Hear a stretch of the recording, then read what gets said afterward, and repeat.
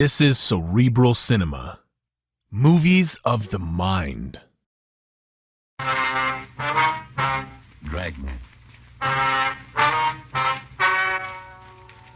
Ladies and gentlemen, the story you are about to hear is true.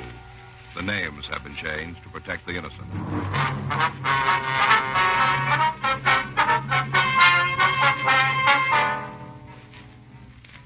You're a detective sergeant. You're assigned the burglary detail. During the last 2 weeks, there have been a series of burglaries in the Valley Division. You haven't got a lead. Your job, find one.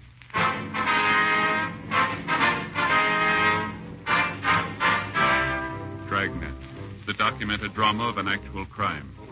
For the next 30 minutes, in cooperation with the Los Angeles Police Department, you will travel step by step on the side of the law through an actual case transcribed from official police files. From beginning to end, from crime to punishment, Dragnet is the story of your police force in action.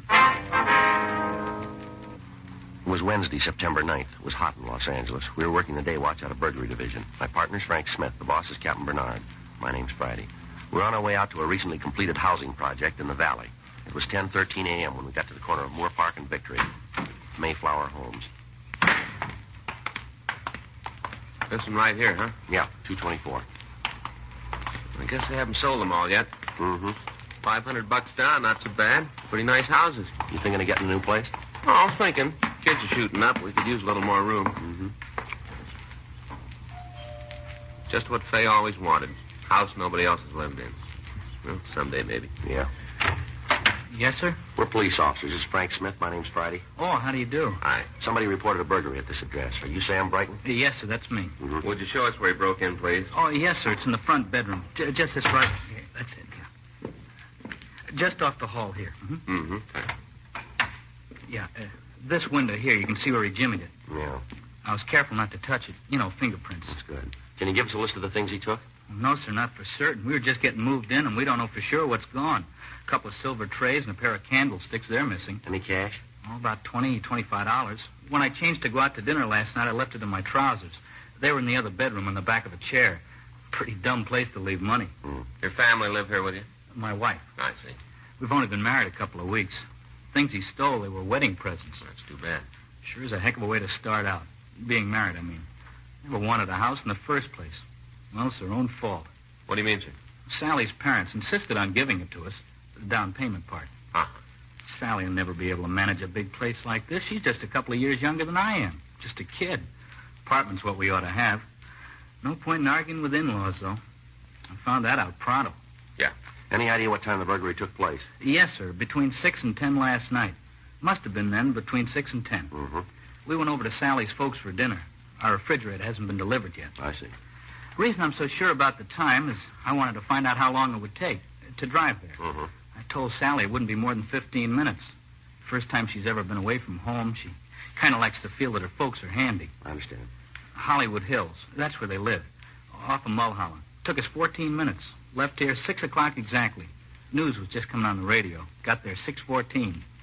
I'm not so sure when we got home, but it was right around 10 o'clock. Well, that's close enough. Of course, I didn't know about the burglary then, when we got home. We just went straight to bed. Didn't come in here. We used the back bedroom. Yeah. It wasn't until this morning when I started looking in my pants for cash. Mm-hmm. Is it possible he broke in while you were asleep? Well, I might have slept through it, but not Sally. Least little thing wakes her up. She'd have heard him. Must have happened while we were out. Have you noticed anybody suspicious hanging around the last couple of days? No, sir. Of course, we're brand new in the neighborhood. Most of the houses aren't even sold yet. We wouldn't know who was suspicious and who wasn't. Be all right if we talk to your wife? Oh, she couldn't tell you anything I haven't. She here now? Over to Mother's. This kind of thing, well, it kind of threw her, you know. You know how it is, just a kid. Yeah, we understand. Wish it had been me that found out about the bird. The bird? Well, didn't I tell you? I meant to. No. Darndest thing. Parakeet. Somebody gave it to Sally when she was a girl. Taught it how to talk. Talk real good, too. Why should a burglar do a thing like that? What'd he do, turn it loose? No, sir, he killed it. We talked to Mrs. Brighton at her parents' home. She was unable to add anything to what her husband had told us. 1:15 p.m.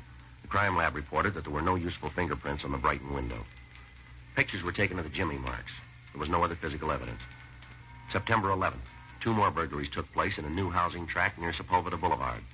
The burglar had followed the same M.O. used on the Brighton house. One victim also told us that 3 pet canaries had been killed. The other victim had no pets. By the end of the following week, 4 more burglaries had occurred in new housing developments. In each case where the home contained pet birds, the bird was killed. Other pets were not disturbed. Circulars describing the stolen articles were sent to all pawn shops in the city. September 21st, 8:05 a.m., we checked in for work.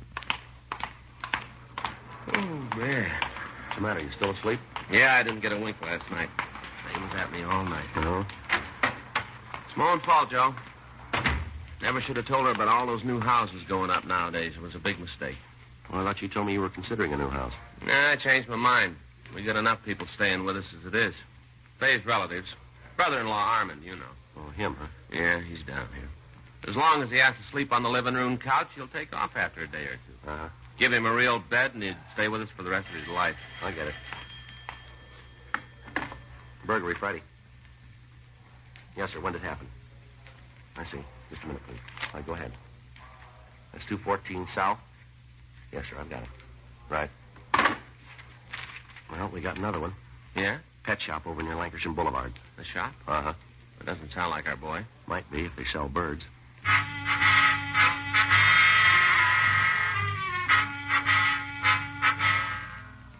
We left the office and drove out to the Biggs Pet Shop on a side street in North Hollywood. 9:07 a.m., we interviewed Jasper Biggs, the owner of the store. He told us that during the night, the back door had been forced open. $17 was missing from the cash register. Money ain't important, you understand. Not that anybody likes being robbed. Yes, sir, we understand. Besides, it's happened before. That's why I keep this sign up here on the register that tells them how to open it. I see. A couple of years ago, a fella broke in and wrecked the machine trying to get it open. That cash register's worth a whole lot more than anything I keep in it. Shut up over there, all of you! Dang much racket in here, a person can't even think.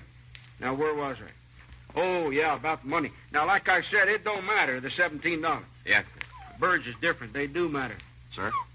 Well, he killed all of them, every last one. I see. Parakeets, canaries, parrots. Mm-hmm. Parakeets and canaries, now, they don't matter. I can replace them. Insurance will take care of it anyway. Them parrots is another story. It's a different story entirely. Yes, sir. 2 of them was on consignment, worth over $100 apiece. $100. Bet you never figured birds run that high, did you? No, sir. Well, they do. Parrots, anyway, some of them. And what's more, my insurance don't cover birds on consignment. How do you like that? Huh? Check with the fella who sold me the policy right after I called the police. Says birds on consignment aren't covered. Loophole. That's what it is, loophole. Yes, sir. Probably somebody wanting to buy them parrots. Be just my luck. Biggs Pet Shop. Who? Oh, yeah. Yeah, they're still here. Just a minute. It's for you. Thank you. This Friday. Yeah.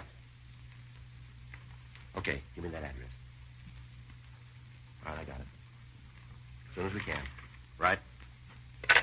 We got another one? Tracked off Riverside Drive. Same routine. One thing's different. Yeah. Some lady saw him. We ended our interview with Mr. Biggs, and we drove out to the address of a Mrs. Nellie Diver, who had just reported a burglary. Mrs. Diver told us her house had been entered shortly after she left to do her marketing. She discovered she'd forgotten her grocery list, and she came back for it. When she returned, the burglar was in the dining room. He had entered through a side window. The M.O. appeared to be the same as in the other recent burglaries. Never saw such a surprised look on a man's face in my life. He just stood there like he was frozen solid for a minute or more.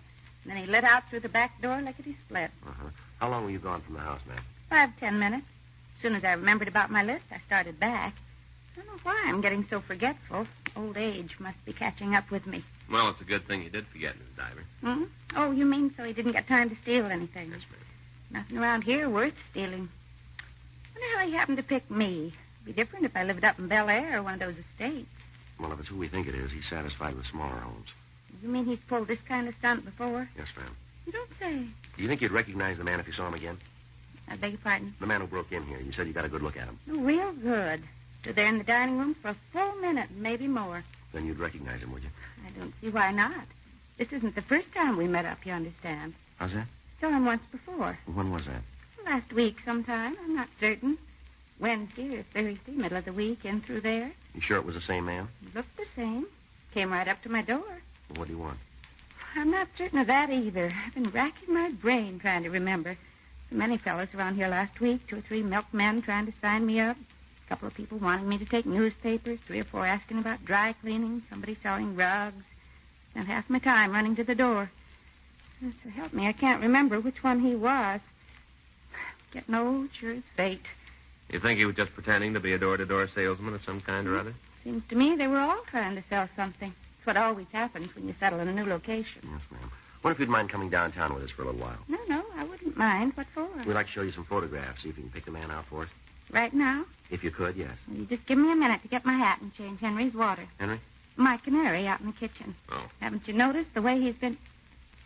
Oh, that's funny. Ma'am? He's usually singing up a blue streak this time of day.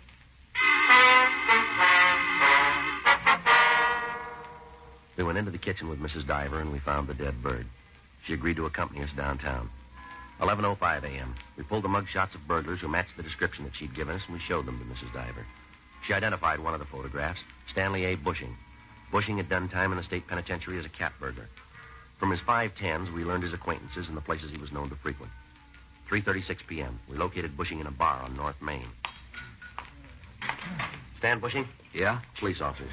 You don't say. Want to talk to you, Bushing. Be my guest. Come on, let's go. What's the matter with right here? Joint don't get noisy until later on. Why not right here? Where were you last night? What time? All night. And this morning, 8 o'clock this morning. Why do you want to know? All right, come on, let's go.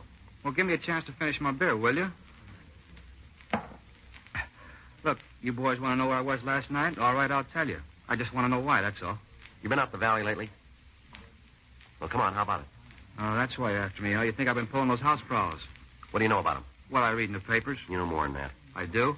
There was another one this morning. That's news to me. That's so. Yeah, I haven't bought a paper yet today. Lady saw you. Huh? Right after you broke in. Me, huh? She says it's you. Well, she needs glasses. Well, we don't think so. Look, you'll never make it stick. We're going to try, fella. I'm clean, not even on parole no more. It won't be parole this There time. won't be anything. Oh, come on, Bushing. Quit stalling. Look, don't get yourself in an uproar. Take it easy. You'll live longer.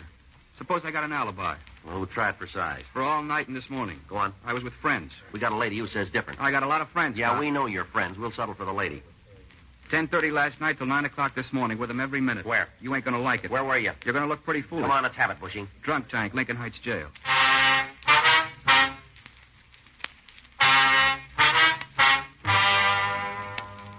We verified Bushing's alibi with the booking sergeant at Lincoln Heights, and we learned that he was in the clear as far as the previous night was concerned. 5:06 p.m. We interviewed Mrs. Diver again. She wavered in her identification of Bushing's photo, and she said she couldn't tell us anything more. Teletypes of the suspect's description were sent out. The next day, Tuesday, September 22nd, we had a meeting with the skipper, Captain Bernard. Well, where do we stand? Just about where we did when it started. It's not good, is it? No, it's not. We thought we had him yesterday, Skipper, but it didn't pan out. You got a description? Well, if she's no better at describing him than she is at identification, it doesn't mean much. We figure he pretends to be a salesman of some kind. That how he cases the houses? As far as we can tell, yeah. You need a lot more than that. Yep. This guy's got to be stopped. It isn't just the burglaries. Seems half of the people in L.A. keep pet birds. I don't know. My kids have a couple of canaries themselves. Yeah. You get attached to them like you do anything else. Yeah, I know. You boys seen the mail on this thing? No, sir. Letters from all over, not just in town here, all over. People are raising Cain. My own kids asking me when we're going to catch him. Can't wait any longer for a break. We got to make one. Well, you got any ideas? I don't know. We've just been working housing projects, huh? Except for that one pet store, yeah. Well, let's forget the store and see if we can get a pattern out of the houses. Well, they're all new places. Folks have just moved in. He cracks one or two in each development, then he moves on. So far, he stayed in the Valley Division out there. The way they're building up out that way, you won't run out of targets. No. They opened any new projects the last week or so? Yeah, a couple. He tapped them yet? No. We alerted the owners, told them to warn anybody who moves in.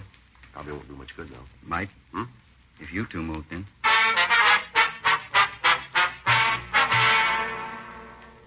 Wednesday, September 23rd. We drove out to a new tract just off Coldwater Canyon Boulevard. It was called White Manor Homes. We found the tract office near the main entrance, and we went inside. Gentlemen, what can I do for you? You interested in owning a new home? We're police officers, sir. This is Frank Smith. My name's Friday. Police. That's right, sir. Well, I don't think I've had any parking tickets lately. We're from burglary. Oh, about the Birdman, I suppose. Okay? Yeah, that's what they call him in the papers, you know, the Birdman. Yes, sir, it's about him. He hasn't been around here. Well, no, sir, not as far as we know. Well, that's a relief. Not that it makes much difference. You're in charge of this project, are you, sir? Yes, sir. My name's Simple, Horace Simple. I've got a card right here on the desk. That's all right, Mr. Simple. I own White Manor Home. I see. I guess I should say me and the bank. We own it together. Yes, sir. It's all going to belong to the bank, though, the way things are going. Been open nearly a week now. Haven't sold a single house. Haven't even had a decent offer. Oh, what's the trouble, sir? Now, you know what's the trouble just as well as I do. Birdman, that's the trouble. Oh. Folks just aren't going to move into any new developments until he's caught. Sent me a circular last week, the police department. I'm supposed to warn anybody who buys from me. Put them on their guard. Yes, sir. Don't need any warning. They're scared off as it is. 3 months ago, I'd be half sold out by now. Seems to me you fellows are dogging it. Now, I'm not telling you your business, mind you, but it seems to me you should have picked him up before this. Yes, sir. Maybe you can help us. How's that? Well, the sign out in front says that 2 of your houses are furnished. Is that right? Oh, that's just for display. Weston's department store did it. Figures it's good advertising. Yes, sir. Of course, I don't sell them furnished, just for display. We'd like to use one of them for a few days. Use one? Yes, sir. Yeah, I'm afraid I don't follow you. Well, sir, you've got a sold sign that you can put up in the front yard, haven't you? Well, I guess so. Well, we'll see that nothing's disturbed. If anybody asks, you tell them that a new couple moved in. Oh, I get you. Decoys, huh? Yes, sir, something like that. Well, I don't know. Department store might not go for the idea. Well, we'll clear it with them. Well, if it's all right with them. Thank you. How long do you suppose it'll take? How's that? To catch them? Well, your guess is as good as ours, if it works at all. It better work. Pressure's building up. You fellas don't know what it's like being under pressure. Owe the bank a lot of money on this project. Figured I'd have at least half a dozen houses sold by now. At least half a dozen. Mm-hmm. Interest to be paid is the principal, and the bank expects it on time. You can't blame them for that. No, sir. You don't know what it's like having the pressure turned on. We get a little every once in a while. Oh, well, that's different. Your boss rides you and tells you to get on the ball. You don't have to worry. He can't fire you. Cops are civil servants. Pressure from your boss? Well, that's different. Not coming from him. Well, where's it coming from? Guy who kills birds. We telephoned the Wesley department store and we talked to the manager. He gave us permission to use the house that they'd decorated. At a neighborhood pet store, we purchased a cage and 2 canaries. It was 11:30 a.m. when we got back to White Manor Homes. Mr. Simple was putting up a sold sign in front of one of the houses.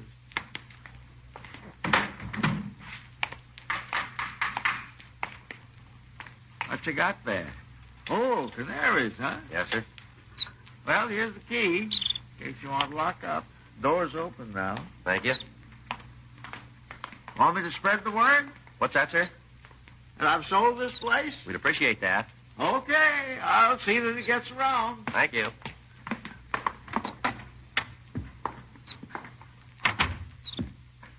Man, some layout, huh? Yeah, it's very nice. Well, great. You know anything about taking care of birds? Well, I don't think there's much to it. Just water and seed, huh?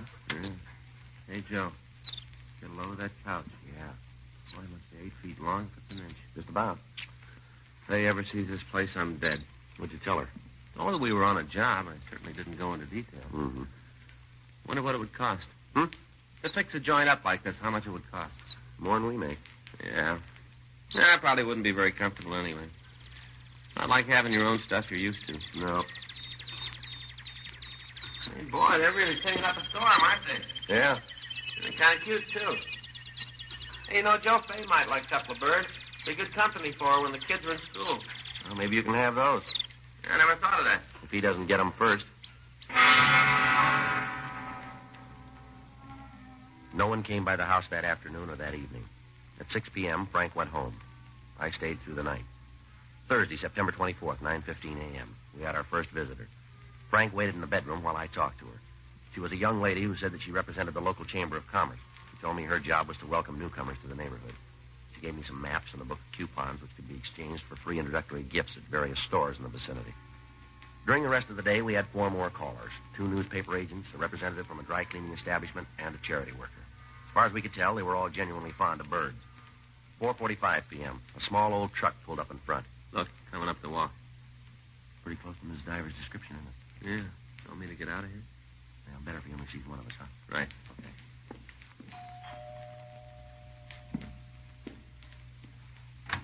Lady of the house in? Out shopping. Oh, I'll come back. What's it about? I'd rather talk to her. Why? I'd like to take over your yard. Hmm? I'm a gardener, mister. Oh. Well, I'm the one to see about that. Why not? Ask a man for a gardening job. He says he'll do it himself, weekends and after work. Don't understand how much work it'll be. Wife knows better, knows her husband, too. She's the one hires me. Well, maybe I'm different. It's a pretty big yard. Plan on spending my weekends on my back. I don't blame you. Come on inside for a minute. Yeah, sure. How much would you charge for a yard this size? Want me to handle watering, too? No, I guess we can take care of the watering. Well, I'll come once a week, then mow the lawn, look after your flowers, do weeding, planting. Well, we're pretty well landscaped now. Well, you'll want some of your own plants. Could use a couple more roses alongside there. That's possible. Hmm. What's the matter? No. Just looking around. Swell place you got here. How much for the yard work? $25 a month. That's kind of steep. Big yard, said so yourself. Mm-hmm. You'd only be here a couple hours a week, you know. Oh, 25 is the best I can do. You think it over. I got to be shut now. How about 20? Sorry, mister. Not worth any more than that. Got plenty of gardeners for 20, you know that. Up to you. Ain't got any other jobs in this neck of the woods. I have to drive all the way out here. How'd you happen to find us then? I say, how'd you happen to find us then? Well, I heard about this project. I thought more might be sold by now. Mm-hmm. Guess you're the only people moved in, huh? That's right. Yeah, I thought there'd be more. Probably will be before long. Well, if I pick up any other customers in the project, I might come down. 25 for now. Reddy can't swing there. Well, you think it over. I'll drop back there, so. Somebody here most of the time? Most of the time, yes. I'll drop back. Oh, shut up, will you? What? I wasn't talking to you. Those Oh. canaries are Yeah. crazy. What's wrong with them? They're a nuisance. They're always screeching to get on somebody's nerves. I guess you don't like birds. Well, I could do without these. Well, why don't you get rid of them? Oh, my wife would blow her stack. Ah, yeah. Pride and joy. You know, she talks to them all the time. Baby talk. Yeah, just like my old lady. Your wife keep birds too, does she? My mom. Oh. Yeah, when I was a kid. Cages all over the place. Must have had 15, 20 birds. Well, I guess I'm lucky. We only got these. Yeah, you're lucky. I had a dog once. Yeah? Rusty, that was his name. He was a mutt. Only dog I ever had. Killed one of her canaries. All right. That wasn't his fault. Bird got loose. He didn't know no better. Just playing with it. Didn't mean to kill it. Sure. If you get rid of Rusty. My mom did. Sent him away. I don't know what happened to him. That's too bad. Never had another dog after that. He wouldn't let me. Just birds. Just lay awake at night listening to him sing. That's what she called it. Didn't sound like singing to me. Wouldn't cover him over. That was cool to cover him over. Half night long, I had to listen to him. Like you said, gets on a fellow's nerves. Yeah. I sneaked downstairs, took them out of their cages. I did it real quiet. Killed them all. All Mom's birds. Well, I couldn't stay after that. Ran away from home. Wish I could have stayed. Wish I could have seen her face next morning. Made it up for Rusty. Yeah. I still keep hearing them, though. Have to keep killing them over and over. So many birds. Mm-hmm. Folks put them in a cage, lock them up. Feel sorry for them afterwards. Don't make sense. I don't feel sorry for something just because it's locked up. You might.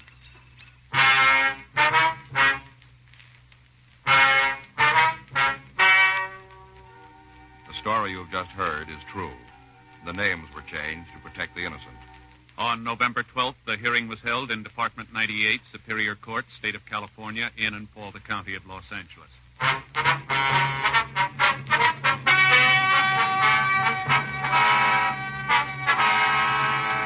Philip James Borch was examined by 6 psychiatrists appointed by the court and found to be mentally incompetent. He was committed to the state mental hospital at Mendocino for an indefinite period of time. Dragnet is a presentation of the United States Armed Forces Radio Service.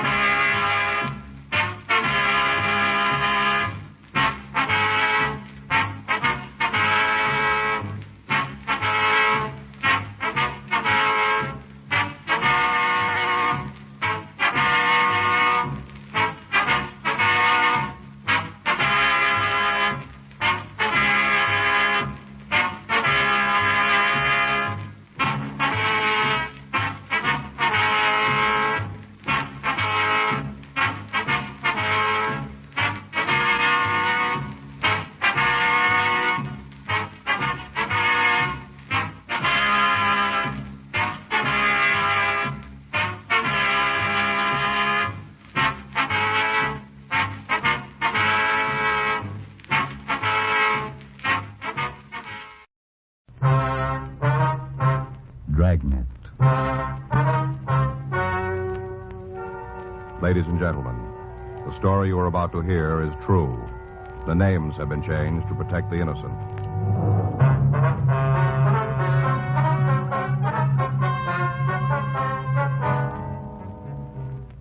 You're a detective sergeant. You're assigned to Bunko Fugitive Detail. A pawnbroker tells you he suspects a swindle. He isn't sure. Your job? Check it out.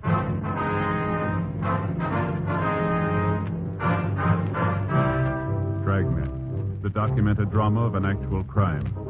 For the next 30 minutes, in cooperation with the Los Angeles Police Department, you will travel step by step on the side of the law through an actual case transcribed from official police files.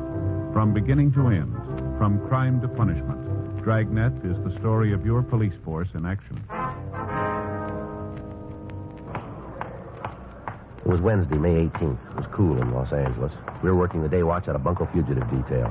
My partner's Frank Smith. The boss is Captain Dillian. My name's Friday. I was on my way into the office, and it was 7:55 a.m. when I got to room 38.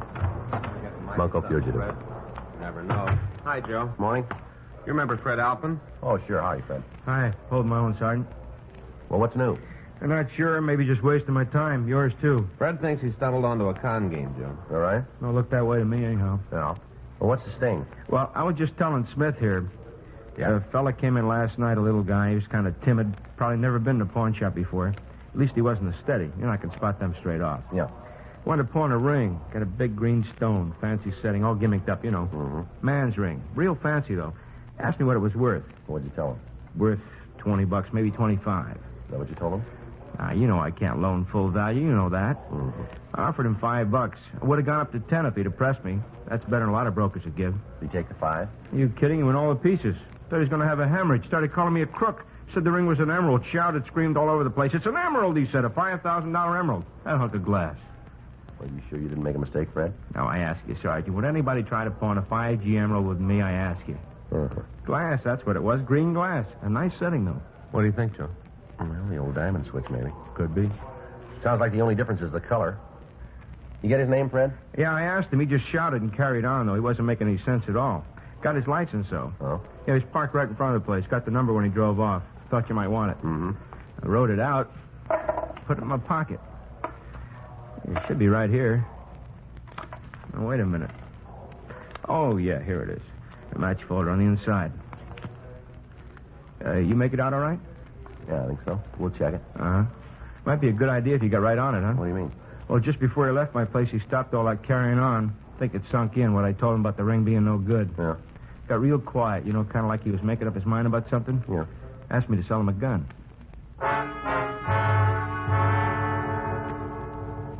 Fred Alpin gave us a description of the man who had tried to pawn the ring. We called our branch of DMV and asked them to check the license number. They came up with the information that the automobile bearing that license was registered in the name of Garfield Hunt at 221 North Selma Avenue, Hollywood. 9:03 a.m. Frank and I drove out to talk to him. Boy, sure is a clear day. Look at those hills, Joe. Well, I read in the paper you can see for 40 miles. Yeah, I bet. Good morning. Who are you? What do you want? Is Mr. Hunt here? No. No, he's not here. Well, he lives here, doesn't he? Who are you? Oh, I'm sorry, ma'am. We're police officers. Police? That's right. This is my partner, Frank Smith. My name's Friday. Where is he? What's happened to him? Mind if we come inside? Be a little easier to talk. Oh, yes, of course. Oh, I forgot. Sofa's still made up. Slept down here last night, so I'd be near the phone. I thought he might call. Thought somebody'd call. Your husband didn't come home. Never happened before. Not in 37 years. Yes, ma'am. Just let me fold up that blanket so you Here, can I'll sit give you a down. hand, man. Oh, thank you. You got any idea where your husband might have gone, Miss Hunt? No. No idea at all. What time did he leave? 9:35. Looked at the clock as he went out the door. Couldn't believe it. Not like Gar to go out that late. Usually in bed by 10. Yes, ma'am. Promised me he'd only be gone an hour. Promised me he'd be back by 10:30 for sure. I see. Never heard a word from him after that, not a word. What do you suppose happened to him? We're sorry we don't know, Miss Hunt. Well, you must have some notion. Sorry, we don't. You said you wanted to talk to him. Just a few questions, routine. What about? Well, we'd rather talk to him. You notify the police that he's missing? No, I didn't know what to do. Figured you'd get in touch with me when you found him. Guess I wasn't thinking very good. Never happened before. Yes, ma'am. Are there any friends he might be staying with, relatives? We don't know anybody else from Los Angeles. I see. Just moved out here last winter from Kansas. Children have grown up, settled. Gar sold the business. We moved out here. Kansas winters can be pretty cold. Yes, ma'am. Is your husband retired? Yeah, he should be. He worked hard all his life. He deserves a rest. Had a little trouble with his heart last year. No, not a real attack, but the doctor told him to take it easy. Mm-hmm. Not Gar, though. Wasn't out here 2 months before he got all restless and fidgety. Just couldn't take it sitting around the house. Started up again. In business? Yes, sir. We had a tailor shop back in Kansas. Gar found a new business district opening up in the San Fernando Valley off Magnolia Boulevard. They were renting cheap, right at the beginning, wanted tenants. Mm-hmm. Didn't do much business at first, but things have been getting better. Gar's a good tailor. A lot more careful than most. Learned his trade young. The days when there were tailors. Yes, ma'am. You try to reach him there at the shop? I called last night 3 or 4 times. This morning, too. Nobody answered. I see. You think you can find him? We'll do our best. I guess maybe I should have notified you last night. Yes, ma'am. I didn't know what to do. Thought you'd get in touch with me if something happened. Well, better to call us first. Yeah, I guess so. Then it might not happen.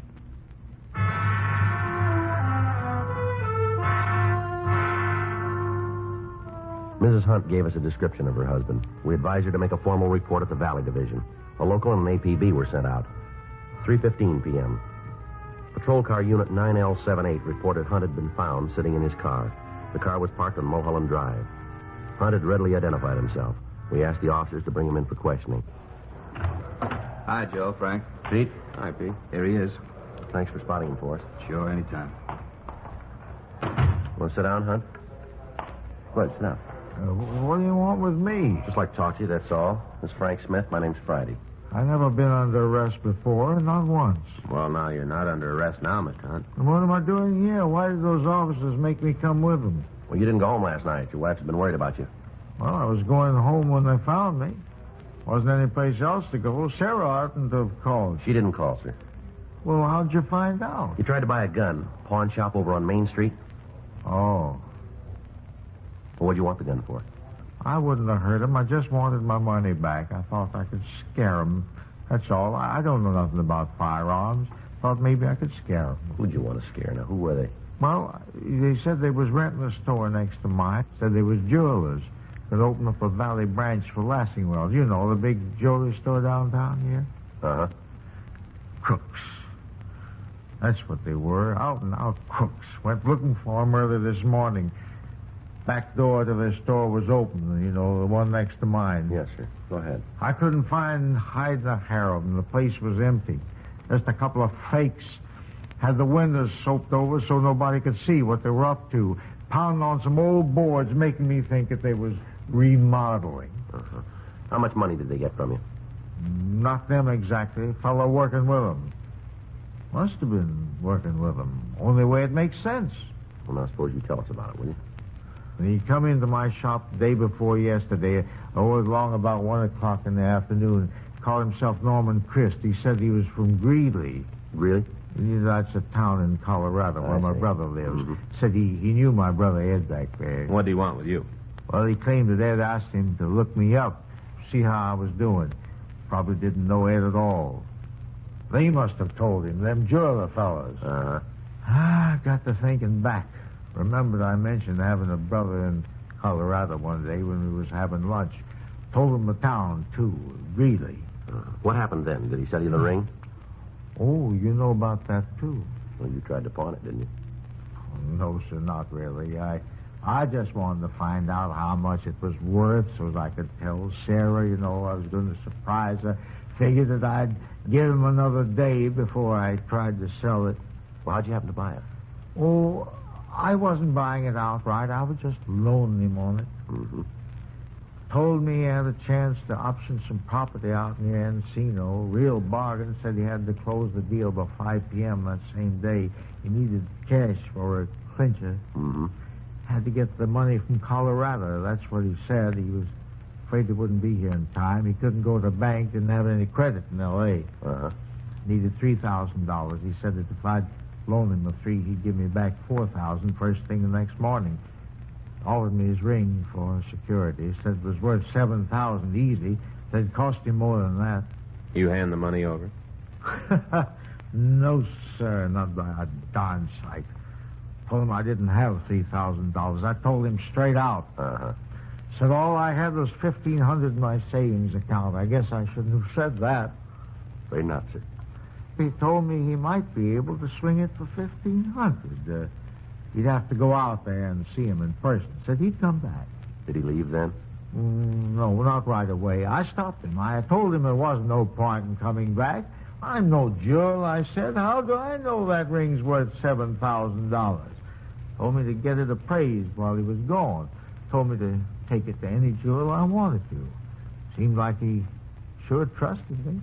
Leaving a valuable ring like that kind of sold me on him. Mm-hmm. I went next door to ask those fellas who said there was jewelers. Place was locked up, so I figured they was still out for lunch. Mm-hmm. I figured maybe they was in the drugstore down on the corner, see? Did you find him up there?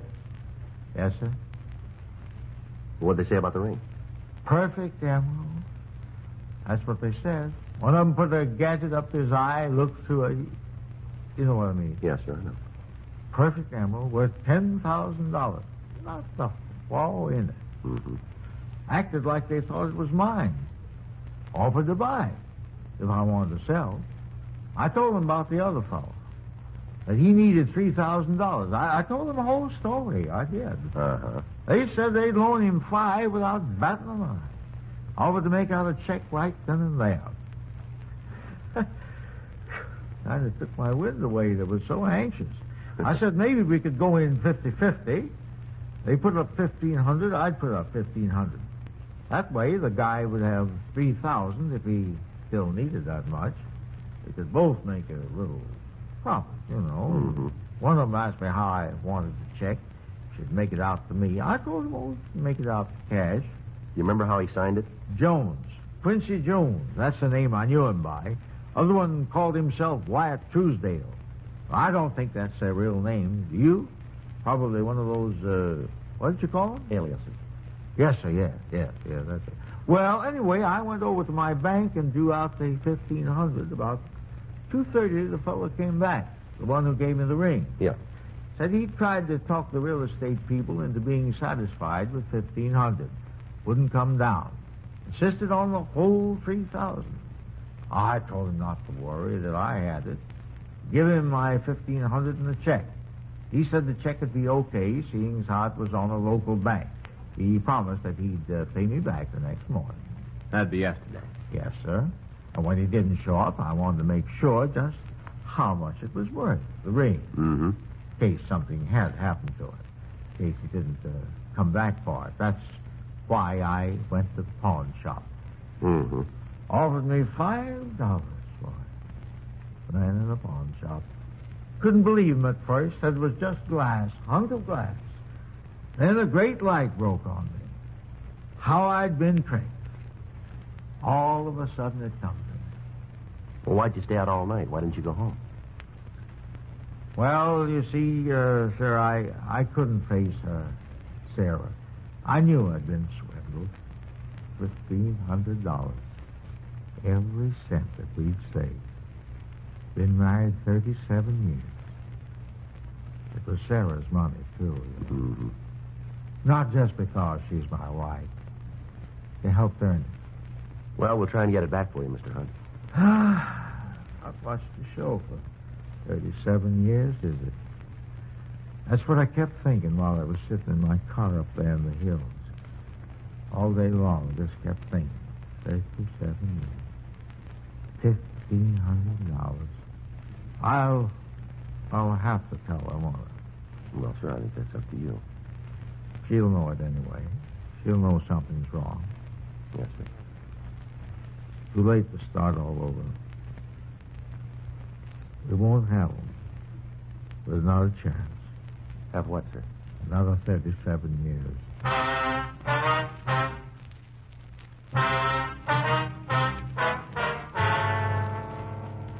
We continued to interview the victim, Garfield Hunt, and he gave us descriptions of the 3 suspects. The stats office came up with 24 possibles. We showed the mug books to Hunt. He identified 2 of the photographs, Ernest Wilcoxon and Paul Cleaver. Hunt was positive that Wilcoxon and Cleaver were the men who had rented the store next to his and had pretended to be jewelers. He was unable to find a photograph of Norman Christ, the man who had sold him the ring. We pulled the packages on Wilcoxon and Cleaver. They had both done time for burglary. They had not previously worked with a third person. We called the Lassingwell Jewelry Company.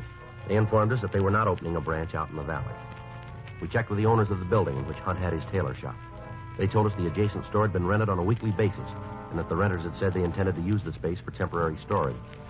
A local and an APB were sent out on all 3 suspects. 5:13 p.m. Using the information from their mama sheets, Frank and I began checking various places where Cleaver and Wilcoxon had been known to hang out. 7:12 p.m. We went into the Black Parrot Bar on South Broadway, and we talked to the bartender. Not by them names, I don't know. Well, maybe these pictures will help. How about it? Yeah, they come in here once in a while. Yeah, that's what we heard. Always come in together? As far as I know. Ever bring somebody with them? Tall, thin fella, about 30, blonde hair? No, just 2 of them. Never seen them with another guy. I see. What do you want them for? You know how we can turn them up? They ain't here now. We can wait. Won't be in tonight. How do you know? They got money. Oh? Big roll. The red-headed one was in yesterday. Quincy Jones. That's what he told me his name was. Yeah. Been running a tab. He paid it up in full. I had plenty left over. Is that right? As long as they're carrying a roll, they don't come to my place. Head for them expensive joints, like out on the strip, places like that. When they've blown their loot, they come back to me and start running up another tab. I called them on it, but what can you do? This way I get some of their bundle. Uh-huh. You know where they live? Around here somewheres. I couldn't pin it down for you. Who could? How bad you want to find out? What do you mean? It'll cost you a drink. You that thirsty? Oh, not for me. The girl over there in the corner booth, the blonde. Oh, yeah. She knows him. Been out with him a couple of times. I've seen them leave together. All right. I was just kidding about that drink. It's on the house. For you guys and her, too. No, we don't want anything. And we'll pay for hers. It's up to you. Hi. Good evening, miss. You're new, aren't you? Yes, ma'am. Place could stand some new talent. Here, I'll move over. Thanks. Thank you. What's the matter with this side? We're police officers. How do you like that? Ma'am? Horoscope said I was going to meet somebody new today. You know, in the morning paper? Mm-hmm. Didn't say it'd be cops. Oh, here you are, Peg. Where'd that come from? These guys. You shouldn't call them guys, Jake. Fellow buys a lady a drink, that makes him a gentleman. From these gentlemen, that's what you should say. Oh, sure. To your very good health, gentlemen. Now then, what can I do for you? I'm at your service. The bartender says these guys are friends of yours. Oh, I wouldn't say those pictures do them justice, but there is a resemblance. You know them, then? We've met. We weren't formally introduced, but we've met. I mean, a lot of people in here. Not the best people in town, maybe. It's not the best bar in town, but it's convenient. I work down the street. Uh-huh. You know where these men live? Huh? Oh, you mean these 2 so-called friends of mine? Yeah. Am I? Well, Did you ever hear of the North Cross Arms Hotel? yeah. Well, I haven't been there with them, of course. I'm not sure that's their residence, but Quincy was carrying a hotel key, and one night it fell out of his pocket. I think that was the name on the tag, North Cross Arms. All right. Thank you. Well, thank you for the brandy. Don't mention it.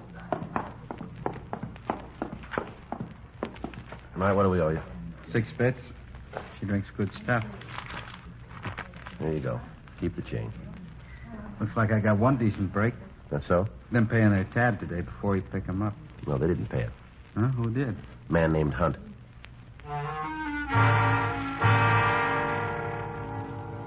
The clerk at the North Cross Arms Hotel told us that 2 men who resembled Wilcoxon and Cleaver were registered under the names of Jones and Truesdale.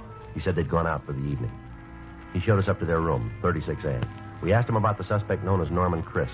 He told us he'd never seen anybody with Wilcoxon and Cleaver who answered Christ's description.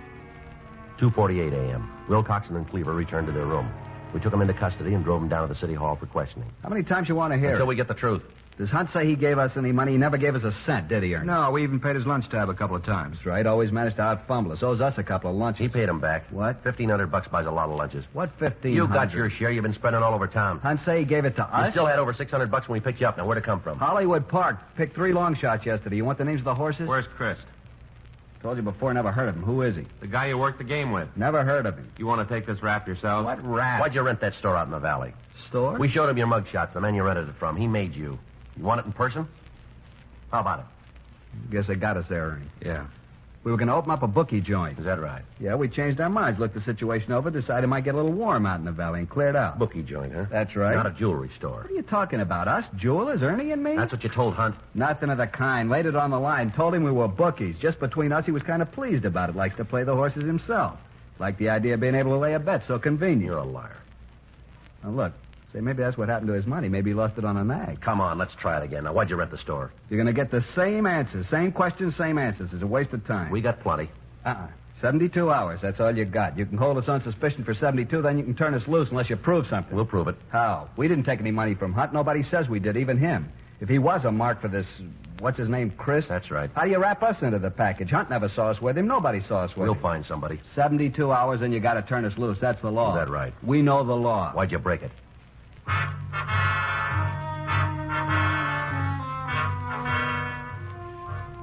We continued to question the suspects, but we were unable to break them down. Thursday, May 19th, 7:45 a.m. Another team of detectives took over the interrogation. Frank and I went back to the office. Think they'll cop out, Joe? I don't know. It doesn't look like it, does it? No, not unless we turn up Chris. Did you call your wife? Yeah, sure bawled me out. Kept dinner waiting till after 10. You're lucky. Well, maybe. Wonder if I'll get home tonight. I got it. Bunko fugitive, Friday. Yeah, that's right. Sounds like him. How long ago? Uh-huh. Yeah. Chris? Fits the description. Smashed up a car on the Hollywood freeway. Georgia Street recognized him from our teletype. You able to talk? Died 10 minutes after they brought him in.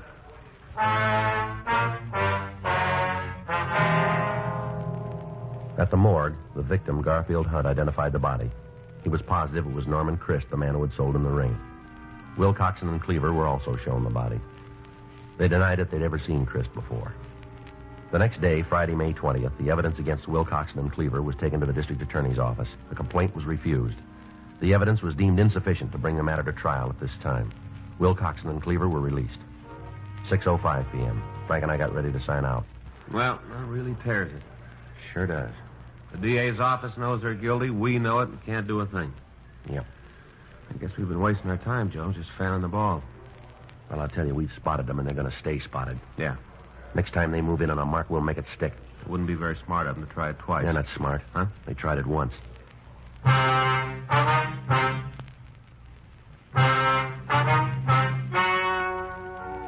The story you have just heard is true. The names were changed to protect the innocent. 2 months later, on July 12th, Wilcoxon and Cleaver were apprehended for a similar crime. They were charged with 1-count grand theft.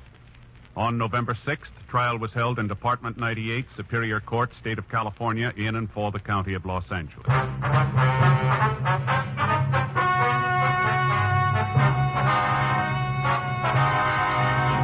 Ernest T. Wilcoxon and Paul Cleaver were found guilty of 1-count grand theft and were sentenced to a term prescribed by law. Grand theft is punishable by imprisonment in the county jail for a period of not less than 1 year, or for a period of from 1 to 10 years in the state penitentiary.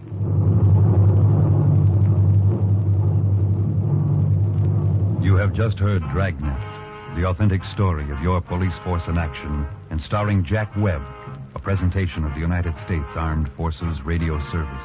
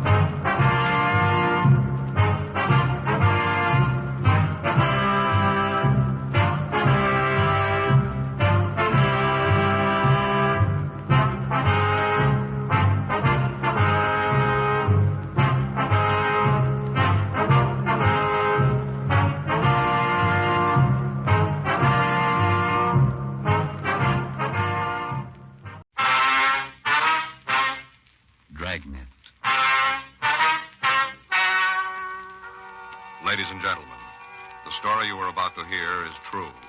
The names have been changed to protect the innocent.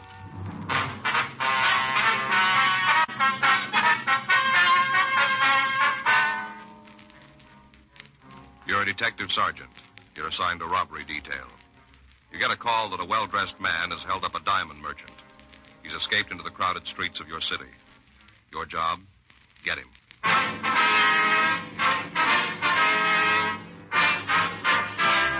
Dragnet, the documented drama of an actual crime. For the next 30 minutes, in cooperation with the Los Angeles Police Department, you will travel step by step on the side of the law through an actual case transcribed from official police files. From beginning to end, from crime to punishment, Dragnet is the story of your police force in action. It was Tuesday, February 8th. It was cold in Los Angeles. We were working the day watch out of robbery detail. My partner's Frank Smith. The boss is Chief Detective Thad Brown. My name's Friday. I was on my way back from communications, and it was 12:10 p.m. when I got to room 27A. Robbery. Did you get the wire off to Ahern? Yeah, I should have an answer this afternoon. If he doesn't come in, we better call him. Yeah. You want to get something to eat? Yeah, it's about that time. Where do you want to go? No, how about the stakeout? Good. I could use a couple enchiladas. Get your hat. You want to tag the skipper before we leave? No, he's not in. I saw him go out with Chief Brown. We can talk to him when we get back, huh? Right. Let's go. That's a hot one. I'll get it.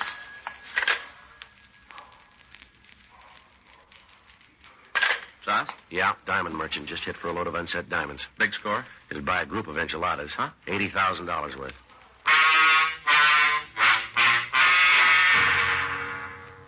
Frank and I left the city hall and drove over to the address we'd gotten on the hotshot phone. It was a large office building on Hope Street. From the lobby register, we found that the victim, a Mr. George Mars, occupied suite 318. We checked with the uniformed officers who answered the call, and then we went upstairs to talk with Mars. Well, I tell you, officer, there wasn't anything about him that'd make a person think he was a hold-up man. Mm-hmm. Nothing. You want to tell us exactly what happened? Well, sure. There's not much to talk about. I was sitting here looking at the papers, checking the sales. What's that?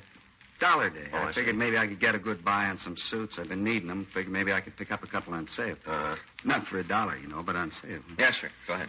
Well, just sitting here reading the paper, and all of a sudden the door opens, and in comes this fellow. Mm-hmm. Nice looking. Sure no reason to think there was anything wrong. Yeah. Told me he wanted to see some diamonds on set. Mm-hmm. You say why you wanted to see him? Yeah, something about opening a store up in the valley someplace around Sacramento. Oh, yeah. I felt kind of good. You know, to think a man had come all the way down here to look at the stones I've got. You say why he did that? No, I didn't ask. Lots of times that happens. Been in business quite a while. The word gets around. Mm-hmm. Anyway, the man said he wanted to see some stones. I went back to the safe to get them. Yeah. Picked up several trays and brought them out here. When I took another look, he was sitting right there. There, holding a gun. Mm-hmm. Just as calm as can be, pointing the old gun right at me. Did he say anything to you? Told me to put the diamonds on the counter, not to make any noise. Said if I played it smart, I wouldn't get hurt. Yeah. I wish you could have seen this fellow. Just as calm as could be, reached in his pocket, took out a pair of gloves, put them on. Then he scooped all the diamonds into a little bag he was carrying and told me to get into the back room. Yeah. Made me lay down on the floor, and then he locked the door. Told me not to make any noise. Said to count to 100 by ones before I tried to yell. Mm-hmm. Well, after he locked the door, I heard him leave the office. I started counting. All right, Mr. Mars, can you give us a description of the man? Outside of the fact he had the gun, I can't tell you anything about him. I'm trying to pull a picture out of my head, but there just isn't anything. Well, maybe we can help you. Go ahead. I don't think it'll do any good. All right, let's start with his age. How old was he? I don't know. Medium, I guess. 30, 35? Older, younger? I don't know. How tall was he? Oh, I guess he'd say he was... I don't know. Well, when you looked at him, did he seem to be larger or smaller than yourself? About the same. Well, then he'd be about, 5'10", 11? I guess so. I don't remember. What about his face? Can you tell us anything about that? Nope. Do you have a mustache? Might have. But you aren't sure. No. Wear glasses? I don't remember. Well, now, think real carefully. Is there anything at all that you can remember about him? Yeah, but it's kind of silly. Well, what is it? When I came back with the diamonds and he was holding the gun, I noticed his hands. Yes? His fingernails were manicured. Yeah? Yeah, real clean and with some kind of polish on them. You know what I mean? Yeah, I think so. Like that? Mm-hmm. I'll check with the fellows outside, Joe. Maybe they came up with something. Okay. Mr. Smith? Yes, sir? I'm sure sorry about this, not being able to help more. Well, don't worry about it, Mr. Mars. I'm sure sorry. I'll be right back, Joe. All right.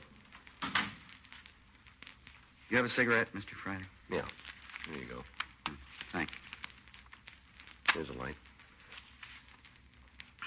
I got it. This kind of thing happen to you often? How do you mean? Oh, where somebody's robbed and can't remember what the hold-up man looked like? Once in a while. Well, what do you do about it? Try to find another way. You usually find one? Most of the time. Joe? Yeah. See you, man? Yeah. What do you got? Well, I checked with the men in the radio unit. Yeah. They got a guy downstairs. We better talk to him. Suspect? No, eyewitness.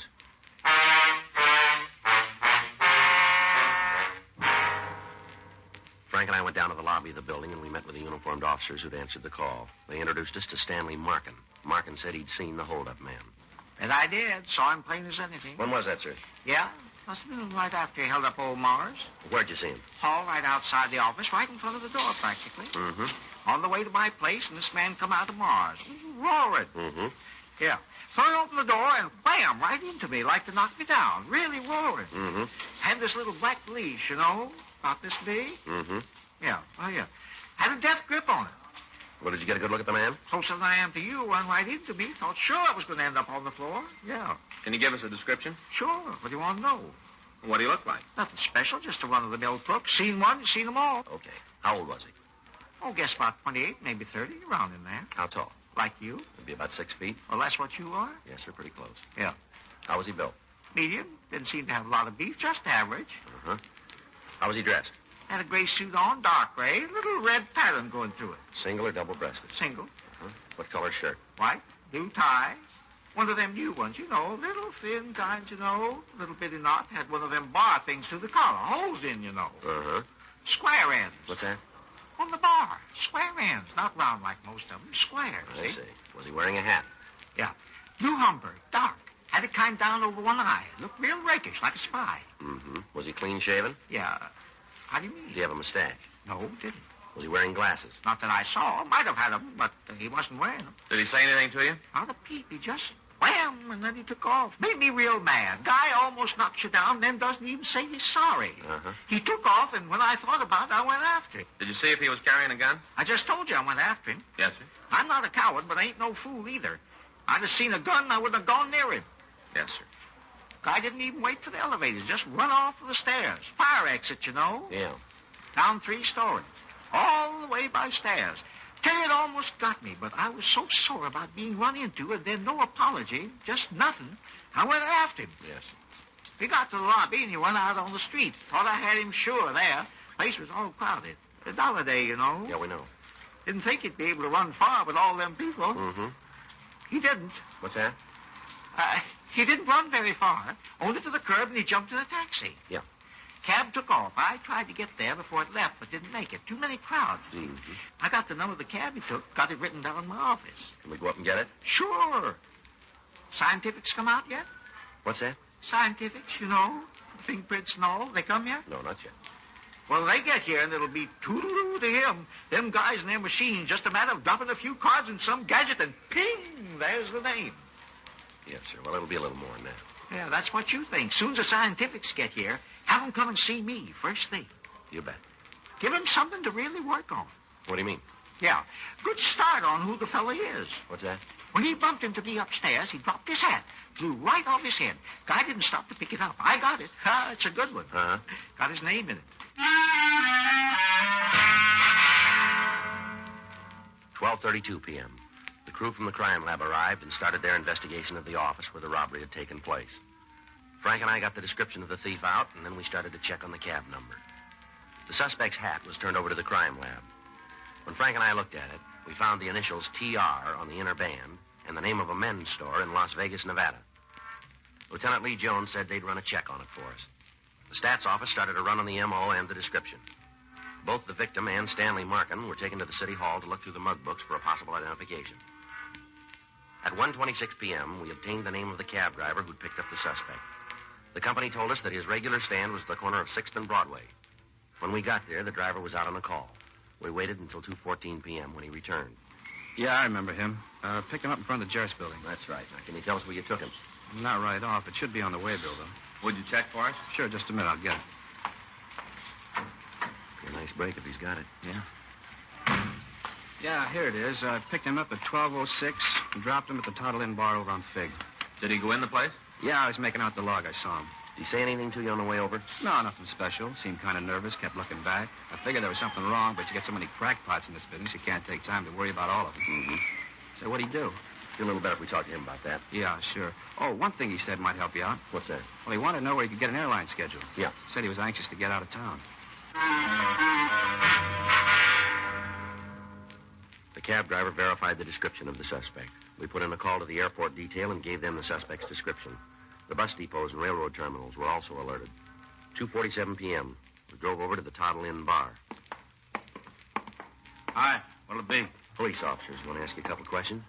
Nothing wrong, is there? I'd like you to tell us. Look around. You won't find nothing out of line. It's a clean place. Mm-hmm. Who's been in here this morning? Huh? How many people have been here? Well, just a couple. It's kind of slow. Why? We're looking for a man about 28 or 30, 6 feet tall, medium build, wearing a dark gray suit. The way we got it, he was in here about 12:15, 12:30. Today? That's right. What's he done? Was he here? I don't want any trouble. You're saying it the wrong way. Now, was the man in here? Yeah? Who is he? I don't know. You want us to buy that? It's the way it is. If you don't like the color, shove off. No, you don't mean that, do you? Look, cop, the door was open when you came in. No lock. Same way when he was here. Came in, had a drink, that's it. You try to build any more, you're going to find out you lost the paddle. Get your coat. Huh? You heard me. Move. What are you going to do, take me downtown? That's it. Gotta get somebody to watch your place. We'll wait. Look, it doesn't seem very fair. How do you mean that? I didn't have part of the action. Well, why don't you tell us? The guy came in, he ordered bourbon and milk. He sat there and drank it. Had a couple more and left. Doesn't mean anything to me. And why you stand in front of him? I don't know. The place is clean. I like to keep it that way. Who is he? Look, I tell you true, I can't pull up a name. Well, now, suppose you try. Tom something. Is he in here often? A couple times a week. What's the attraction? Look, why don't you tell me what it's all about? Maybe we can make a deal. We don't need you on our side. Why's he come in? To see Alice. Who's she? Waitress. What's her last name? Colbar. She go with this fella? I don't know if it's serious. They've been out a couple of times, dinner and a show. Where do we find her? I guess she's home. She don't come to work till 4:30. You got her address? It's in the book. Get it. No other way? Get it. Okay. Does Tom make a phone call while he was here? No. What do you have to say to you? He told me just wound up a deal. He did pretty good on it. Said he was going home. You live in town? Not regular. He's from, I don't know, Nevada, I think. You say where? Well, he mentioned some small town, a Boulder City, I think. It's not a street or anything there. You want to get the girl's address? Yeah. I hope you understand about before. What do you mean? Why I wouldn't go with you from the front. Tell us. Well, it's Alice. Yeah. She'd be in real trouble if it got out she was seeing Tom. Why? I don't think her husband would go for it.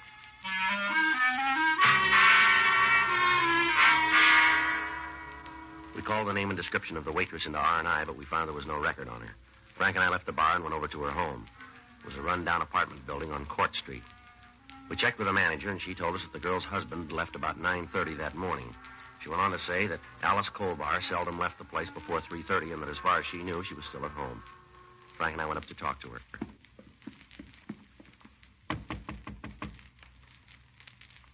Probably asleep, huh? Mm-hmm. Miss Colbar. The door open? Yeah. You got your flashlight? Yeah, here. Miss Colbar? Throw the light over there, Frank, in the corner near the bed. I'll call an ambulance. Yeah. Tell them to step on it. How'd she look? Like she's dead.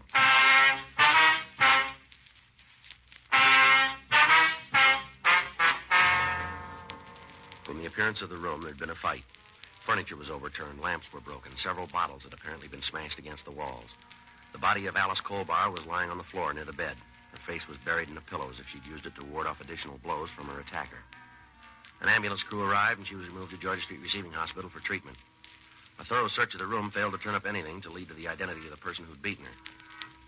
We talked to the landlady again, and we found that Irvin Colbar, the victim's husband, was employed at a golf driving range out in the valley. We checked the name and description through the record section, and we found that he had one arrest for drunk driving. He'd been fined and placed on probation. 4:26 p.m. Frank and I drove out to talk to him. I knew you'd be here. Is that right? How's Alice? Pretty rough. I don't know. Just all of a sudden, it was a beef, and I hit her. With what? My hands. What started the argument? Tom. Who's he? Friend of Alice's. You know his last name? No, I never even met him. All right, tell us about it, will you? What you don't know already? Everybody else does. Go ahead. Been going together for a couple of months. Alice works at a bar. Tom came in all the time. I guess it got pretty serious. Yeah. I went by the place last night, going to pick her up after work. She was gone. Bartender there told me she left with his fellow Tom. Mm-hmm. I got pretty sore. You can figure what it's like finding your wife running around with another man. Yeah. I had a couple of drinks, trying to think what to do. Right then, I wanted to kill both of them. A couple of guys in the bar tried to calm me down. I guess I got pretty loaded. One of them took me to his place. I spent the night there. Mm-hmm. Woke up this morning, went home. Now, you got to believe me, I wasn't real sore anymore. Mad, yeah, but not so as I was going to do anything. Mm-hmm. Alice was asleep when I got there. I woke her up, told her I knew all about her and Tom. Yeah. Kind of thought she'd be sorry, say she was wrong, something like that. Uh-huh. She wasn't. Told me how her and Tom were in love and that she wanted a divorce so they could get married. Tried to talk to her, tell her how I loved her. Didn't do any good. She said we were all through, for me to pack my things and get out. I guess that's when I hit her. I don't know. All of a sudden, I wanted to smash her. That's all there is.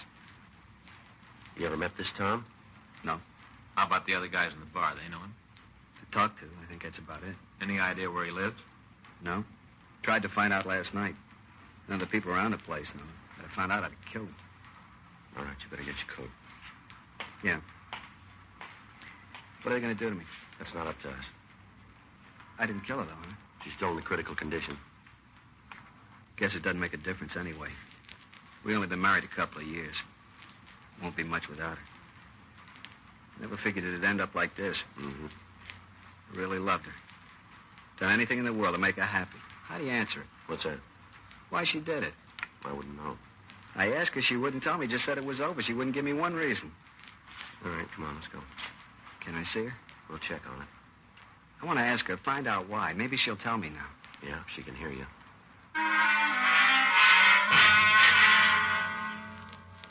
Irvin Colbar was taken to the main jail and booked in on charges of suspicion of violation of Section 245 PC, assault with a deadly weapon.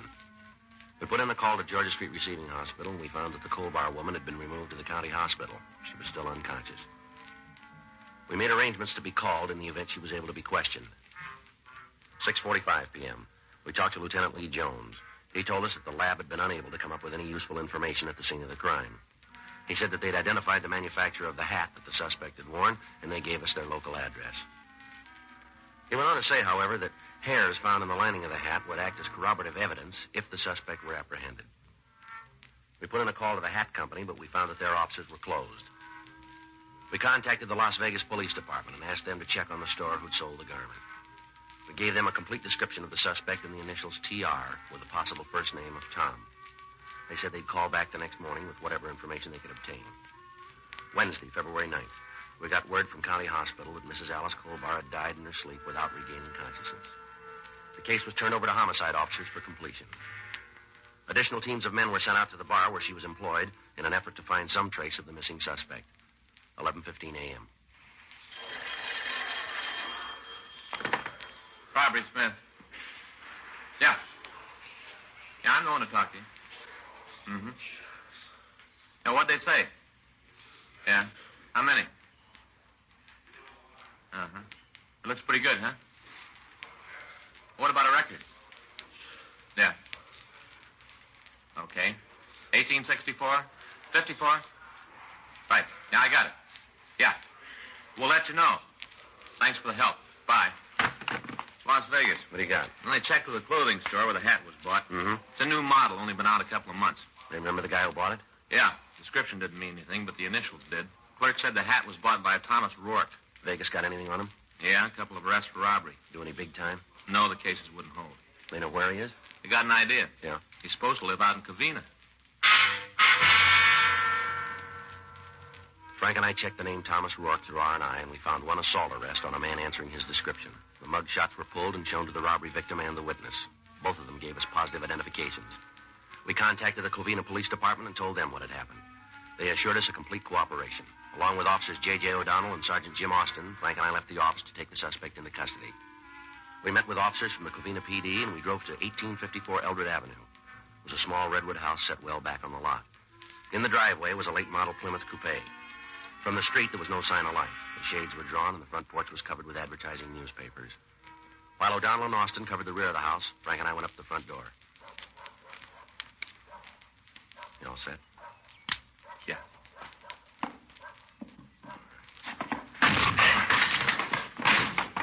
No one here. All right, take that, sucker. Right. Nothing out back. How you doing? Wait a minute. Closet. I give up, don't you? Go on out there. Yes, sir. I'll do like you say. No trouble, sir, please. No trouble. Keep those hands where I can see them. Yes, sir. Just like you say. Now, turn around. Hands on the wall. Quick. Yes, sir. Come on, move. You won't find anything. Haven't done anything wrong. You got the wrong man. Yeah, sure. I'm telling you the truth, sir. I wouldn't lie. All right, come on. Let's go. Yes, sir. I get a coat. Point it out. In the closet. Great one. I'll get it. What's this all about, sir? You don't need a picture. I'm afraid I do. I don't know why you're doing this. That's your car in the driveway? Yes, sir. You live here alone? No, sir. This is my sister's house. Where's she? Working, sir.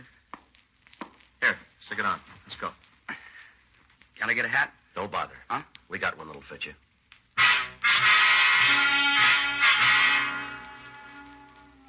The suspect was taken to the city hall and questioned. For an hour, he maintained that he didn't know anything about the diamond robbery. While Frank and I were talking to him, the other officers were making a thorough search of his sister's house and her grounds. 3:15 p.m., we got word that the diamonds had been found in the backyard of the place. When he was confronted with this information, the suspect made a full confession. 6:08 p.m., he'd just finished giving us a statement. All right. This is a true statement, is it? Yes, sir. You make it without promises of reward or immunity. There's been no force exerted on you. You give this statement of your own free will, right? Yeah. All right. Here. Here's a pen. Sign all copies. Too bad about Alice. Yeah. Nice kid. Got too serious, though. Is that so? Yeah. Yeah, I talked all the time about how she was going to leave her husband, how we were going to get married. Sign all copies, fellow. Yeah. You missed one here. Get this one here.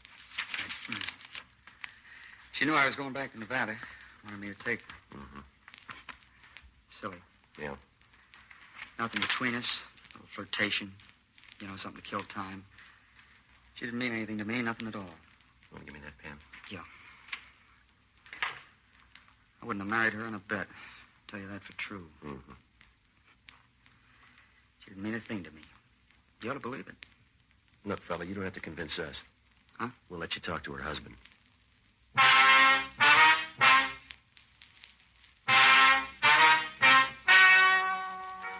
Ladies and gentlemen, the story you have just heard is true. The names were changed to protect the innocent. On June 9th, trial was held in Department 98, Superior Court of the State of California, in and for the County of Los Angeles.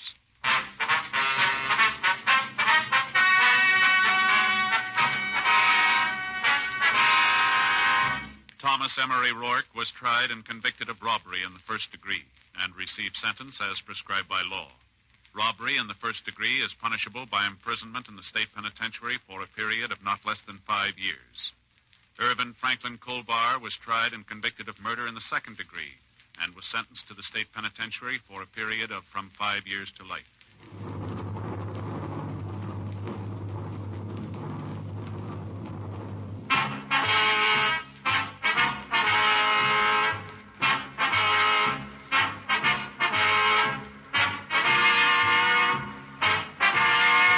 You have just heard Dragnet, the authentic story of your police force in action, and starring Jack Webb, a presentation of the United States Armed Forces Radio Service.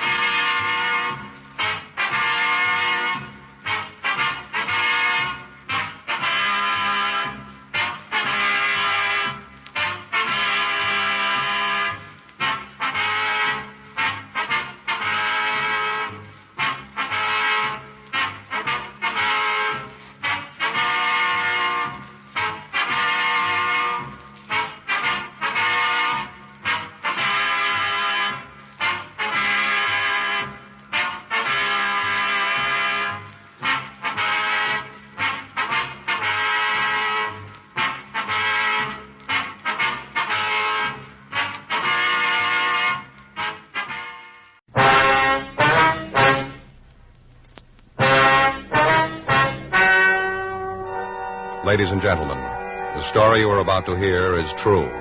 The names have been changed to protect the innocent.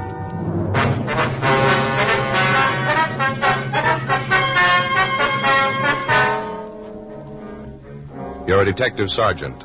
You're assigned to homicide detail. You've just completed an investigation on an East Los Angeles murder case. You get a hotshot call. A shooting at a liquor store on Pico Boulevard. Your job? Check it out.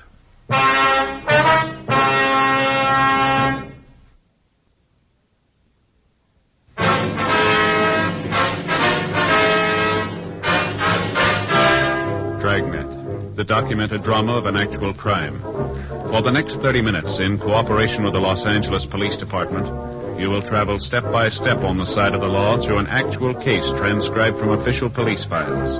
From beginning to end, from crime to punishment, Dragnet is the story of your police force in action.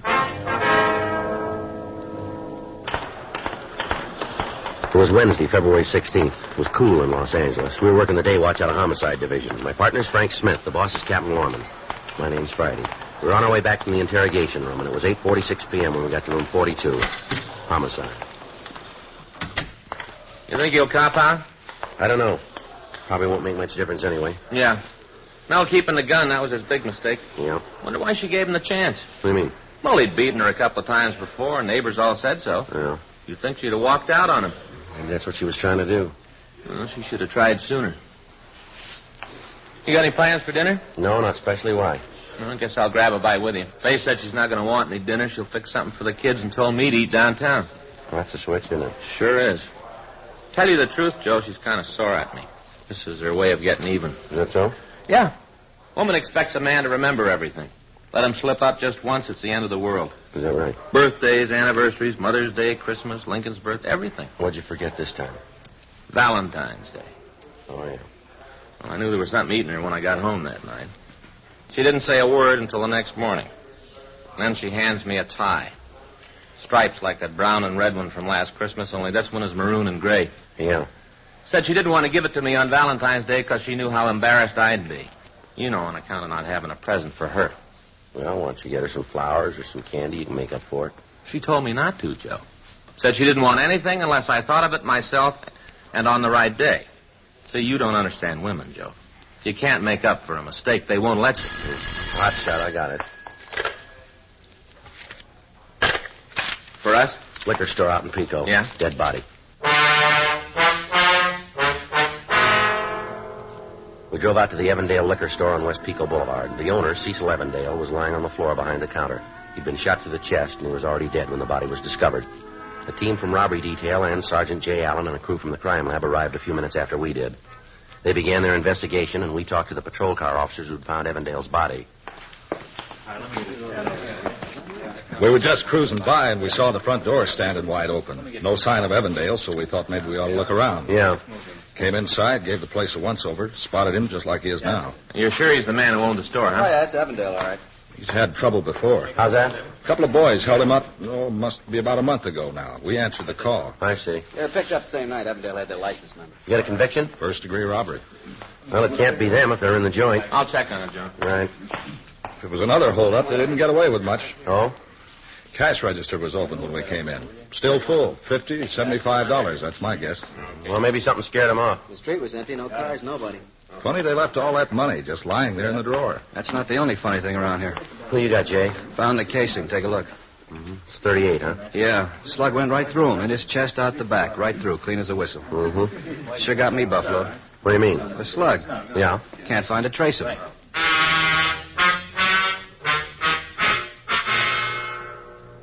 Frank came back from the telephone with the information that the two men who had previously robbed the Evandale liquor store were now serving their sentences in San Quentin. While Sergeant J. Allen and the crew from the crime lab continued to search for the missing slug and any other physical evidence, we canvassed the area for somebody who might have heard the shooting. 9:53 p.m. We found a drugstore in the next block that was still open for business. Fountain's closed. That's what you're after. No, sir, we'd like to talk to you for a minute. Talk? What about? We're police officers. It's Frank Smith. My name's Friday. Police, huh? That's right. Thought I heard sirens a while back. What's been going on around here? Well, there was some trouble at the liquor store down the street. Cease Evandale's place? Yeah. You shouldn't have let it happen. Beg your pardon? You're police officers, ain't you? Yes, sir, we are. He was robbed just a few weeks ago. You should have figured somebody had tried again. You should have been watching him, making sure he was all right. Well, it's a pretty big town, sir. There's a lot to watch. Too big, if you ask me. Why don't they go home? What's that? All them folks who keep moving to L.A. 25 years ago, I come here. Things were a lot different then. Man could drive down the streets, find a place to park his car. There was room to move around in. Elbow room. Mm-hmm. More people coming all the time. Getting so crowded a man can't breathe. Yes, sir. You see anybody who might have done the shooting? Tonight, you mean? Yes, sir. Anybody suspicious? Nobody suspicious come in here. Not since I got back from supper, leastways. When was that? 7:30. Right around in there. Uh-huh. Don't think I've had more than a half a dozen customers since supper time. Miss Jacobs, her youngsters got the croup, sold her some cough syrup. Ought to relieve it some. Then there was a couple of boys. Bought Cokes, read the magazine. Well, how old were they? 10, 12, just shavers. Uh-huh. Fella come in for a carton of cigarettes. Don't know his name, but he lives around here somewheres. Been in a half dozen times before. Don't recall anybody else. Well, how about out on the street? Hmm? Did anybody walk by or hang around who doesn't belong in the neighborhood? How the heck would I know? You can't even see the street from in here when it gets dark. Yes, sir. Black as pitch out there. Been after 'em for the last 5 years to put up a street lamp. Been begging 'em. What do? Just raise my taxes and spend the money on freeways and gadgets so's more strangers will come flooding in on us.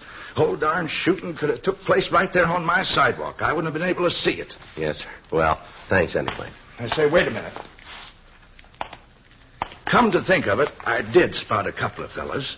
Acted kind of funny, too, like they didn't want me to see 'em. You know what I mean? I think so. It was then when I was walking home to supper. No, it was when I was on my way back. That'd be about 7:30? Give or take a couple of minutes. Well, they were just standing there in the doorway, kind of. Turned their backs toward me as I walked past them. Could you describe them for us? I said they turned their backs. Yes, sir. Not that it made no never mind. It's so darn dark out there, I couldn't describe them if they'd been coming at me head on. Uh-huh. You got any idea how tall they were? Medium height, I guess. How were they dressed? Didn't notice. Except for one of them. Yes, sir. Jacket he was wearing. Notice that. Remember thinking it was so loud you could see it in the dark. Kind of plaid. You know, big crisscrosses? Mm-hmm. What color was it? Must have been light. Some kind of light color. Tan, maybe with green in it. Not sure. Now, is there anything else you can tell us about these two men? I think I've done pretty good to give you that much. Yes, sir, you have. Thank you. I'm not saying they had anything to do with shooting Cease Evansdale. You understand? Yeah, we understand. It's up to you to find out who did it and bring them to justice. Yes, sir. Don't know what's getting into this town. Man ain't safe in his own store.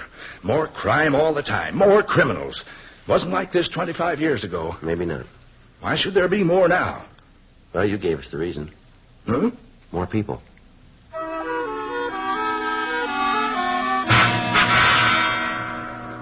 $11:36 p.m. We went back to the liquor store. The body had been moved to the county morgue.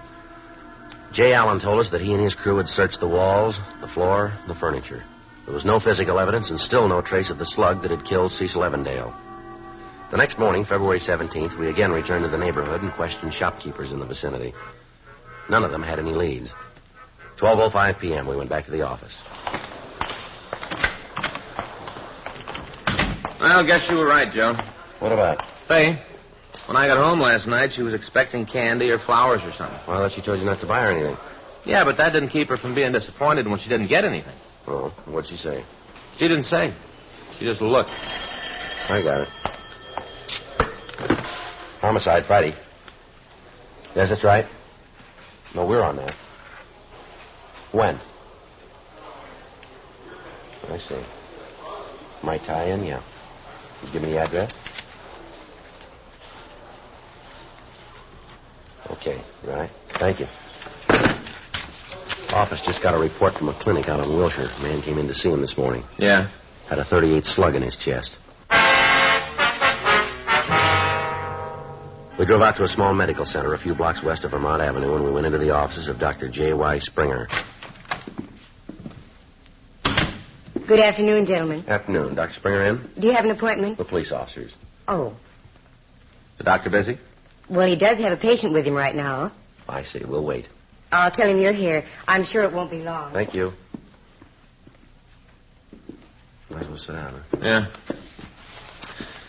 You think we're on the right track, Joe? I don't know. That slug isn't in the liquor store, that's for sure. Jay says there isn't a mark on the walls. Yeah. Sure had to hit something. Or somebody. Yeah. You want a magazine? No, thanks. That's funny. What? There's a brand new issue. See right here? February. Mm-hmm. New magazine in the doctor's office. Mm-hmm. Oh. What's the matter? It's a medical journal. The doctor will see you now. Thank you.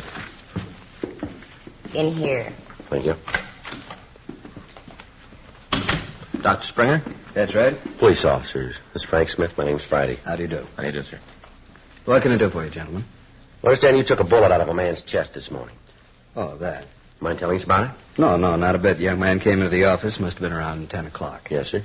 He told me that he and a friend had been looking at some guns last night. One of them went off accidentally. I examined the wound. It was quite superficial. Bullet had barely penetrated the skin. Mm-hmm.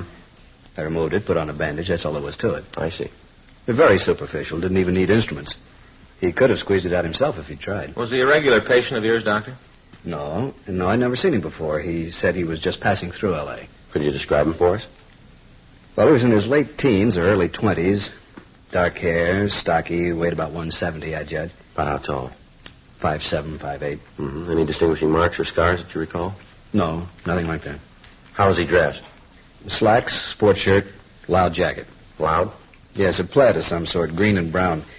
The shirt was open at the collar, no tie. Mm-hmm. Well, when you called in, you reported that his name was Clyde Beaton? That's right. You think it might be his real name, Doctor? I'm sure of it. Oh? You have to be very careful whenever you treat a bullet wound. I always ask for identification. Yes, sir, that's a good idea. The young fellow was a little embarrassed at first. He didn't have any. No driver's license? It was in his other suit. I told him he'd have to stay here until I could contact the police. What'd he do then? We fished through his pockets, found a letter he'd recently received. I took the name from the envelope, Clyde Beaton. Seems sufficient identification under the circumstances. Mm-hmm. Did you get Beaton's address? He said he was staying at the Crown Prince Hotel on Sunset. That what the letter said? I'm afraid I don't remember. It was the name I was chiefly interested in. I understand. Did you keep the slug, Doctor? The bullet you took out of his chest? No, I'm afraid not. He wanted it for a souvenir. Well, your report said it was a .38. That's right, .38 caliber. You sure of that? I've handled guns all my life. It's a hobby. I see. Is this a serious matter, Sergeant? I'm afraid we don't know yet. The wound was very superficial. Yes, sir. I remember telling him how lucky he was that the bullet hadn't gone in deeper. Well, he could have been luckier. How's that? If it hadn't hit him at all.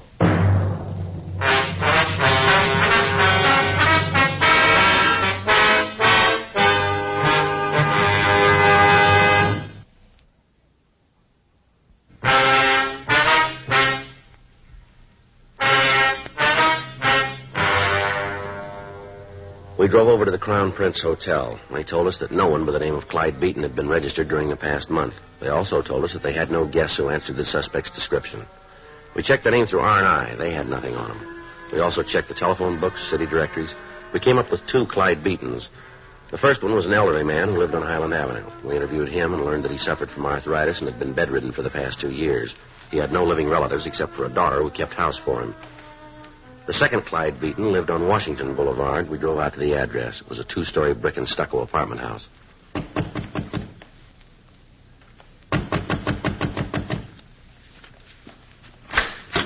Yes? Mr. Beaton in? No, he isn't. You know where we can find him? What for? We're police officers. What? It's Frank Smith. My name's Friday. Are you Mrs. Beaton? Yes, Mrs. Clyde Beaton? that's right. Could you tell us where your husband is, please? Well, he's not here. Yes, ma'am. Where is he? Chicago. Oh.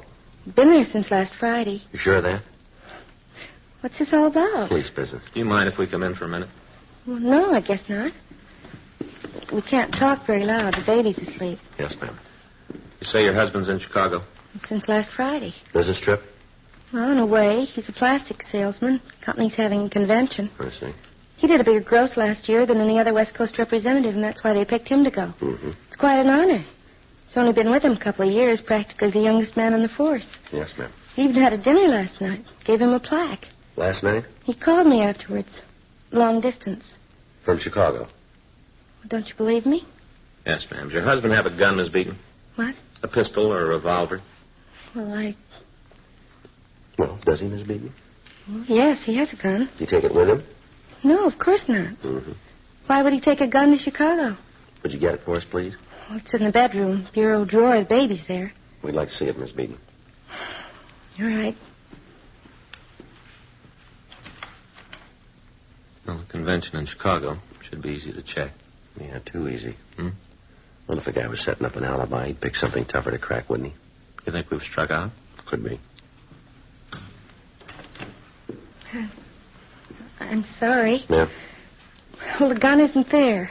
Oh? I looked all through the bureau. I don't know what could have happened to it. Well, maybe your husband did take it with him then. I packed all his things. He couldn't have. I see. Well, we've always kept it in the top drawer where it'd be handy. Mm-hmm. You know where your husband's staying, Miss Beaton? The Waterfield Hotel. I've never been in Chicago, but it's right downtown someplace. What's the name of the company he works for? Federated Plastics. Can't you tell me why you're asking all these questions? We'd just like to get in touch with him. What about? Do you have a picture we can take with us? Of Clyde? Yes, ma'am. Well, I suppose so, but I'd like to know why. Is he in any trouble? Not if he's been in Chicago for the last few days. Of course that's where he's been. I talked to him just last night. We have the picture now? Let's see what I can find. I think there are a couple of snapshots in the desk. Would that be all right? Yes, ma'am. Be fine. When's your husband due back? Day after tomorrow. Is he flying? Mm-hmm. I don't know which flight, though. He said he'd send me a telegram. Here's a picture. Took it last summer on our vacation up in Yellowstone. Mm-hmm. My brother Tim's in it, too. Will that make any difference? No, it's perfectly all right. That's Clyde sitting on the rock. Mm-hmm. The one in the plaid coat.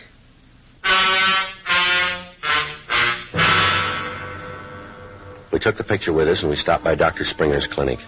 His nurse told us he was operating at St. Thomas Hospital. She said she'd call as soon as he was free. We went back to the office, and we sent a teletype to the Chicago PD requesting information about Clyde Beaton, supposedly registered at the Waterfield Hotel. 2 hours later, at 5:43 p.m., Chicago reported that a man answering Beaton's description and using his name was staying at the Waterfield. They also confirmed the fact that he'd attended a convention dinner the previous evening. He sure comes up looking good. Sure does. Do we check him out? Well, we better talk to him when he gets back in town, huh? Mm-hmm. Homicide, Friday. Yes, ma'am. How long will he be there? I see. Would you ask him to wait, please? Right away. Thank you. Doctor's back in his office. You still want to show him this picture? So far, it looks like we're 100% wrong. Yeah. Can't get any worse. We drove out to Dr. Springer's office, and we showed him the snapshot of Clyde Beaton. Mm-hmm. That's him. You sure, Doctor? No doubt about it. That's the young man I treated this morning. His wife says he's in Chicago. Well, that's ridiculous. Absolutely ridiculous. He does fit your description. Even the coat. Coat? Well, yes, sir. Isn't that the one you told us he was wearing? You see there? The plaid? But he isn't wearing... Oh, I see what you mean. What? The other chap in the picture. Yes, I believe that is the same coat. Afraid I don't follow you, Doctor. This is the young man who had the bullet in his chest, the one standing up wearing the leather jacket. Mm-hmm. But when he came to see me this morning, yes, sir, he had on this other man's coat.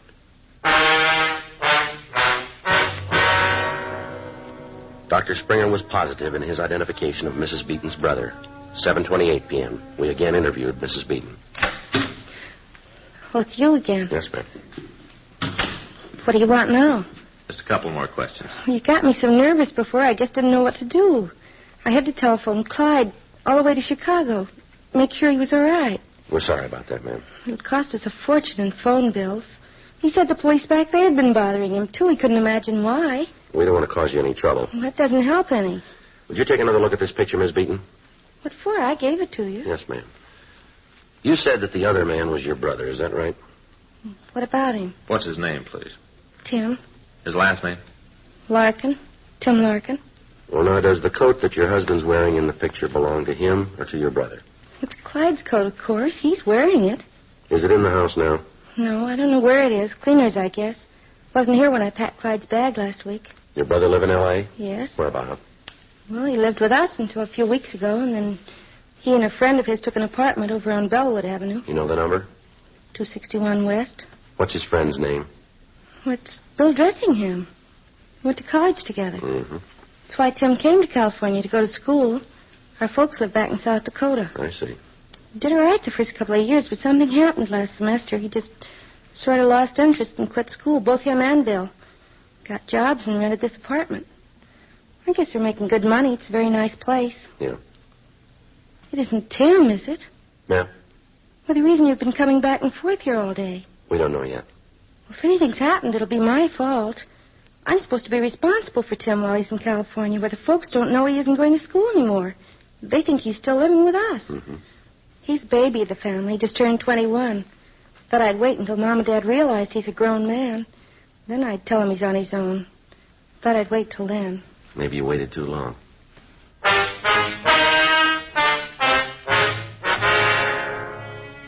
9:15 p.m. We went over to the Bellwood address Mrs. Beaton had given us.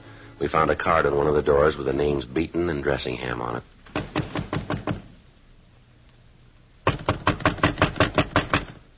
Yeah, who is it? Open up. What a big McGilla. All right, get your hands against the wall. Huh? Police officers, move. Turn around. Okay. Come on, son. All right, he's not heavy, Joe. All right, what's your name? Tim Larkin. Unbutton your shirt. What for? Your shirt, unbutton it. Yes, sir. Where'd you get that bandage?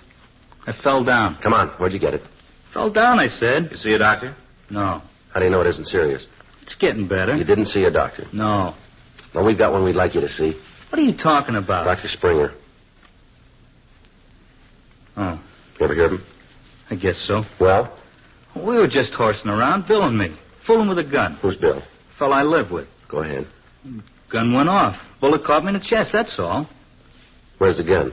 What difference does it make? Where is it? Closet. All right, you stay put. I'll check. Where were you last night? What time? All of it. Here. All evening? Yes, sir. Found it, Joe. Yeah. 38. Found this, too. This your coat, Larkin? No. Whose is it? Brother-in-law's.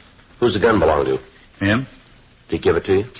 Borrowed it. Borrow the coat, too, did you? Yeah. Where were you last night? I said before, right here. Been over on Pico lately? No. You sure of that? I'm sure. This coat was. I don't know what you mean.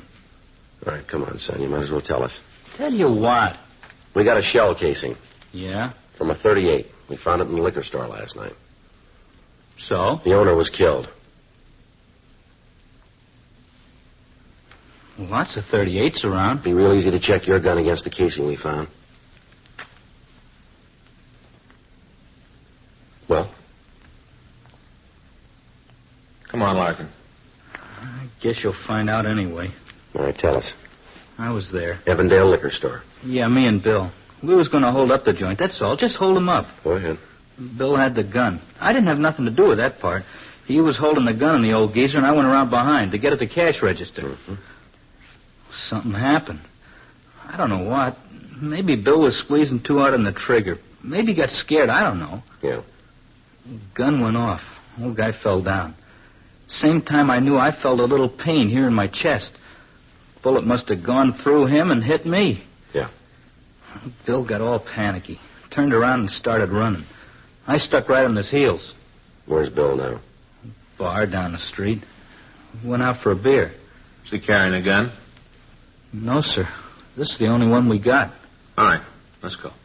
Oh, you understand that I didn't have nothing to do with the shooting. You understand that, don't you? It was Bill that pulled the trigger. I didn't have nothing to do with it. I wasn't even involved. Yeah, well, we don't see it that way. Huh? You ended up with the slug.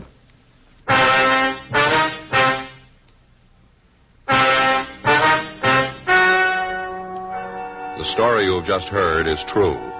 The names were changed to protect the innocent. On June 14th, trial was held in Department 93, Superior Court of the State of California, in and for the County of Los Angeles. In a moment, the results of that trial.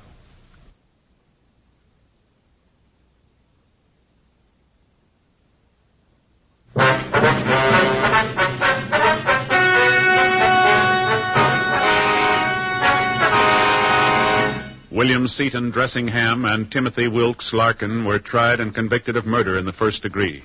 The jury returned a recommendation of leniency, and the suspects are now serving life terms at the state penitentiary, San Quentin, California.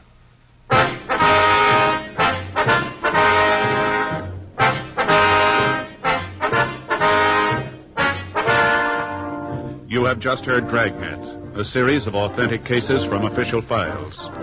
Technical advice comes from the Office of Chief of Police W.H. Parker, Los Angeles Police Department.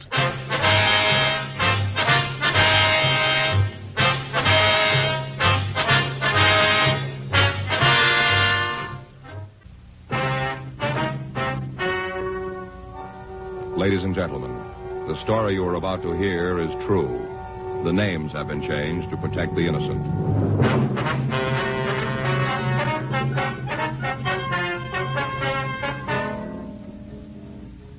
You're a detective sergeant.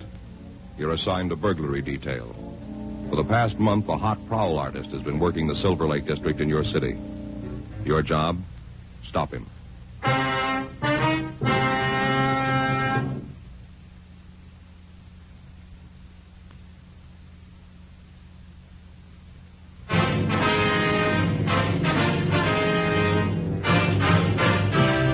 Dragnet, the documented drama of an actual crime. For the next 30 minutes, in cooperation with the Los Angeles Police Department, you will travel step by step on the side of the law through an actual case transcribed from official police files. From beginning to end, from crime to punishment, Dragnet is the story of your police force in action.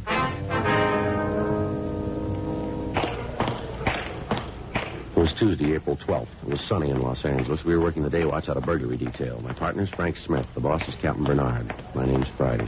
I was on my way back from the business office, and it was 4:31 p.m. when I got to room 45. Burglary.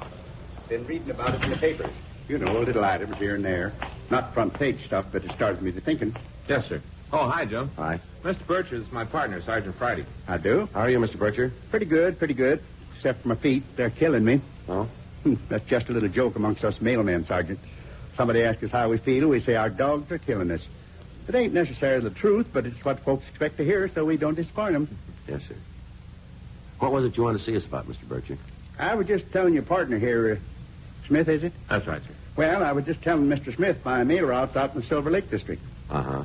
You know, where they've been having them burglaries lately. Yes, sir. Sure, it's a shame. Nice part of town, quiet, residential. Nice people, too. Been delivering their mail for the past 12 years. Is that right? Get to know folks pretty well in that length of time. Now, you take Mrs. Davenport. Lived in the 700 block on St. George Place. Yes, sir.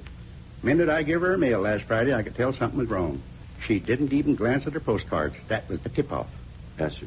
Told me somebody had sneaked into her house that morning. Stole $20 in cash and her diamond engagement ring. Said she'd left it on the sink when she started doing the breakfast dishes. Went in the other room to answer the phone. That must have been when she was robbed. Mm-hmm. You already heard about Mrs. Davenport being robbed, have you? Yes, sir. We talked to her last week. Oh, you're the fellows come to see her about it? That's right.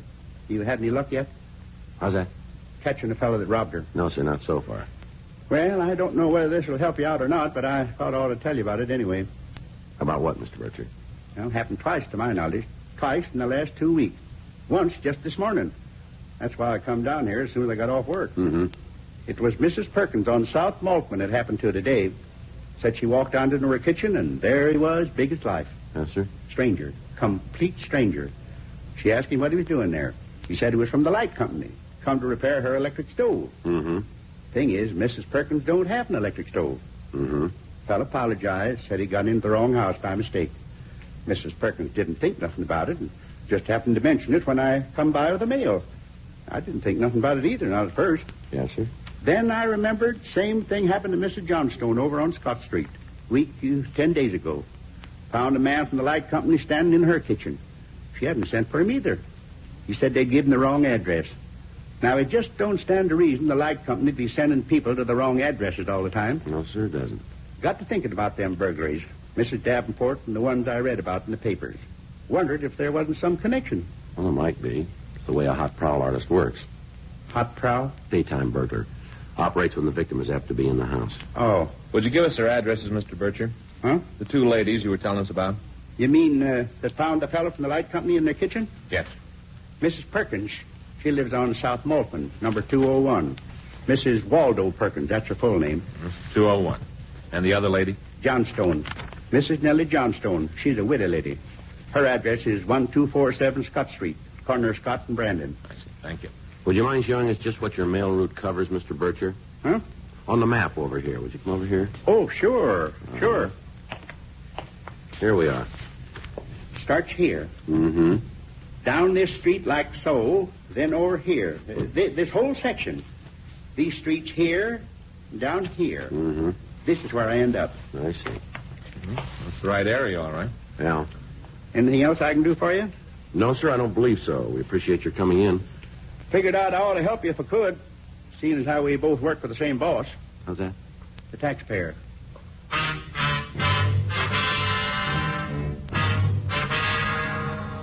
We checked with the utility companies, and they told us that they had made no recent repair calls in the vicinity of the addresses that Mr. Bircher had given us. 5:46 p.m. Frank and I drove out to 201 South Maltman. It was a one-story stucco bungalow set behind a white picket fence. Well, it's about time you... Where are the flowers? Ma'am? Aren't you from McAdams Flower Shop? No, ma'am. We're They from the... promised me they'd have them here by 5. Promised faithfully. Oh, you just can't depend on anybody. Well, what is it? We're police officers, ma'am. Police? This is Frank Smith. My name's Friday. Oh, for heaven's sake. You, Miss Perkins? Well, yes, of course. Who do you think I was? We'd like to talk to you for a minute. Oh, what on earth about? Please, I'm in an awful hurry. I've got 16 people coming for dinner. Just a couple of questions, please. It won't take us long. Oh, all right, all right. I suppose you might as well come in. Thank you. It isn't about Waldo. Ma'am? My husband.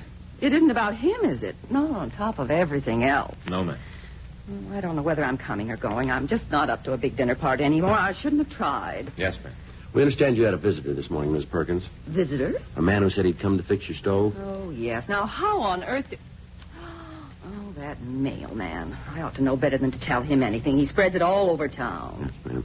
You hadn't sent for an electrician, had you? Oh, certainly not. If anything was wrong with my stove, I'd send to the gas company. It's a gas range. Well, could you describe him for us, please? Describe him? That's right. I don't know what you mean. Well, what did he look like? Was he tall or short? Well, I hardly even looked at him. He was just an ordinary man. I see. How old would you say he was? Isn't this kind of foolish? Well, we aren't sure yet, ma'am. Do you have any idea of his age? Oh, youngish, I guess. About 30. Mm-hmm. How was he dressed? I'm afraid I don't remember. Well, did he have on a uniform of any kind? No, no uniform. Suit, I think. I didn't pay much attention. No scars, anything like that? Well, not that I noticed. Might have. Well, just what did he say to you? Well, just that he'd made a mistake, that he was in the wrong house, that's all. Mm-hmm. Do you have any kind of an accent? No. He sounded like a plain, everyday American to me. I see. Do you think you'd recognize him if you saw him again? Oh, I don't think so. If it had been some other day when I wasn't so busy, when I didn't have so much on my mind... Yes, ma'am. Did you notice where he went when he left here? Out the back door. Did he drive away? I really haven't any idea. If you're so interested in the poor man, you better talk to Margot. Margot? Mrs. Summersby, my next-door neighbor. She was doing some gardening this morning. I see. I suppose she saw him, too. There isn't much that gets by Margot. She's a little on the nosy side, if you know what I mean. Yes, ma'am. Which house is hers? That one there. I see. Now, I've just got to get back to my dinner. I haven't even started the salad yet. And just one more thing, Miss Perkins. Well, what is it now? Is anything missing from around the house? Missing? Yes, ma'am. Money or anything of value? Why, no. No, of course not. You sure, are you? What on earth are you driving at? A man makes a perfectly honest mistake. Next thing I know, the police are bothering me. You'd think he was a criminal or something. I'm sorry we troubled you, Miss Perkins. I just don't understand it. People come here all the time, day in and day out. Some of them have the right address, some of them have the wrong one. Spend half my life answering the doorbell. Yes, ma'am. What's so special about this fellow? He didn't ring your doorbell.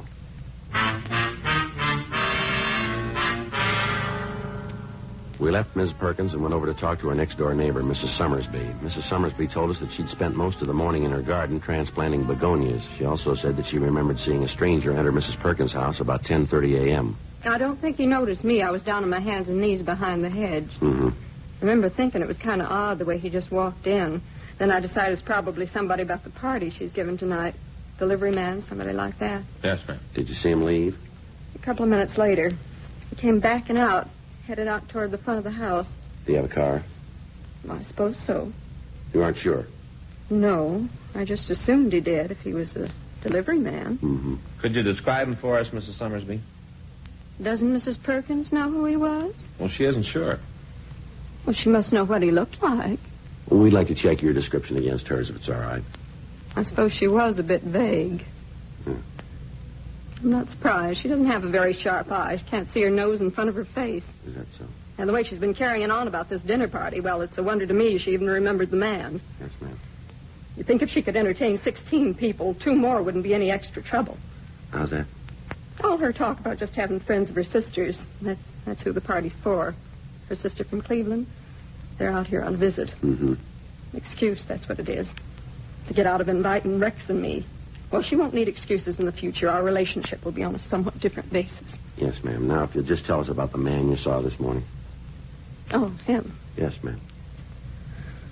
Well, he was good size, tall as you are, maybe. A little heavier. Late 20s or early 30s, I'd put him. Mm-hmm.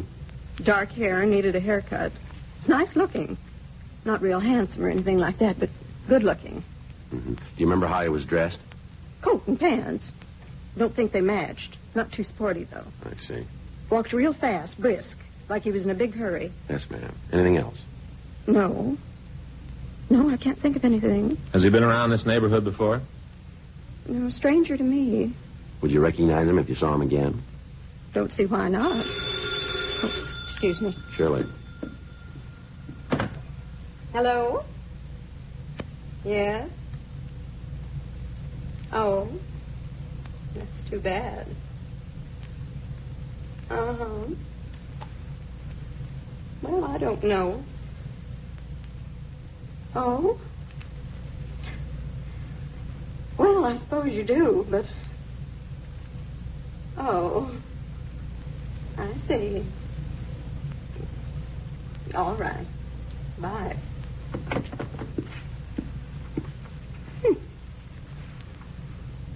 Mrs. Perkins. Is that right?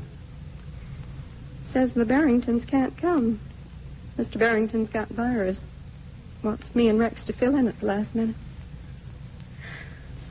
Well, if you're all through, Sergeant, Yes, ma'am. Thank you. I better start getting ready.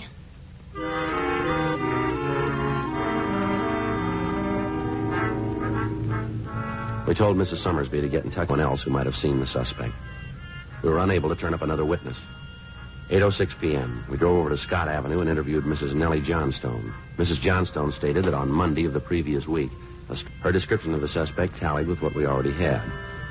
The next day, April 13th, we checked the description and the M.O. with the Staples. We took the names to R&I and pulled their packages. 12:08 p.m., we went back to the office. What do you think, Joe? Yeah. We better try for an identification. Who do you want to start with? Doesn't matter. Miss Perkins, I guess. Okay. I see. Right. Thank you. Looks like we won't need Ms. Perkins. They just brought a lady into Georgia Street who lives out in the Silver Lake district. Yeah. Found a man going through a purse in the bedroom, tried to stop him from getting away. Mm-hmm. He slugged her.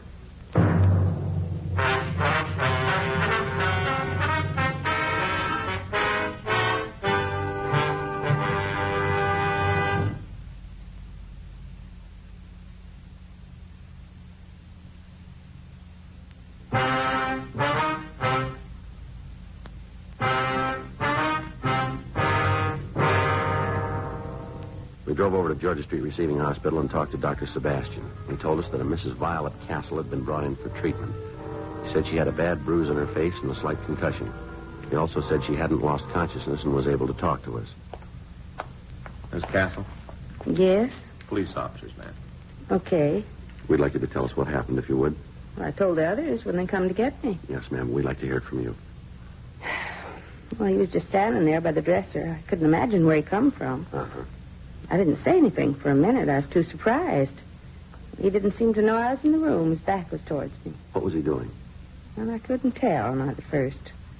And then I heard a little snap. Just a click. Mm-hmm. I realized he was opening my purse. Yes, ma'am. Started fumbling at the things inside. I must have moved or something. Anyway, he looked up, saw me in the mirror. Mm-hmm. His eyes opened up real wide like he was scared. I remember thinking he's more scared than I am. Did he say anything? No, sir, not a word. I did all the talking. Told him to put down my purse. Put it down, I said. Tried to sound real sure of myself. And what happened then? He dropped the pocketbook, turned around toward me. I don't think he had a gun or anything. If he did, I didn't see it. Yes, ma'am. He just started running toward the door. I moved over so as I'd been in his way. Where do you think you're going? I said. Mm-hmm. He didn't answer. He just pushed past me. I grabbed at his arm, and that's when he hit me. Here, where the bandage is. I see. Must have struck the chair when I fell. The doctor tells me I'm going to have a real bump. Guess everybody will be saying Violet Castle sure got the swell head, huh? Yes, ma'am. I didn't faint, though. I thought for a minute I was going to, but I didn't. Mm-hmm. I heard him run out of the house like I heard a wild horse's the way he pounded out of there. Managed to get to my feet, made it to the telephone in the hall, and called the police. Mm-hmm. They sent an ambulance for me. Got there real quick. First time I ever rode in an ambulance. Is that right? Oh, I've had my share of sickness. I've been in hospitals and all that, but I never had an ambulance ride before. Yes, ma'am. Siren, too. Siren going all the way down here. Now, I thought I must be pretty bad off. They had to use a siren like that, but the doctor says it's usual. Mm-hmm. He told me I'd be up and around again in a few days, be my old self, except for my lump. It'd be a while before a lump like that goes away. Mm-hmm. Do you think you could identify the man who hit you, Mrs. Castle? Identify him? Well, yes. If we showed you some pictures, could you pick him out? Right now? Yes, ma'am. Well, I'm afraid not. Oh? It isn't that I wouldn't know him, you understand, him or his picture. I'm not likely to forget that face. Well? It's too dark in here for me to look at any pictures. Way too dark. Doctor said they had to leave the blinds down for the time being. Told me not to turn the light on. I understand. I'm sorry I can't be more help, but the doctor left strict orders. Yes, ma'am. I'll check on it, Joe. Thank you. Always believe in following doctor's orders. Yes, ma'am. No use paying a doctor unless you do what he tells you. That's how my husband always used to put it. Mm-hmm. Of course, I'm not paying anything here, am I? That's what they told me. Yes, ma'am. I explained I wasn't a charity case. I got some health and accident insurance. I guess you'd call this an accident, wouldn't you? Well, I'm not sure. I imagine so. Dr. Sebastian says it'll be all right. Turn the lights on for a few minutes, Joe. Okay. Are you sure it's all right? Yes, ma'am. He said so. Well, he was so positive before about keeping it dark in here. Well, a couple of minutes probably won't make any difference, Miss Castle. Well, the doctor says so. Yes, ma'am. Ooh, sure seems bright, don't it? Yes, ma'am. Now, if you just look through these photos. Yeah, I'll do my best. It sure is funny. How's that? You getting here so quick and having pictures all ready to show me. Well, we don't know that we've got his picture here. Well, that's what's so funny. Ma'am. This is him, right here.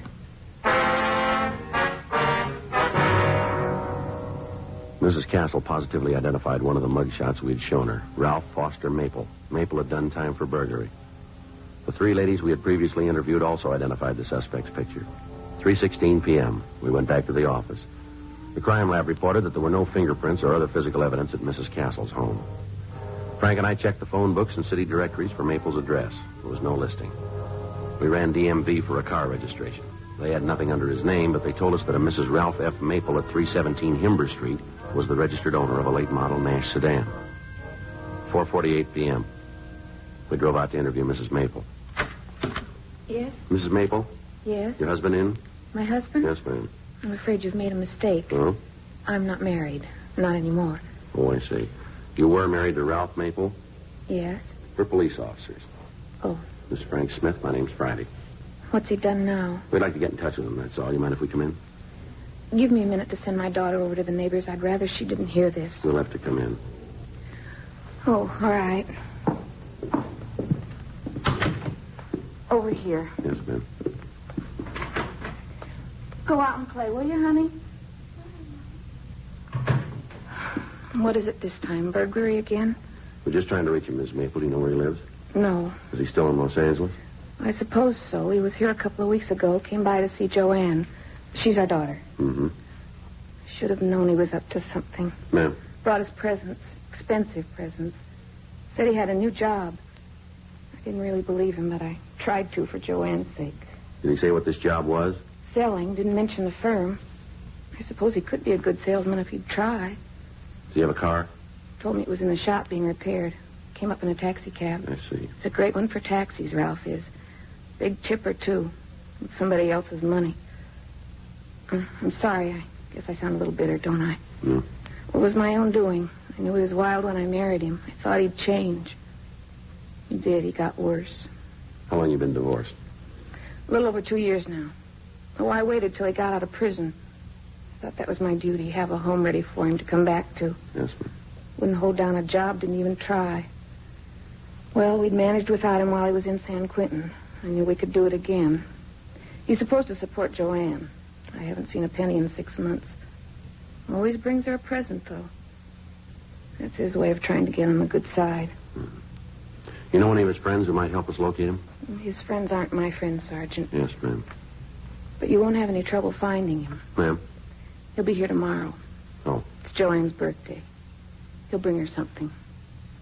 He'll be here. Mm-hmm. I suppose he does love her. In his way. Maybe he loves me, too. Mm-hmm. Maybe I love him. I was even thinking about us getting back together. If it was true about his new selling job. I guess you never learn, do you? You're sure he'll be here tomorrow? He won't miss Joanne's birthday. Ralph's a very thoughtful father, not the kind of man who forgets birthdays and anniversaries. I see. Might forget to pay his bills, but that's different. Yes, ma'am. It'll be quite a birthday present for Joanne, won't it? What's that? her father getting arrested again.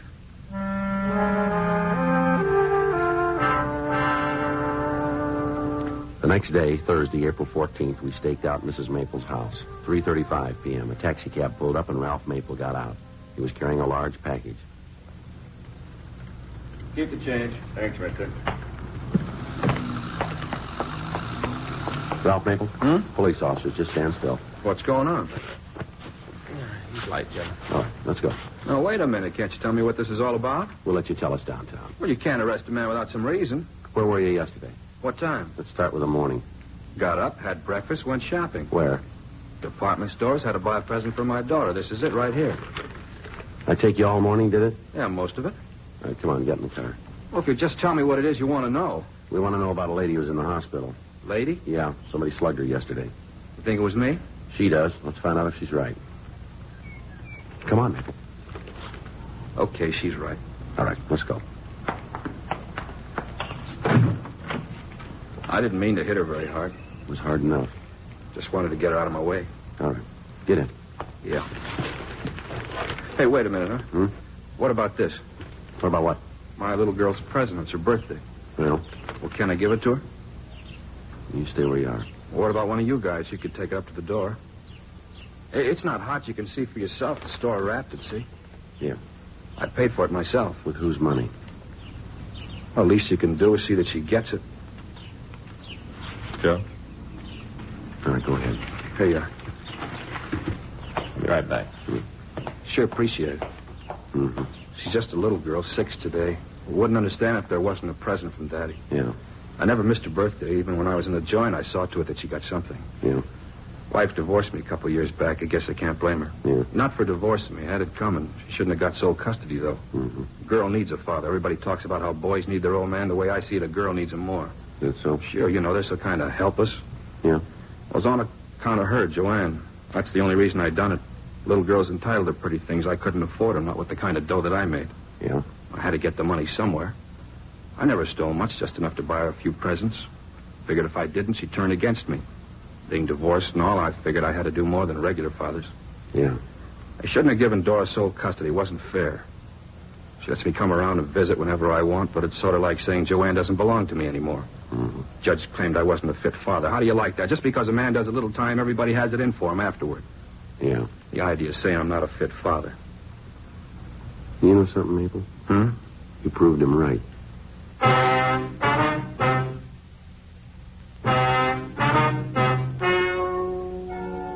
The story you have just heard is true. The names were changed to protect the innocent. On August 6th, trial was held in Department 98, Superior Court of the State of California, in and for the County of Los Angeles. In a moment, the results of that trial.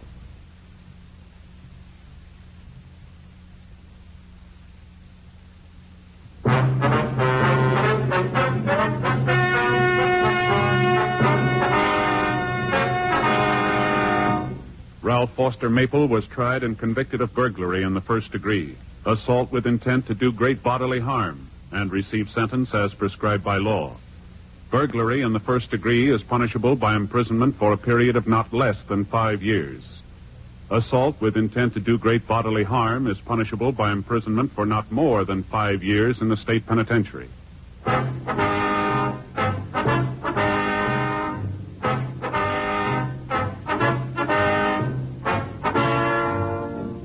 You have just heard Dragnet, a series of authentic cases from official files. Technical advice comes from the Office of Chief of Police W.H. Parker, Los Angeles Police Department.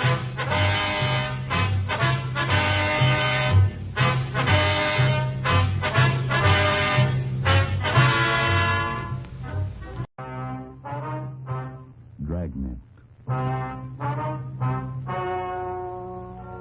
Ladies and gentlemen, the story you are about to hear is true.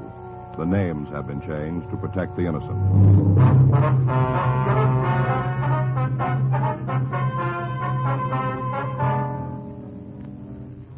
You're a detective sergeant. You're assigned a robbery detail. A pair of hold-up men have been operating in your city. You know their method of operation. You know what they look like. Your job, get them.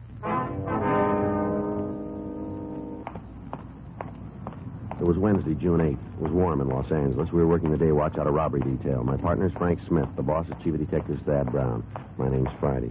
We were on our way out from the office, and it was 10:14 a.m. when we got to the corner of Roberta and Mercury, the after-hours cafe. Yeah, what'll it be? Would like to see Harry Prentice? Yeah, I'm him. What do you want? Police officers. It's my partner, Frank Smith. My name's Friday. Oh, all right. About last night, huh? Yeah. Were you here? Yeah, sure was. I'm the only one that's got a key. Place is open. I'm here. Yes, sir. Now about the robbery? Yeah, sure. What do you want to know? Oh, would you tell us what happened? Should have read the papers this morning. All about it in there. Got a couple of copies if you want to see them. No, that won't be necessary. No trouble at all. Happen to have a couple of copies right here. Yeah, here, take a look right here. Yeah, here it is. Yeah, I'll read it to you. Last night at the After Hours Cafe... I wish I'd given the address. At the After Hours Cafe, 2 gunmen held up and beat Jeffrey Hanks. The victim was approached outside the bar, and when asked for his money... Yes, sir. Now, we saw all that. We'd just like to hear your version if we could. Oh, okay. What do you want to know? Did you see the men? The gunmen? That's right. Yeah, sure. I told the other cops I did. Gave them a description and everything. Uh-huh. Notice anything about their speech? An accent, maybe? No. I asked them what they wanted. One, a big one, he ordered a scotch and a rocks. Other one asked for plain grapefruit juice, no booze, just the juice. Mm-hmm. And lucky I had it. Got a couple of cans in for vodka drinks. Don't get a lot of call for it. Guy drank all I had. Mm-hmm. When did the victim come in? You mean Hanks? Yeah. Oh, must have been about 8:30, someplace in there. Mm-hmm. Walked in, sat down. Had you seen him before? No, brand new face. Mm. Nice-looking guy, though. Kind you like to have for regulars. That's so? Yeah, quiet, good drinker. Doesn't bother the singles at the bar. Nice, you know what I mean. Yeah. I had a place full of them. I wouldn't have no worries. How do you happen to get mixed up with the other two, do you know? You mean Hanks? That's right. Oh, I don't know. I wasn't paying a lot of attention. Poured him a martini, left him alone. Mm-hmm. A friend of mine, lady type, was here. Was talking to her. Her and her boyfriend been having trouble. He belted her around a little bit. Not bad. Couple of scratches. You know how I mean. I think so. Well, she was asking me what to do. We've been friends for a long time, since I opened the place. Anyway, we was talking, so I didn't see what happened. Yeah. All I know is that the 3 of them got up and moved to the booth in the back. Ordered another round. Uh-huh. I hardly got the drinks back to the table, and they was ready for another one. Go ahead. Kept running from the bar to their table for the next couple of hours. You hear anything they were saying? No, not much. The one who was drinking scotch, he got a little plastered, loud. Told him a couple of times to shut up. Said I'd have to 86 them if they didn't. Yeah. Kept it up, so I told him to leave. Didn't take it kindly. How do you mean that? Well, started to get rough, telling me that they didn't have to take no guff from a barkeep. No. Well, I told him, the one drinking the grapefruit juice, I told him to get his friends out. He says, we're not causing any trouble. And I said, that's the way I want to keep it. Uh-huh. So he said for me to leave him alone, and I said to the grapefruit, I said for him to leave right then. I don't want you in my place, I said. Yeah. Well, and so Scotch on the rocks, he said, tell his cat to go hide his head. Like that, he said. And turned the bear loose. Well, I grabbed the both of them, threw them out through the door. O-U-T. Yeah. And I went back for the other guy, nice-looking one. He was pretty gassed by then, had about 8 martinis, asked him to leave. He did. Yeah. Did you have any trouble with it? No, sir. Just asked, he walked out. Were the other two outside when he left? Yeah, standing on the sidewalk. I told him to shove off or I'd call the cops. Old Scotch on the rocks. He said for me to go soak my head. Well, I was going after him, but I figured it wouldn't do no good, so I came back inside. A couple of minutes later, the nice guy, Banks. Hanks. Oh, yeah. Yeah, well, he came in, all beat up, clothes torn, real mess. Yeah. Big cut right along here, forehead. Said he'd been robbed, wanted me to call the cops. Had you ever seen either of the two men before? You mean Scotch on the rocks and Griffin? That's right. No, never did. What if you take a look at this description, see if it's right? Here. Yeah, Right here. sure. Glad to help out. Yeah, that looks about right. Is there anything you can add to it? No, there's a couple of guys. Nothing about them would stand out. Would you know him if you saw him again? Hard to say, you know what I mean. Yes. A couple of guys came in and ordered a drink. Nothing special. Not sure I could point them out for you. Anybody'd forget them. Not quite. Huh? We won't.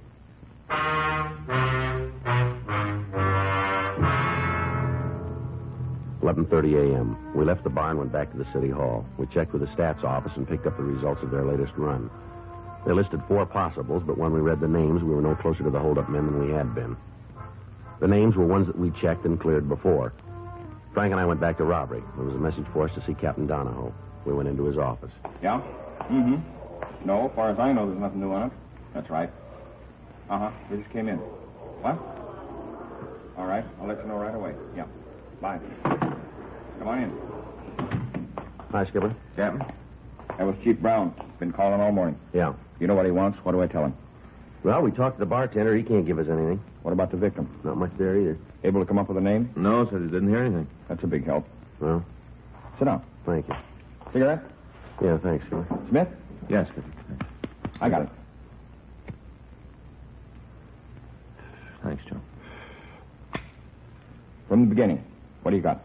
Well, good M.O., good description. We got an idea of the line they're working, and that's about it. What about stats? Just picked up the new run, 4 names. What's on them? Clean. They all been checked before. Got to be something around town on them. Well, there should be, but there just isn't. How about your informants?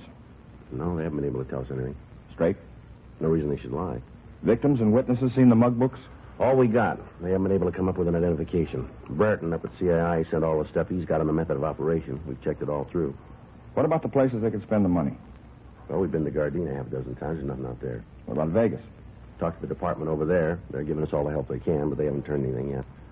We even got the racetracks covered. Possible you missed something? Sure, it's possible. I don't know what it could be. If you knew, you wouldn't have missed it. Yeah. From the beginning, go over it. Okay. First report was made on, wait a minute. Got it here. Here it is. Tuesday, April 26th. Victim came out of the bar. 2 men stopped him, started a conversation, got him into a car, beat him, and robbed him. 6 weeks ago. That's right. And the guys are still running.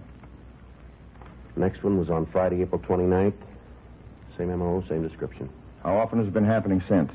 A couple of times a week. You can't find a leak? No, sir. No rumbles? None that we haven't run down. Anybody in the office got anything? We talked to Meade and Stromwell. They thought they had it made for us, but their lead didn't go anyplace. That money they're getting isn't sitting in their pockets, being spent someplace. We can't find the cash register. I'll tell you this. The fellow they nailed last night, what's his name? Jeffrey Hanks. Yeah. Well, he's got some friends in the city hall. They're pretty upset about what happened. Called the chief this morning. He's been on me. I'm giving it to you. He won't be happy with excuses, and I don't want to give him any, so don't hand me any. Right. Boils down simple. I don't care how you do it. I don't care where. Just get it done. I want those 2 men, and I want them fast. All right. I know how it is. Now you do, too. Yes, sir. I don't like the pressure any more than you do, but we're getting it all the way around. People that are making the noise should follow us around for a couple of days. That's the difference. They don't have to. Huh? You're getting paid. Frank and I went over every piece of information we had on the case. We reread the reports that had been filed by the officers at the scene. Statements from witnesses and victims were gone over again. The names the stats office had given us were run through R&I again. None of it did any good. We still didn't have a lead to the identity of the thieves. 3 days passed while we talked to informants and questioned other sources of information. On Sunday, June 12th, we got back to the office from talking to a bartender out on Olympic Boulevard. Well, that's another one didn't go anyplace. Yeah, you want to get the book? Yeah, I'll take one. I got it. Robbery Friday. Uh-huh. Yeah, Jack. Yeah, where is the place? Wait a minute. Yeah, I got it. Yeah, I guess the word's all over. Yeah. Okay, we'll check it out. Thanks, boy. Right, bye. There's nothing in the book. Frank called. Want to know if you could make it for dinner tonight. Got a barbecue plan. You better call it off. You got other plans? That was McCready on the phone. He just got a call from a bartender out in Wilshire. Yeah? Woman crying in her beer. Says he figured we want to check it out. What is it? She says her boyfriend is one of our suspects. The bar Sergeant Jack McCready had mentioned was on the corner of Wilshire Boulevard and Ingram Street. There were 2 people in the place when we arrived. One, an elderly man sitting near the door, and the other, a middle-aged woman at the rear of the bar. We checked with the bartender, and he told us that he'd made the call. He went on to say that the woman had come in about 10 that morning. Since that time, she'd been crying and mumbling something about going to the police. Frank and I went back to talk to her.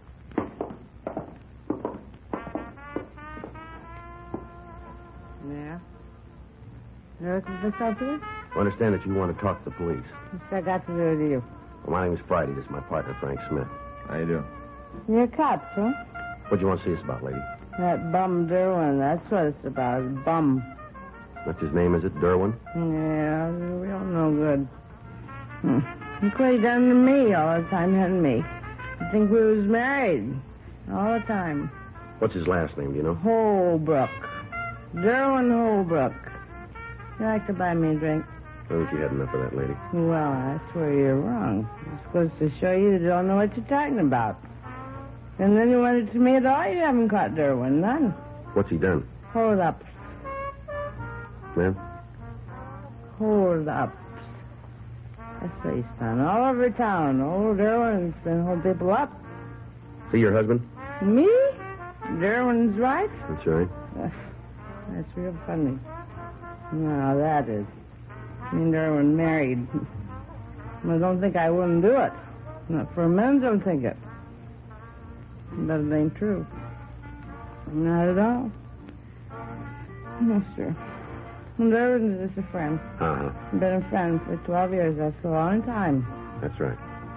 Been holding hands for 12 years. So we ain't married. You don't want to. Will you tell us about the holdups that he's been pulling? Been in all the papers. Oh, you haven't read it? All the papers. Are you sure you're cops? Why don't you tell us about Derwin, huh? Lousy. All the time. Talking about how someday we'd get married. All the time. Talking like that. I got a couple of bucks put away and we'll take the big step. That's what I'll hear all the time saying. It's a big step. Mm-hmm. So what happens? He gets a couple of bucks and he takes off with another girl. Lousy bum there was. He's miserable. Now, where'd he get the money? From the hold-ups. Like on the paper. I told you that before. He's one you're after, beating up all those people in front of bars. He's pretty good at beating people up, you know. He's good at that. Not much else, but he's real good at that. You ever talked about the holdups to you? Oh, now, that'd be kind of silly, wouldn't it? Talking to anybody, let alone me. Well, how do you know he's involved? Well, just because I know, that's all. What's this fellow look like? The Derwin? That's right. Well, I guess the person would say she was a real nice-looking fellow. I guess that's what you'd say. I would. Mm-hmm. He's got dark hair. Kind of a little wave right here. You hear? See? Yeah. In front. The wave. Mm-hmm. How tall is he? Oh, he's a big one. Well, how tall? About 6 feet. Mm-hmm. How much does he weigh? I don't know. I guess a couple of 100 pounds. Is he fat or thin? Kind of thin. Thin. Mm-hmm. How old is he? 38. 38 years old. 2 years older than me. 2 years. What color are his eyes? Brown. Has he ever been arrested? I say, has he ever been arrested? I don't know. Maybe he has. He's never said nothing to me, not a word. Want to run it through? Yeah, I'll check. You ever arrest him? We'll talk to him. Yeah. You do that. You tell him from me I think he's a bum. But 12 years you've been telling me when he gets a couple of bucks, we take a step. And then he runs out with another girl, lousy Derwin. You know where we can find him? I don't know. I guess he's home. I don't know the place else he'd be. Home. Mm-hmm. Do you have the address? Sure. It's 1827 Margot Street. What's that? Can't you hear very well? 1827 Margot Street. Okay, I got it. Hillside 75321. That's where he lives. Hillside 75321. That's what I said. On the second floor, Margot Street. Mm-hmm. Do you have any close friends that you know of? Sure, a girl he walked out with. She's a close friend. Any men? Nope. Darren don't like nobody on his back. He likes to be alone. No fellas he's close to. None. Joe. Yeah. Excuse me a minute, lady. Oh, yeah, sure. You go ahead. Tell the bartender to throw another drink down. What do you got? Oh, I checked R&I on Holbrook. How's he stand? We found a couple that fit the description. One of them might be good. Oh. Done time for robbery. Does he owe anything? No, got out clean. Wonder if he stayed that way.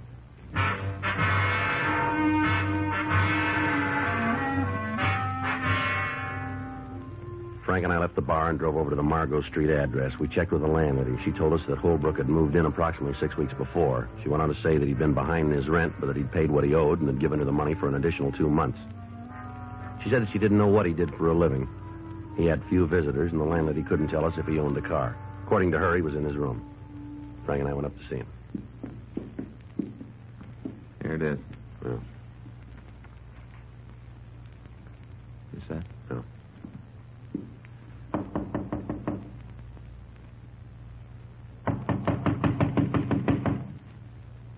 Who is it? Derwin Holbrook? Just a minute. What do you want? Police officer. Hey! You got no right to bust in here like this. There's nothing wrong. Then you won't mind if we look around, will you? Oh, go ahead. You won't find anything. I'll check it, Joe. Yeah. If you tell me what you want, maybe I can give you a hand. You just sit still there. Sure, I got nothing to worry about. Tear the place apart. Just make sure you put it all back. Yeah. Right where you found it. Looks clean, Joe. I could have told you that. Sure you could. Mind let me know why you're rousting me? You work for a living? Why? Do you? No. The way we hear it, you're doing pretty well with the money. I guess you'd say that. You mind telling us where you got it? Wise investment. That's it, huh? Sure. I read the financial page all the time. Couple of bucks here, couple more there. First thing you know, you're on your way to $1 million. Yeah, well, the way it came to us, you might have made the money the hard way. Whoever told you that's a liar. That's so? Sure. I got a pretty good idea who's got the big mouth. Mm-hmm. Don't make any difference. You can't tag me for anything. Why don't you tell us? I will. You're beefing about the money. Well, you can't say I didn't make it from investments. I don't have to prove it. You do. Mm-hmm. You got to prove I didn't make it from investing. I think we might be able to. Go ahead. And I'll give you something else. What? I don't think you're going to like the interest.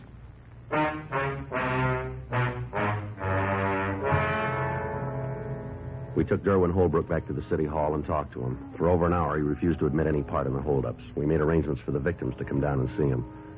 Witnesses were asked to special show-ups, but they failed to give us a positive identification. Holbrook's name came up on the overtime sheet, and he was released from custody. There was nothing we could do. Another week went by.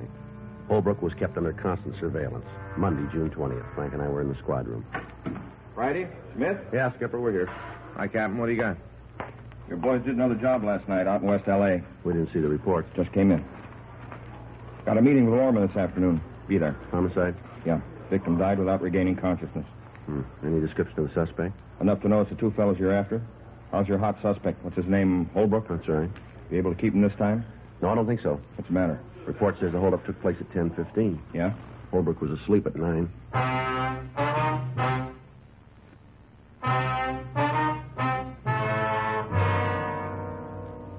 We rechecked with the team of men who'd been keeping Derwin Holbrook under surveillance. They verified the fact that the suspect had been in his room at the time of the robbery and that there was no way for him to have left the apartment. We went out to the hospital and talked to the officer that had been with the latest victim.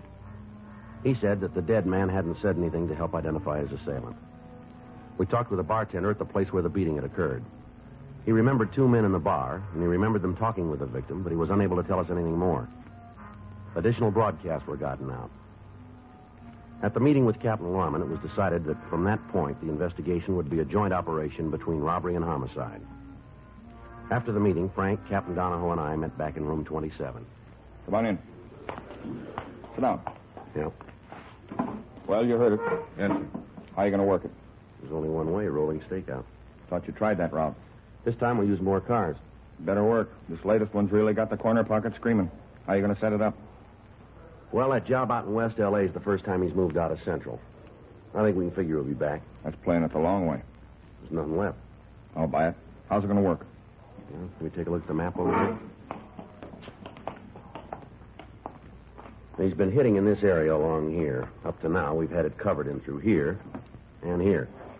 Now we can put additional cars on these streets and maybe over here, huh? How about a check system? It'll be kind of hard to work out, Skipper. We'll be in a three-way car. McCready and his partner will be in one. And that way we can keep tabs on what's going on. When do you start? Well, if we can swing it tonight. Talk to McCready? No, not the whole thing. We went over part of it. What's he think? He goes with us. It's the only way. Then it better come through for you. You don't get another chance.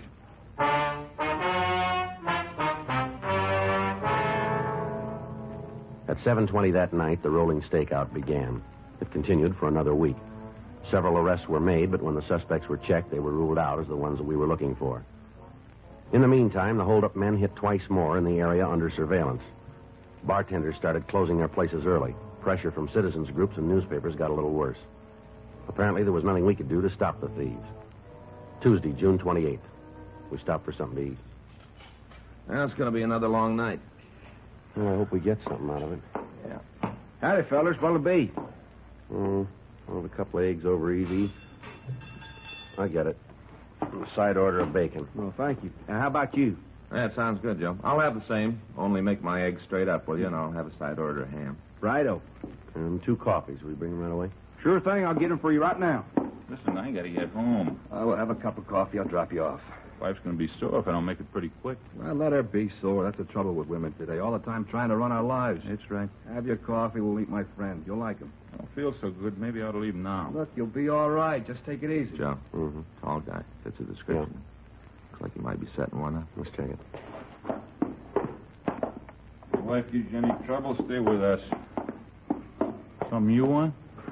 Wonder if you'd let us take a look at your identification. Why? Because I asked you. Who are you? Police officer. Watch out. Come on.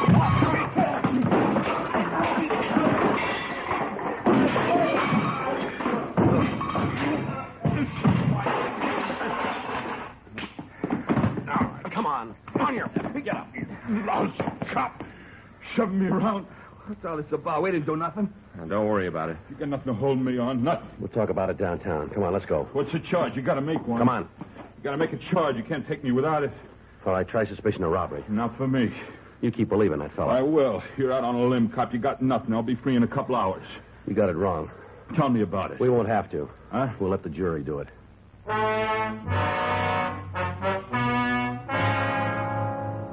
We took the suspect back to the city hall. He was identified as Emmett Noonan. He refused to admit any part in the holdups. He wouldn't tell us who the friend was that he'd mentioned to the intended victim. A check of R&I revealed that he'd served sentences at San Quentin and at Folsom for armed robbery. We pulled his mug shot, and a team of detectives went out to check with the victims. It was an hour before they got back to the office. We talked to him, and then we went to see Noonan. Decide to turn me out now? No, not quite. When are you going to give up, cop? You got nothing to make a charge on. You know it. I don't know how long you want to play this game, but I'd like to get home and get some sleep. We just got word from the officers who checked your picture with the victims. Yeah? They gave us a positive identification. Nothing different about me. Lots of guys look the same. Why don't you come off at noon? We got you made and you know it. I don't know anything of the kind, cop. You're saying one thing, I say different. It's my word against yours. We'll see who the court believes. We got a head start. How do you figure that? Fits the way you work. Any record I got, you can't mention in court. As far as they're concerned, I'm clean. You want to call it a day? We can all get some sleep. What do you do for a living, Noonan? I'm a salesman. What do you sell? Different things. Name them. Magazines, sometimes hosiery. Different things. Yeah, when's the last time you worked? 6 months ago. How have you lived since then? I saved my money. You know, you're in for more than a robbery charge. And I'm not standing that. Man out in West L.A. died. That's too bad. I didn't see anything about it in the papers. Only way I'd have known. Who was the guy with you on the jobs? I don't know what you're talking about. You know we'll get to him. Why not save yourself a lot of time? I don't know nothing of the kind. You guys are out of your skulls. All right, Newman. Let's go. Now, you can unlock the door? Yeah, this one. Where are we going? Main jail. For how long? Until they pass sentence. You sound pretty sure. We are. Come on. It's too bad about you guys. What's that? How long you been working on these robberies? A couple of months. And I'm your pigeon. You're the man. Must make you feel kind of lousy. Be so sure and then find out you're wrong. You know, if I keep my mouth shut, you aren't going to have a case. You know, fella, I'm going to tell you real simple. We can identify you positively. We got a dozen people who are going to get up on a stand and point you out as the man who knocked them down and walked on them. The time we get through with you, we'll have enough on you for a 5-minute deliberation. You're ruling out one thing, cop. Yeah, what's that? The jury. All I need is one person who won't go with the rest of them. One who doesn't listen. You got it all figured, haven't you? Sure. One person doesn't care, I got it made. Just one. Well, then you're in real trouble. Huh? We'll find 12 who do.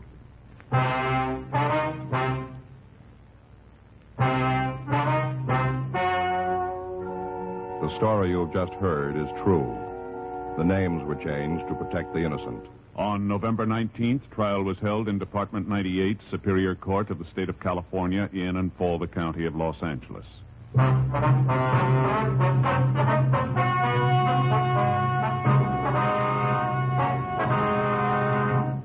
Further investigation resulted in the arrest of Jerome Nathan Pollock as an accomplice in the robberies. Both he and Emmett David Noonan were tried and convicted of murder in the first degree. The jury failed to return a recommendation of leniency, and both men received the maximum sentence. They were put to death in the lethal gas chamber at the State Penitentiary, San Quentin, California.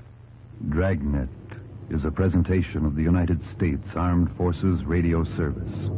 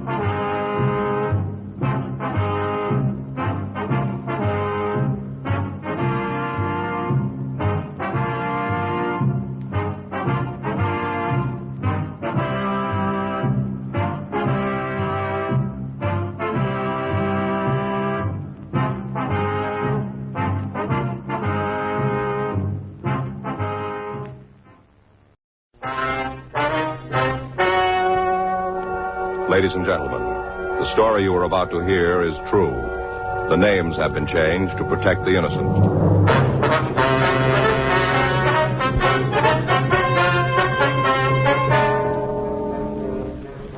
You're a detective sergeant. You're assigned a robbery detail. A watch salesman tells you his sample case has been stolen. He says he knows the men who did it. Your job? Find them.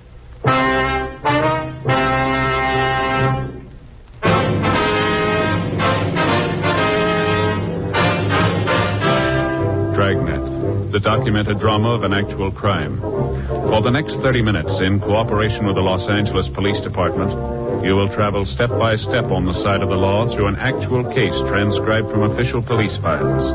From beginning to end, from crime to punishment, Dragnet is the story of your police force in action.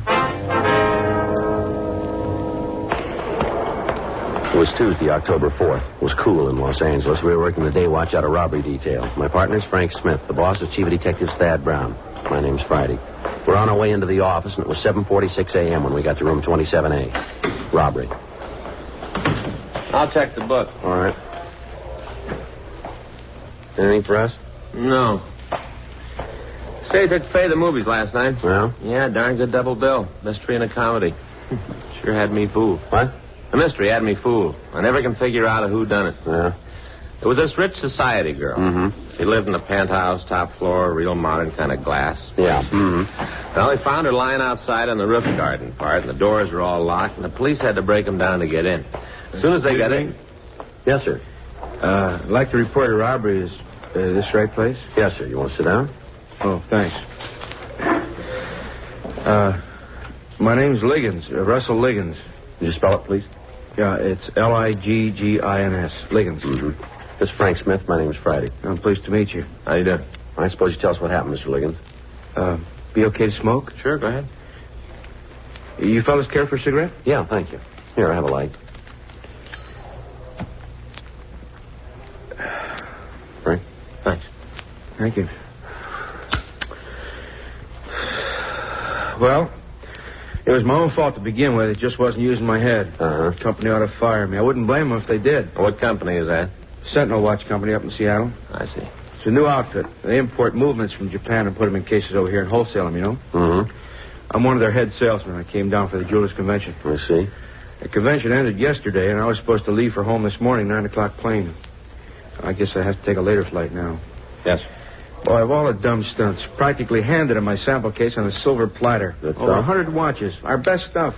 A lot of them in jeweled cases. Company wanted to make a good impression, you know? Mm-hmm. Where'd the robbery take place, Mr. Liggins? Front of the hotel. For all intents and purposes, that is. Which hotel is it? The Greystone. That's where I've been stopped. I see. Do you have any idea who robbed you? The best idea in the world. Yeah. Spent a couple of hours with him last night. Yeah? You see, what happened is this. Like I said, the convention was over yesterday, and wound up about 5 o'clock in the afternoon.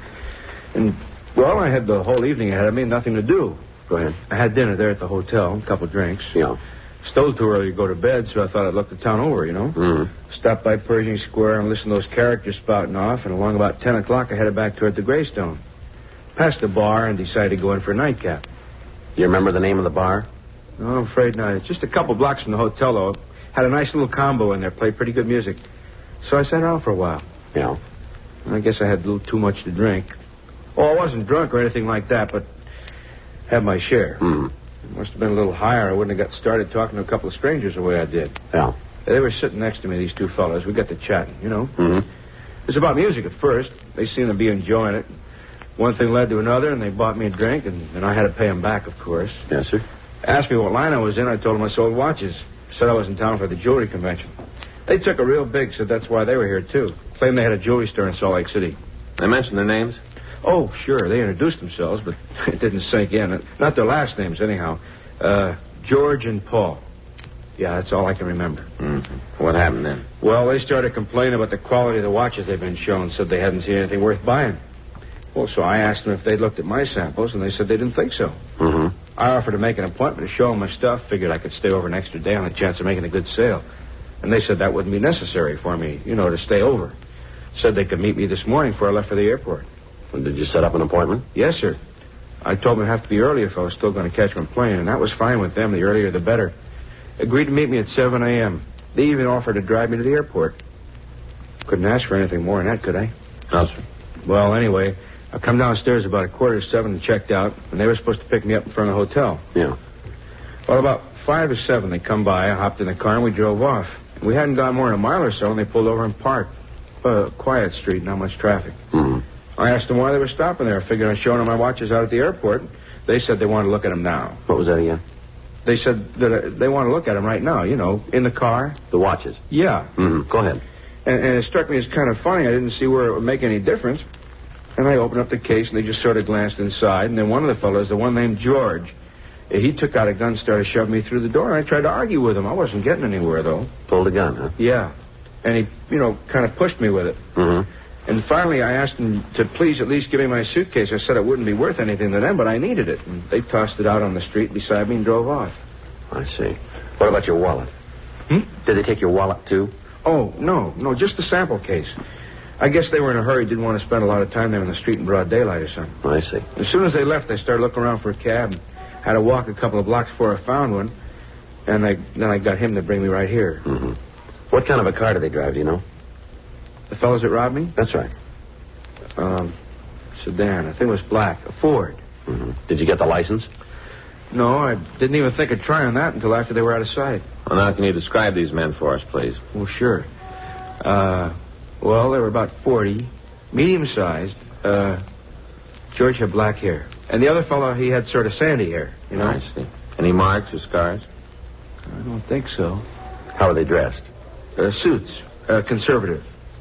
Blue or kind of gray, maybe.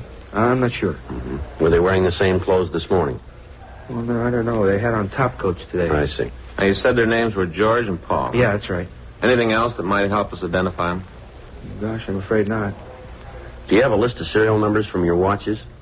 Well, yes. May we see it? Yeah, it's in my wallet. Here, just a minute. There you go. Oh, thanks very much. I'll get out a circular, Joe. Okay. Is there anything else you want from me? Yes, sir. We'd like to have you show us the bar where you met these men. Well, no, sir, I'm not sure I can. A lot of bars in the neighborhood, and I didn't pay too much attention. Mm-hmm. You said they had a combo there? Yeah. Well, that ought to make it easier. Well, I'll sure do my best. Yes, sir. I have to get my airline ticket changed, too. We'd appreciate it if you could stay over a couple of days. Oh? In case we turn them up, we'll need you to identify them. Well, there isn't much chance of that, is there? What do you mean? Well, the descriptions I gave you could be anybody. Yeah. Besides, the company will want me back on the job. That is, if they don't fire me for this. Well, you weren't the only thing they'll want back. Huh? They'll want those watches, too. Frank and I checked the M.O. and the descriptions Russell Liggins had given us with the stats office. They came up with 11 possibles. We took the names to R&I and pulled the packages. Liggins was unable to identify any of the mug shots. 10:13 a.m. We cruised the vicinity of the Greystone Hotel looking for the bar where Liggins had first met the suspects. He told us the Green Hat Cafe on 6th Street seemed familiar, but he wasn't certain. We left him in the car and we went inside to interview the bartender. Look, you boys know me. I run a nice, clean place. Don't even cut the liquor. Yeah, sure. I ain't caused you no trouble. Why don't you lay off? Just a couple of questions for you, Sam. Sure. A couple of questions. Next thing I know, I'm testifying in court. You got something you ought to testify about? No, of course not. I'm just talking. Well, then talk to us, huh? Okay. What do you want? You on the job here last night? Yeah. All evening. All evening. I got a little combo working in the joint now. They cost money. There's nothing left over for extra bartenders. You see that fellow out in the car? Where? Right over here, Sam. Lean over. See? Out there. Yeah, I see him. Take a good look at him. All right, I look good. He ever been to your place? Like when? Last night. The bar was real crowded last night. Music helps the business. Mm-hmm. He might have been here. Well, yes or no, Sam? Yeah, he was here. Alone? Yeah, he came in alone. Mm-hmm. He took that stool over there, had a few drinks, and left. Mm-hmm. Did he talk to anybody? He talked to me. What'd he say? He liked the music, that's about all. Who else he talked to? A girl sitting next to him. Who was she? Well, I don't know her name. She comes in once in a while, kind of nice looking. There were a couple of men in here, too, weren't there, Sam? Well, there were a lot of guys. Why? Well-dressed, middle-aged? Could be. They talked to him, too, did they? The fella in your car? Same guy, yeah. Well, if they did, I didn't see him. Had quite a conversation. I didn't hear it. Music's pretty loud. Who were they, Sam? Look, I don't ask for a driver's license unless the guy looks like he's under 21. Come on, Sam. Who are they? He's conning you. That friend of yours out there. Yeah. End stool, that's where he sat. Uh-huh. The girl was next to him the whole evening. Well? He couldn't have talked to nobody else.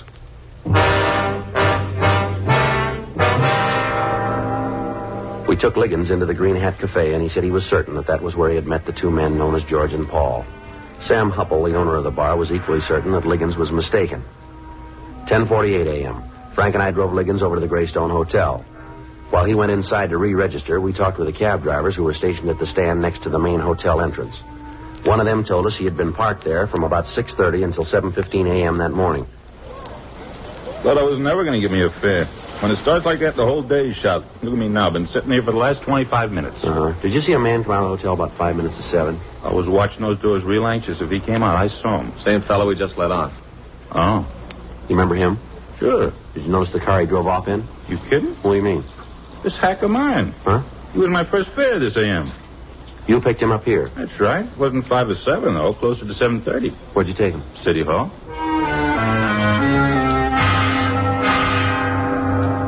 We went into the hotel and talked to the desk clerk. He told us that Liggins had been assigned the same room he had previously occupied, 417. He also told us that he was almost positive Liggins had not carried a sample case when he checked out that morning. We talked to the bellhop who had brought down Liggins' baggage. He said Liggins had only one suitcase. 11:13 a.m. Frank and I went up to room 417. Come in. Yes, sir. Yes, sir. It's very kind of you. Oh, I'll be with you as soon as I get off the phone. It's okay. Yes, sir. Well, a day or two, I guess, if that's all right. No, they didn't take my money. Thanks, I can manage. Oh, just one thing. Would you ask one of the girls to call my wife and explain the delay? Oh, thank you very much, sir. Bye. Well, I was just talking to the boss in Seattle. Mm-hmm. Says it's all right for me to stick around a few days. Good. Now, you really think you can find those guys that fast, huh? Well, we may not have to look for them. What do you mean? We've been checking your story, Liggins. Yeah? Leaks like a sieve.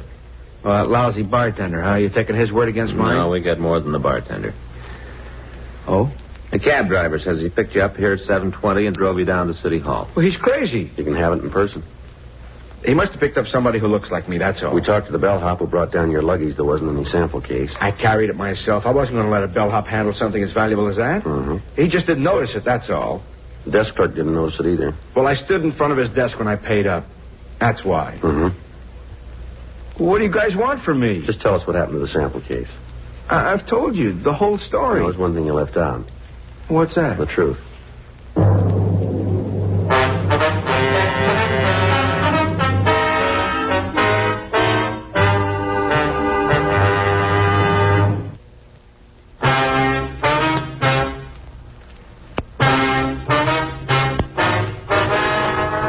We continued to question Russell Liggins in his hotel room.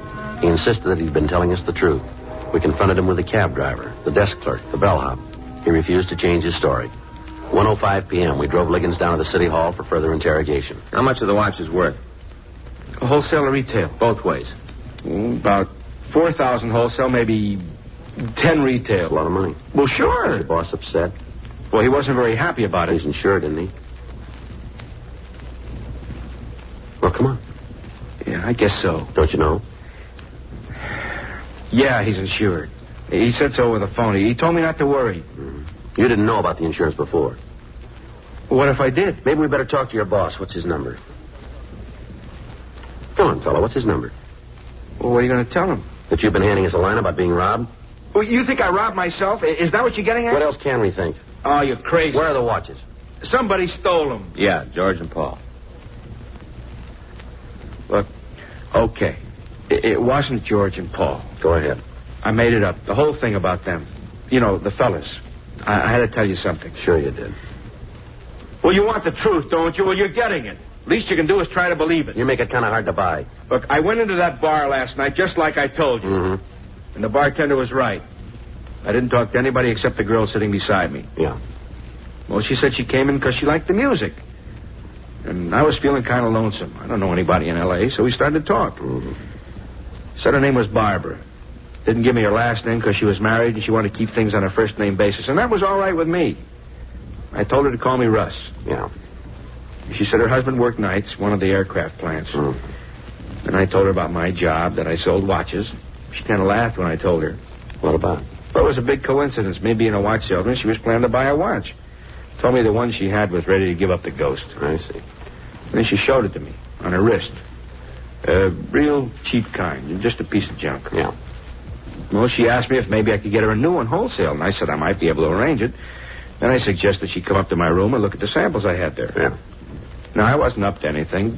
I figured we'd have a couple of drinks, but that was all. Sure. And then she kind of hesitated, said it wouldn't look very good. And finally she agreed. We went over to the hotel, and I had a bottle in my room, and I fixed us a drink. And then I showed her the watches. And she picked out the one she liked, but she didn't have any money with her, not enough to pay for it anyway. Yeah. Then I told her she could have it for free. You know, as a present. Mm-hmm. It wasn't an expensive model, and I was going to pay the company back out of my own pocket. So she took off her old watch, and she put it in her purse. And she put the new one on. All right, go ahead. And then she said we ought to have a couple more drinks, you know, to kind of celebrate the present. She offered to fix them. Well, maybe she put something in mine, or maybe they were just strong. I don't know. Anyway, I don't remember much after that. What'd you do, pass out? Yeah, I guess so. Next thing I knew, it was morning, about 6:30, and I'd fallen asleep on the bed with all my clothes on. Yeah. That must be why she didn't take my wallet. All right, what happened then? Well, I didn't think anything was wrong. I couldn't remember when Barbara left, but I blacked out before when I've had a little too much. Yeah. So I took a shower and I got dressed. It was while I was dressing I noticed the sample case was gone. I looked everywhere for it. You figure she took it, huh? Now, who else could have? Well, maybe. Boy, you guys are pretty hard to convince, aren't you? Well, why didn't you tell us about Barbara when you first came in here? Well, I was thinking of my job. Yeah. Boss just promoted me a couple of months ago. I'm doing pretty good. I'm making fair money. Is that so? Yeah, if he ever found out I let some dame roll me in a hotel room, well, I'd be out of my ear. All right. And that's not all. I got a wife. Helen, that's her name. You guys married? He is. Well, then maybe he'll understand. We've only been married a couple of years, and Helen doesn't like the idea of me being on the road half the time. She's suspicious enough as it is. Yeah. So I did some quick thinking, come up with the story I gave you this morning, you know, about George and Paul. Well, it really wasn't my own idea exactly. What I mean is that I was talking to a salesman at the convention the other day, you know, one of the real old-timers. He told me how some guys had robbed him once when he was just starting out, and that's where I got the idea. Sort of switched it around to fit what happened to me. Mm-hmm. Well, I didn't see where I was doing any harm. I never thought you'd be able to get the watches back anyhow. Well, you didn't make it any easier for us. Well, maybe not. But you don't know Helen. Well, she'd leave me sure as fate if this ever gets out. Yeah. I didn't mean to cause you any trouble. Didn't seem to make any difference what I told you as long as the watches were gone. No, it makes a difference. Yeah? If we want to find out who took them. 3:15 p.m. We went back to the Greystone Hotel and talked to the manager. He gave us the home telephone number of the elevator boy who had been on duty the previous night. We called the boy, and he told us he remembered taking a passenger who resembled Russell Liggins up to the third floor sometime after 2 a.m. in the morning. He also remembered that Liggins had been accompanied by a young lady. He did not remember bringing the lady down, but he suggested that she might have used the stairs. We called the crime lab, and they went over Liggins' room. They found no useful fingerprints or other physical evidence. 5:15 p.m., we went back to the office. Liggins gave us a description of the girl known to him as Barbara. We showed him some mug shots, but he was unable to identify any of the women. 7:18 p.m., Frank and I again interviewed the bartender at the Green Hat Cafe. Well, what did I tell you? Just a couple of questions, that's all. Next thing I know, you guys have moved in for the winter. All right, Sam, now take it easy. Have I got any choice? You remember the girl Liggins was talking to in here last night? So it's a girl? No, I thought it was two guys. Oh, come on, Sam. You mentioned her yourself. I never figured you fellas believed anything I told you. We want to know who she is. Just a girl, that's all. She comes in once in a while. She got a name? Never introduced herself. She live in the neighborhood? I don't know. Well, who does? Look, this Liggins is a character. He's already taken you for one ride today. Now, why don't you get off? We'd like to get in touch with her, Sam. Get in touch? You gonna help? Well, how can I help you? I don't know her name. I don't know her address. Yeah, well, maybe you can find out. I busted my crystal ball just the other day. All right. We'll send in a couple of uniforms to watch your joint for a few days. Hmm?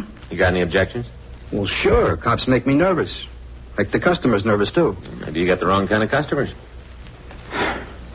What are you going to do? All right, talk to Jeanette. Jeanette? Yeah, the waitress. She's in the back room eating her chow. She know the girl we're looking for? Yeah, they're real buddy-buddy. Spend half their time chinning together. Never get any work out of Jeanette once the other one comes in. All right, Sam. Thank you. You know, there's something been worrying me. What's that?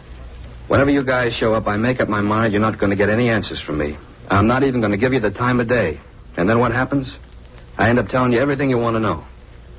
Maybe you just like us, Sam. Yeah, that's what's been worrying me.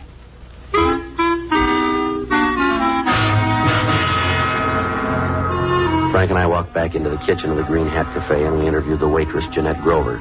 She told us that her friend's name was Barbara Hooper. She also told us that she had no idea where Barbara lived. Used to have a room over on Western, but she moved when she got married. How long ago was that? 3 weeks. Oh, no, let's see. It's longer. Oh, they went to Vegas on a Sunday. It'd be 4 weeks next Sunday. You're sure you don't have her address, huh? No, she gave it to me once, but I didn't take it down. I wouldn't have no use for it. How's that? I don't get along with Tom. Tom? Yeah, that's Barbara's husband. Tom Kernan. Oh, say, that's right. I guess I made a mistake. Ma'am? When you asked me what her last name was, I said it was Hooper. I should have said Kernan now. Yes, ma'am. I don't know why she ever married him. A good-looking girl like Barbara. She sure could have done better. Mm-hmm. Tramp. That's all he is. Well, I told her what she's letting herself in for. Mm-hmm. But he's got a record as long as my right arm. I've seen him come and go. When you work in a place like this, you can spot a rotten apple a mile off. Mm-hmm. I never figured he'd get into trouble this fast, though. What do you want with her? Just like to get in touch with her, that's all. Oh, now, I know better than that about cops. They want to get in touch. They mean business. You mind me giving you a piece of advice? Not at all. I don't blame her, whatever it is. Mm-hmm. He's to blame, whatever she's done. You check into it and you'll see. Mm-hmm. The gal gets married to a wrong guy and lasses up her whole life. Not her fault. Except for one thing. Yeah? She married him.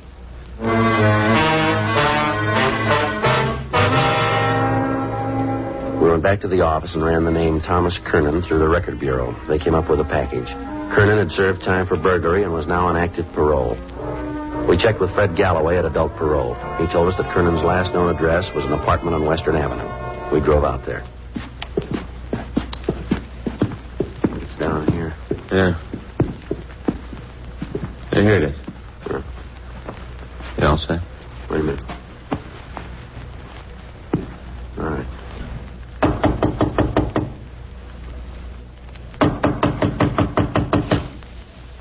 Well, what do you want? Come on, open up. Okay. Keep your hat on. Police officer, stand still. Who's moving? It's clean, Joe. Where's your wife? Out. Out where? I don't know. She wasn't here when I came home. We'll look around. Be my guest. Always knew you guys rode as ex-cons. That ain't no surprise, but I didn't know you started picking on our wives, too. No. She's a nice kid. Mm-hmm. Let's start in on her. You can stay on my back. I'm used to it, but let her alone. Joe? Yeah. I found this case in the closet. The watch is still inside. Most of them, anyway. All right. The heck's that? You didn't know about this? Of course not. Yeah, sure. I never saw him before. Your wife did. Hmm? How soon will she be back? I don't know. We'll wait. Up to you. Never saw those watches before in my life, I'm telling you the truth. You bet you are. Even if Barbara did take them, that don't make me guilty of anything. No. Stupid broad. Once you start making with a question, she'll spill the whole deal. Thought you didn't know anything about it. Maybe I knew she was looking for a setup. What does that prove? Some setup. Guy with a suitcase full of watches. Dizzy dame didn't even know they had serial numbers on them. What a brain. First job she ever pulled, she gets picked up. Mm-hmm. Time I was her age, I'd pulled half a dozen. You cops hadn't even tumbled once. You're real bright. That's the use. They won't learn. Tried to teach her the ropes. Gets picked up on her first job. You know, you should have expected that. Why? What do you mean? Look who taught her.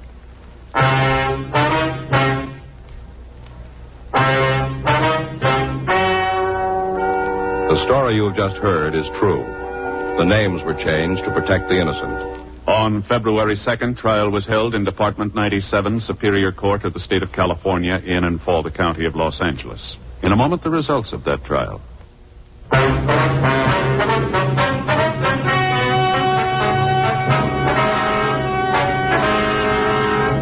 Thomas Carew Kernan was returned to the adult authority for violation of parole. Violation of parole is punishable by the term not served. Barbara Jane Kernan was found guilty of grand theft, 1 count.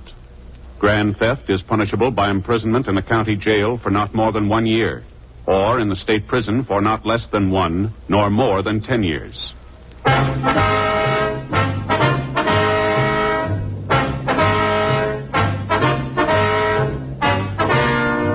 You have just heard Dragnet, a series of authentic cases from official files. Technical advice comes from the Office of Chief of Police W.H. Parker, Los Angeles Police Department.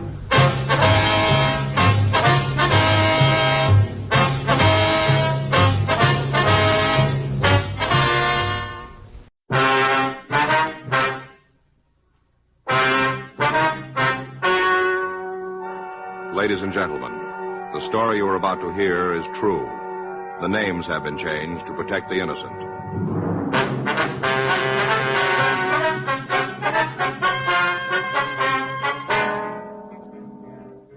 You're a detective sergeant. You're assigned a robbery detail. You get a call that a downtown hotel has been held up by a bandit who carries a sawed-off shotgun. Your job? Find him.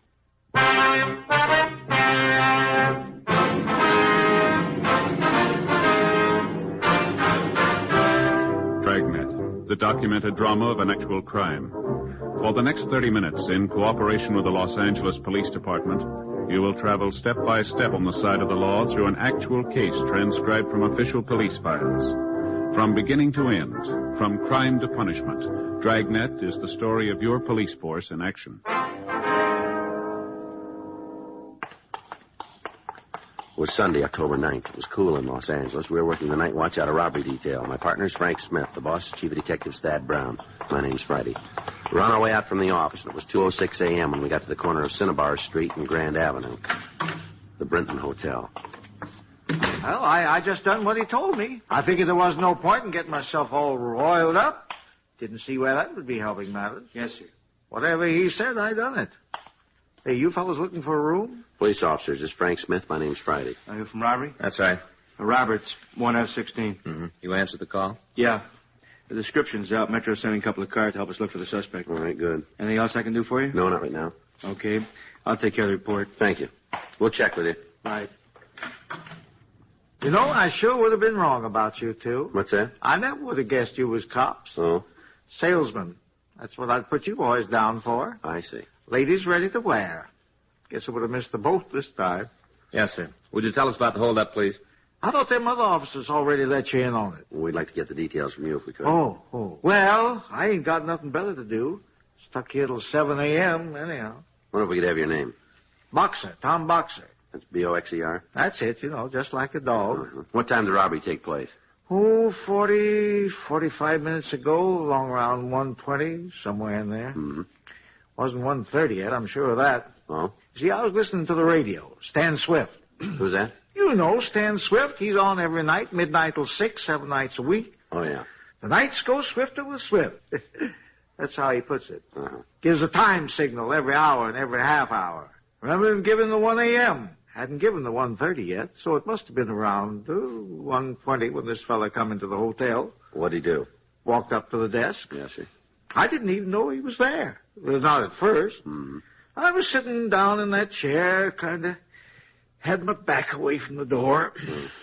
Didn't hear him neither on account of being plugged in. What was that? To my radio. Oh, I see. This here gadget, see? Mm-hmm. It's into your ear, like so. Yeah, I understand. Lets you listen without waking nobody up. Other end attaches to the set, like so. Mm-hmm. You mean that's a radio? Sure is.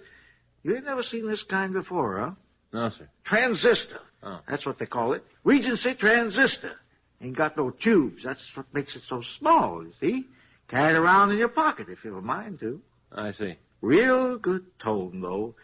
Plenty of volume if you want to let it out. Yes, sir. Now, if you just tell us about the robbery, would you, Mr. Boxer, please? Well, ain't that what I've been doing? Yes, sir. You said this man walked up to the desk? That is right. Maybe stood there a couple of seconds before I sensed him. Mm-hmm. Unplugged myself, got up and asked him if he wanted a room. He said he did, single. Yes, sir. Checked the boxes to see what was vacant. Had my back to him while I was checking. Didn't notice him opening up his satchel. Mm-hmm. Must have been carrying the gun there, in the satchel. Anyway, when I turned around to register him, I found myself staring into the barrel. Shotgun it was. All right, go ahead, please. This is a stick-up, he said. Do what I tell you, and you won't get hurt. I didn't know whether he meant business or not, and I sure didn't aim to test him to find out. Mm-hmm. Yes, sir, I said. You just tell me what you want, and I'll do it. Yeah. I ain't no coward, you understand, but I ain't no hero neither, especially when I'm facing up to a shotgun. Sure. Like the man says, only real heroes are dead heroes. Yes, sir. Me, I'd just as soon go on living. That's why I done exactly what he told me. Give him the money from the cash drawer here. See? Every penny. Hand it all over to him. Didn't try to hold none back. Yes, sir. How much was there? $60, somewhere in between there. Mm-hmm. What happened then? Well, he told me to empty my pockets, lay the stuff on the desk. You did, huh? I emptied them. I didn't have more than $3 or $4 in change. He scooped it up with the other money, shoved it into his satchel. I see. Then he said for me to come out from behind this desk, walked me over to the elevator, told me to get inside and ride up to the top floor.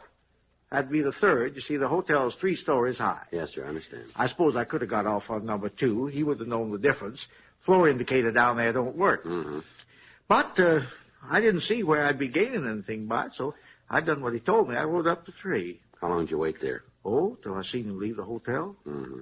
From the window end of the 3rd floor hall. Did he drive away? No, just strolled off. I don't think he had a car. I see. Turned the corner, and that was the last of him. Mm-hmm. And what did you do then? Took the elevator back down, called the police, listened to the radio while I was waiting. Yes, sir. Figured I might as well take it easy till the cops come. Wasn't more than 5 minutes before them officers walked in. A little while later, you fellas walked in. I guess you know when that was. Yes, sir. Now, Mr. Boxer, could you tell us what he looked like? Huh? The man who held you up. Oh, well, I told them other fellas, the ones wearing uniforms, they said they'd send out his description. Yes, sir, we understand. We'd like to have it, too. Okay. Oh, young fella, 25 to 30, I judge. No. Big build, a little bigger than you. Mm. Not as big as you, though. Somewhere in between. Yes, sir. Black hair. Didn't catch the color of his eyes. Well, that's about all. How was he dressed? Suit. Stripe in it, I think. Maybe dark blue with a gray stripe. Bow tie. Kind of dapper. Mm-hmm. Have any scars? Not where you'd notice them. He said he carried the gun in a satchel, is that right? Must have been where he had it. Didn't actually see him take it out, though. Back was to him at the time. How big was the satchel? Oh, medium-sized, about so long. Any initials on it? No, not so far as I can recall. What about the gun? How big was it? This long, maybe. Mm-hmm. Single barrel, sawed off. Could you tell the make? Well, I ain't no expert on shotguns. No. Would you know this man if you saw him again? Sure, I'd be a fool not to. Why? I'd like to have you come down to City Hall in the morning, Mr. Boxer, if you would. But what for? I want to show you some photographs, see if we can pick them out. You mean this morning? Yes, sir, if you would. It's Sunday. Yes, sir, that's right. You fellas work on Sunday? Well, we're not the only one. Well, what do you mean? He did.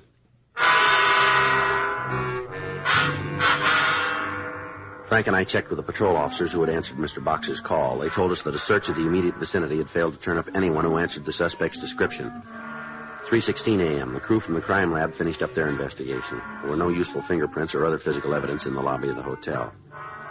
7:38 a.m., we checked the suspect's M.O. and the description with the stats office. They came up with 18 possibles. We pulled the packages from R&I and took them back to the office. Well, looks like it might rain. Pretty early in the season, isn't it? Yeah, the paper says we're going to have a wet winter. All right. Real good for skiing, I guess. Yeah. That's what you need. Lots of moisture. Heavy snow. You never go skiing. No. Well. No, I thought about taking it up a couple of years ago. Faye blew her stack. Oh. Said I'd probably break my neck first time I tried. Mm-hmm. Sometimes I think she worries more about me than she does about the kids. Mm-hmm. Good morning, gents. Oh, hi, sir. Hope I haven't kept you waiting. No, sir, not a bit. How are you today, Mr. Boxer? Sleepy. Usually get a couple of hours cat nap during my shift. Kind of missed out on it last night. Yes, sir, I'm afraid you did. Even after all you fellows left, somehow I just couldn't doze off. Listen to Stan Swift till 6 a.m. Mm-hmm. I'll bet you I know more about Egypt than a real live Egyptian. Well, you got them pictures you wanted to show me? Yes, sir, right over here. It's all right if I sit down? Yeah, go right ahead. There you are. This the pile? Yes, sir, take your time. Look at each one as long as you like. Okay. Pretty tough bunch of boys. Yeah. No, it's not him. Mm-hmm. Mm-hmm. Nope. Nope. Well, hey, wait a minute. There is a resemblance. He looks something like this one here. Is it the same man, Mr. Boxer? Oh, no, not the same. Yeah. Similar type, though. Does that help you any? Might. You want to go through the others? Sure. Now, you see this fella? Yes, sir. He's not the same type at all. No. The other one I pointed out was, you could see the difference yourself. Yes, sir. Yeah. Not him. Not him either. Nope. This is closer to him. Sir? Not as close as that one, the other one, but closer. Yes, sir. Now we're getting further away. No, it's none of these. Is that all you got? Afraid so. Well, that's the best I can do for you. Now, this one here, the one I pointed out first. Yeah, we understand, but it's not the same man, you said. Well, I never said it was. Just said they were similar. Yes, sir. Well, I'm sorry we wasted your time. Oh, it wasn't no waste of time, not as far as I'm concerned. Huh? Remember I telling you about how I try to guess what different folks do for a living? Yeah. Looking at all these pictures will be a big help from now on. How's that? I'll know a crook when I see one. On the following Sunday, October 16th, 2 more hotels were held up by a shotgun bandit. Both robberies occurred during the early morning hours. Both hotels were small. The description of the suspect and his M.O. indicated that he was the same man who had robbed the Brinton Hotel. Frank and I continued our investigation, but we failed to turn up any leads. During the next week, all hotels in the downtown area were alerted. Sunday, October 23rd, the night manager of the Schaefer Arms near the corner of Broadway and Clay reported that he had been robbed at approximately 3:30 a.m. He confirmed the bandit's description and M.O., but was unable to add anything new. The next morning, October 24th, we had a conference with Chief Brown. Doesn't sound to me like you're any closer to him than we were 2 weeks ago. What do you got? No, not much. Let's have it. Description? Pretty general, isn't it? Afraid so. What else? Well, now he's only worked one area. Yeah? All the hotels are within a mile of Pershing Square. Nothing to keep him from spreading out, is there? So far, he hasn't used a car. You figure he pulled these jobs on foot? Looks that way. Then he must live downtown somewhere. Mm-hmm. Anything about the hotels that might give us a tip-off on his next move? Yeah, they're all small, only one person on duty. Uh-huh. We've marked all the possibles here on a map. You want to take a look at it? Yeah.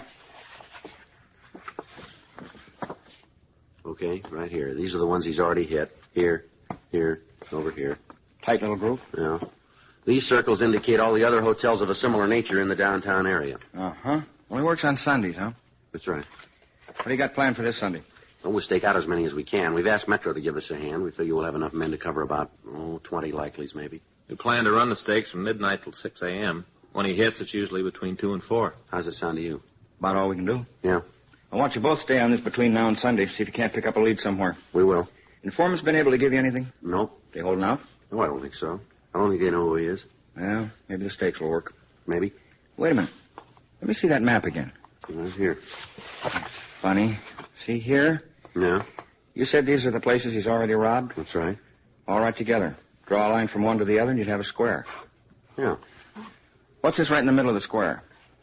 It's the Argus Hotel on South Broadway. That's one he hasn't hit yet. Mm-hmm. Looks like your best bet, then. Yeah, that's the way we figured it. Who's going to cover it Sunday? Well, Smith and I thought we'd take it. That's a coincidence. Just who I was going to suggest.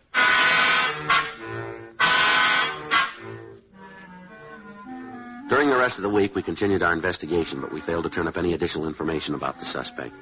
A few minutes before midnight on Saturday, October 29th, men from Metro and Robbery Division staked out 22 locations in the downtown area. Sunday, October 30th, 12:05 a.m., Frank and I entered the lobby of the Argus Hotel, and we walked up to the desk. Sorry, we're full up. Like talk to the manager if we I can. said we're full up. We're police officers. Huh? This is Frank Smith. My name's Friday. Oh, Could we see the manager? I'm the manager. You own this hotel? Me and my husband. Well, maybe we better talk to him. Go ahead. If you can find him. Isn't he here? Nope.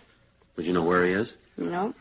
Not getting drunk, probably. I see. I work nights, he works days. He don't tell me where he goes at night. I don't tell him what I do during the day. That's our arrangement. Mm. It don't make for a real happy marriage, but it keeps us from killing each other.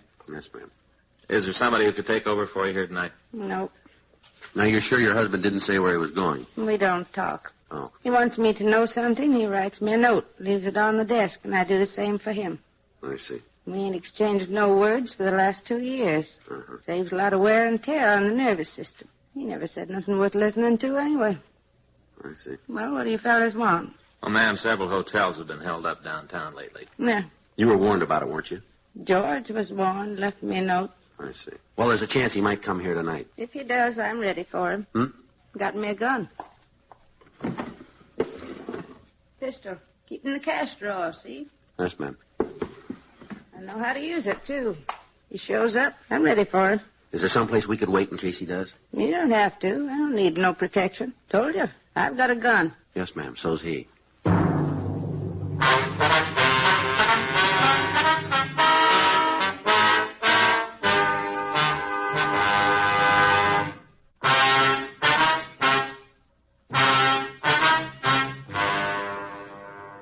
Mrs. Argus finally agreed to let us stake out the hotel. She showed us into a small room off the lobby. From there, Frank and I could see anybody who entered. During the next 4 hours, only 2 people requested accommodations. They were both middle-aged men, and neither one of them in any way resembled the suspect's description. What time you got, Joe? Say 5 after 4. Huh? Latest he ever pulled a job was 3:30. Yeah. Maybe he decided to lay off tonight. Maybe. August Hotel. Who? Oh, yeah. Hey, you guys in there? Yes, ma'am. Somebody wants you on the phone. Okay, I'll be right over. In the booth. Yes, ma'am.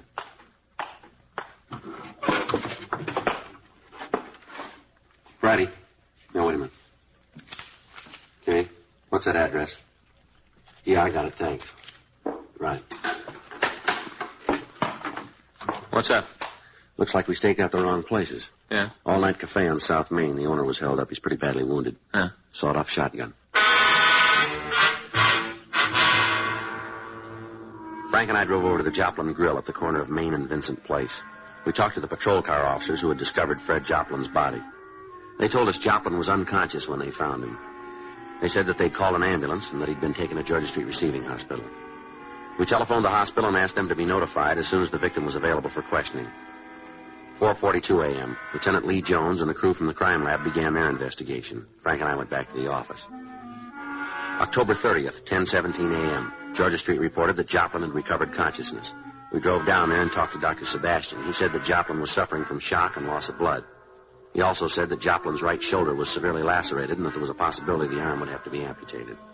10:46 a.m., we interviewed the victim. Sat down on the stool and asked for a cup of coffee. Yes, sir. I turned around, picked up the Silex, started filling the cup. Time I was finished, he'd got his gun out. Guess he had it in that bag he's carrying. Yes, sir. Told me it was a stick-up. Said to give him the money from the register or he'd shoot me. I didn't say nothing, just stood there kind of staring at him. Yeah. He raised up his gun. Shotgun it was. Yes, sir. I mean business, mister. That's what he said next. I mean business. I see. I still didn't say nothing, just stood there with that cup of coffee in my hand. Start moving, he said. Voice sounded real low and mean. Didn't seem to match his face. Sort of a pleasant-looking fella. Voice was mean, though. Yeah. Started gesturing with that shotgun, pointing toward the register. That's when I let fly. With a cup of coffee. Smashed it right into his face. I see. Must have given quite a jolt. Yes, sir. Didn't keep him from shooting me, but it sure wrecked his aim some. Leastways, I'm still here. Don't remember nothing after that. I see. Sure, hit him a good one, though. Them coffee cups ain't the lightest things in the world. Yes, sir, I understand. Not to mention the coffee itself. Scalding hot it was. Right here. That's where I belted him. Right in the jaw. Used to be a ball player, you know. Is that right? Wasn't a pro exactly, but I had a first-rate pitching arm. Lefty Joplin, that's what they used to call me. Back in Junction City, Kansas it was. Local merchants sponsored our team. Pitched 16 winners one season. Best record in the league. Yes, that's very good. Well, I ain't lost all my technique. Leastways, I sure whacked him with that cup. Yes, sir. Doc say anything to you fellas about how I'm doing? Well, just that you're getting along. He make up his mind about my right arm yet? What? Whether I'm going to lose it or not? No, sir, he didn't tell us. Guess in a way I'm kind of lucky. What? Being left-handed.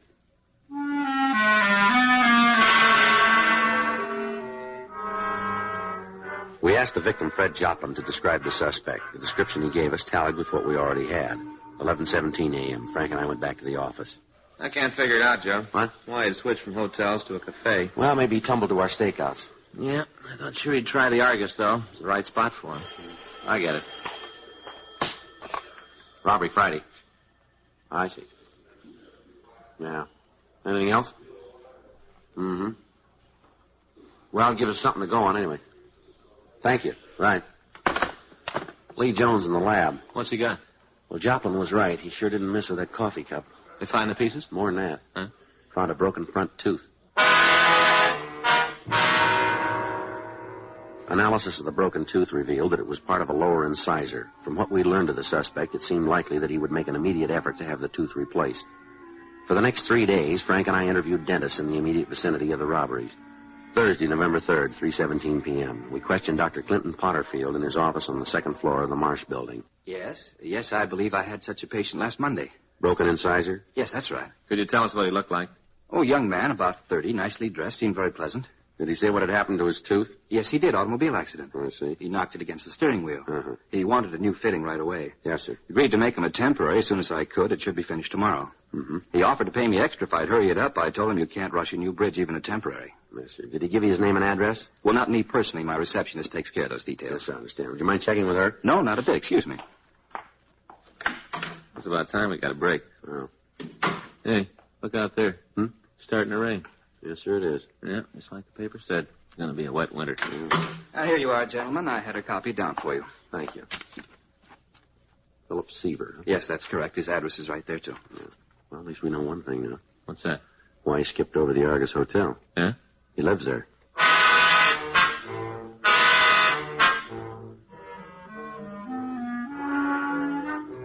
3:58 p.m. Frank and I drove over to the Argus Hotel, and we talked to the owner, George Argus. He told us that Philip Seaver lived on the second floor, room 23.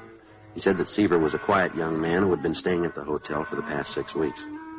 He also told us that Seaver worked nights and was probably in his room now. We took the elevator up to the second floor. There it is. All right. Yeah. Hey, Face off that against the wall there. What? Move. I sure don't know what this is all about. Yeah, he's clean, Joe. All right, turn around. Okay. Where's the shotgun? You guys must be off your rockers. I'll see what I can turn up. All right. You got no right to come busting in here. Yeah. And what would I be doing with the shotgun? Why don't you tell us?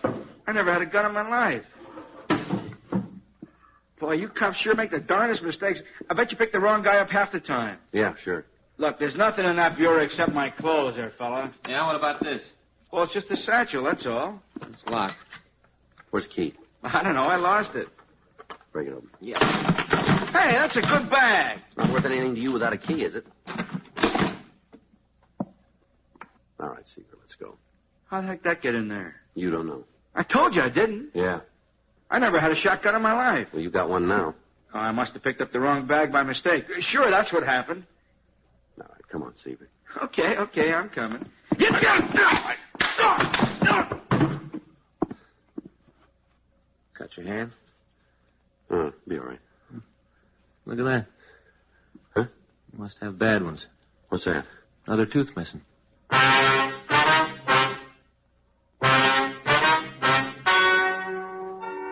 The story you have just heard is true. The names were changed to protect the innocent. On March 12th, trial was held in Department 98, Superior Court of the State of California, in and for the County of Los Angeles. In a moment, the results of that trial.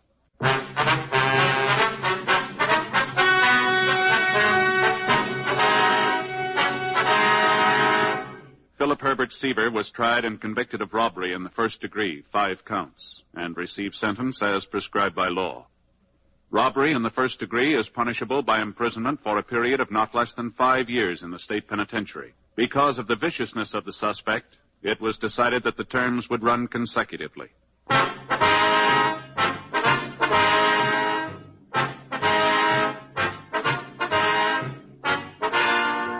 You have just heard Dragnet, a series of authentic cases from official files. Technical advice comes from the Office of Chief of Police W.H. Parker, Los Angeles Police Department.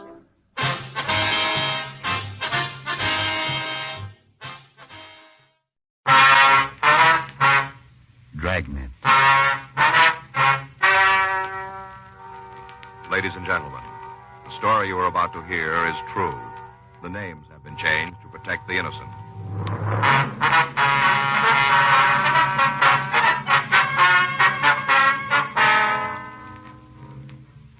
You're a detective sergeant. You're assigned to burglary detail. You get a call that someone has broken into a necktie manufacturer's. A large supply of hand-painted ties have been stolen. Your job? Check it out. It was Saturday, September 10th. It was hot in Los Angeles. We were working the day watch out of burglary detail. My partner's Frank Smith. The boss is Captain Bernard. My name's Friday.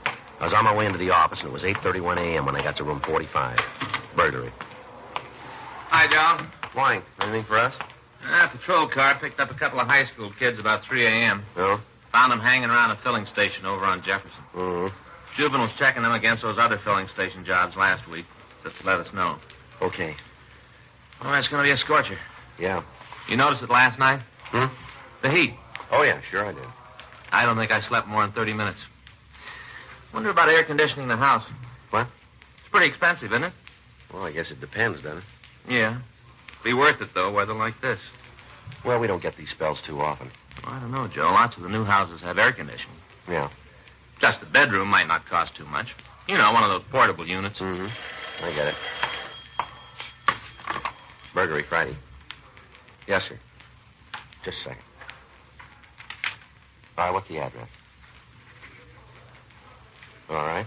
Mm-hmm. Yes, sir, I see. Right away. Bye. Tie manufacturing company out on Western. Somebody cleaned them out last night. Over 100 dozen neckties. Yeah. Owner says he knows who did it.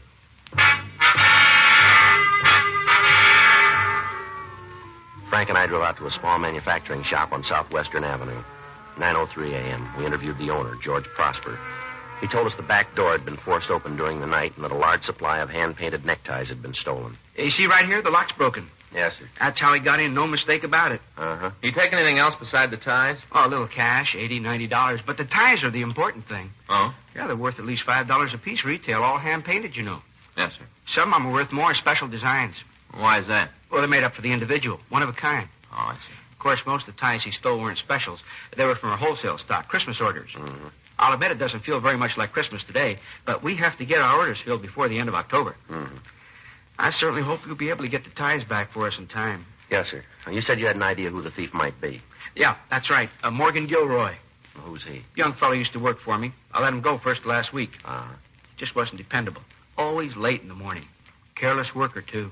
Yeah, well, why do you blame him for the burglary? Well, he was very upset when I fired him. Said his wife was having a baby. Said I didn't have any right to let him go without notice. I see. Told him I'd warn him often enough. Gave him a whole week's pay, and that seemed more than fair to me. Did he say anything else? Well, yeah, he threatened me. Oh. Said I'd be sorry I fired him. Said I'd live to regret it. Uh-huh. Made quite a scene. Told him if he didn't get out, I'd call the police. Did he leave then? Well, not right away. He quieted down some, asked me to change my mind and keep him on. Said he couldn't be out of work now, that he had to have a job on account of the baby. Mm-hmm. I told him there are plenty of jobs to be had. If a man really wants work, he can find it. Yeah. Different when I was his age. Had to earn your wages. Mm-hmm. And he'd take young fellas like Gilroy careless, irresponsible, always looking for shortcuts, always looking for an easy dollar. Never give value in return. Yeah. That's why I'm sure it was him. Just the sort of stunt he'd pull. Easy way to earn a dollar. Well, then he's got something to learn, hasn't he? Hmm? This was the hard way. Frank and I called the crime lab. While they checked the premises, we continued to interview the victim, George Prosper. He gave us a description of the suspect, Morgan Gilroy, and Gilroy's home address. They also gave us a detailed description of the stolen property. 10:17 a.m. The lab reported that they were unable to find any useful fingerprints on the jimmy door. Pictures of the jimmy marks were taken. There was no other physical evidence. 10:57 a.m. Frank and I drove out to the address Prosper had given us. It was a small apartment house on Fountain Avenue in Hollywood. The Gilroy apartment was number 7.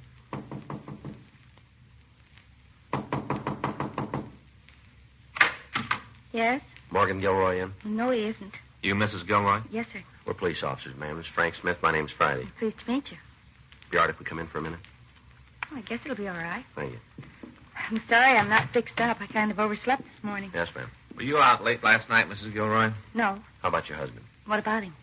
Was he out late? Well? Don't you think you ought to tell me why you want to know? It's a police matter. Well, then maybe you'd better talk to Morgan. Yes, ma'am. Do you know where he is? At work. Now, where's he work, Mrs. Gilroy? For a tire manufacturer. Which one, do you know? Prosper's. George Prosper. That's the owner's name. Mm-hmm. How long has your husband worked for him? 6 or 7 months. And that's where he went this morning, did he? That's where he goes every morning. Mm-hmm. Something happened to Morgan? We'd like to talk to him, that's all. Then why don't you? I told you where you could find him. Yes, ma'am. The Prosper Tie Company. I don't know what the address is, but it's in the phone book. Well, we just came from there, Miss Gilroy. Well, I don't understand. Didn't you see Morgan? Your husband doesn't work for him anymore. What? He was let out last week. What? I don't believe you. That's what his boss told us. Well, Morgan would have said something about it. No. Oh, you've made a mistake. You must be talking about a different person. No, ma'am. Well, it's got to be a mistake. Well, sure, Morgan gave me his paycheck last night. Every Friday night he gives me his paycheck. He got paid yesterday. The same as every week. Do you still have the check?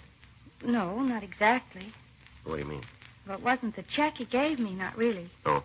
You see, he'd cashed it on his way home from work. I see. But it was the usual amount, $80. Mr. Prosper must have paid him. What time did your husband get home, Miss Gilroy? Last night? That's right. Well, he was later than usual. How late? If Morgan's in some kind of trouble, I've got a right to know. I've got a right, haven't I? Suppose you just answer our questions, would you? He wouldn't have done anything wrong. Not at a time like this. You see, we're going to have a baby. I see. Morgan doesn't even think about anything else. He wants everything to be just perfect when the baby comes. That's why he couldn't have done anything wrong. Do you understand what I'm getting at? Yes, ma'am. That's why, whatever it is, well, it just has to be a mistake. Well, you can help us clear it up. All right. What time did he come home? About 2:15. A.M. Yes, sir. Did he say where he'd been? He called from the shop about 5:30 yesterday afternoon. Said they had a rush shipment to get out, that he'd be working late. Told me not to wait up for him. Had he ever worked this late before? Once or twice. Not till 2:15, maybe, but till nearly midnight. Were you awake when he got home? Yes, sir. Then you're sure of the time, 2:15. Yes, sir, I'm sure. You see, I couldn't get to sleep. I was kind of worried about him. I guess I kept watching the clock. It was 2:15 when he came in. What did he say? He was kind of put out, provoked about my still being awake. Said I ought to get my rest on account of the baby. I guess I sort of flared back. I said it was his fault on account of him being out so late. Oh, it wasn't a real fight or anything like that. Yes, He said I oughtn't to blame him, that we'd need all the extra money he could make. And he took out his wallet and gave me this week's pay, like I told you. Mm-hmm. Did he bring anything else home with him, Mrs. Gilroy? With him? Extra clothes, ties, anything like that? No. You mind if I look around the apartment? Well, I know where everything is. If you'll tell me what you're looking for, maybe I can help you. Oh, that's all right. I can make out. Just the bedroom? Yes, the bed isn't made. Don't worry about it. I wasn't feeling very good this morning. Yes, ma'am. Would you like some coffee? No, ma'am, thank you. What about your friend? No, I don't think so. Did Mr. Prosper really say he fired Morgan? Yes, ma'am. Well, did he say why? Well, you better ask your husband about that. Just isn't fair. At a time like this. Mm-hmm. They don't appreciate Morgan. None of the people he's worked for. Yeah. Man does his best. This is the thanks he gets. Mrs. Gilroy, these ties belong to your husband? Well, yes. You know where he got them? Sure, there's some he made at the shop. Samples. I see. Does he have any more of the same kind? I don't think so. Don't tell me all this fuss is about a couple of ties. Well, it's a few more than that, ma'am. Oh? 100 dozen.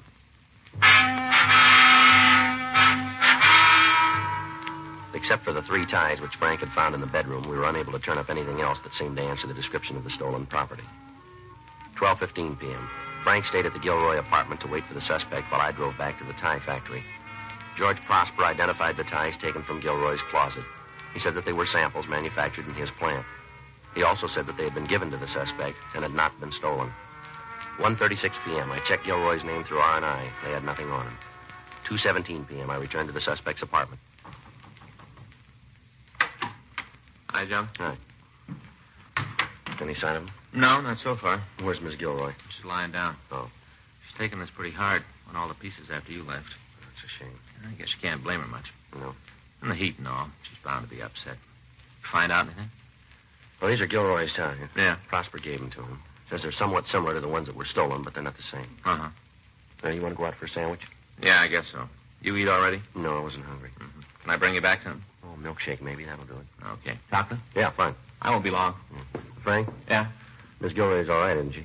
Well, I guess so. I mean, she doesn't need a doctor or anything like that. Well, I don't know, Joe. Well, you'd know more about it than I do. Well, I suppose if she needs a doctor, she'd call one. Yeah. Well, hurry it up anyway, will you? Sure.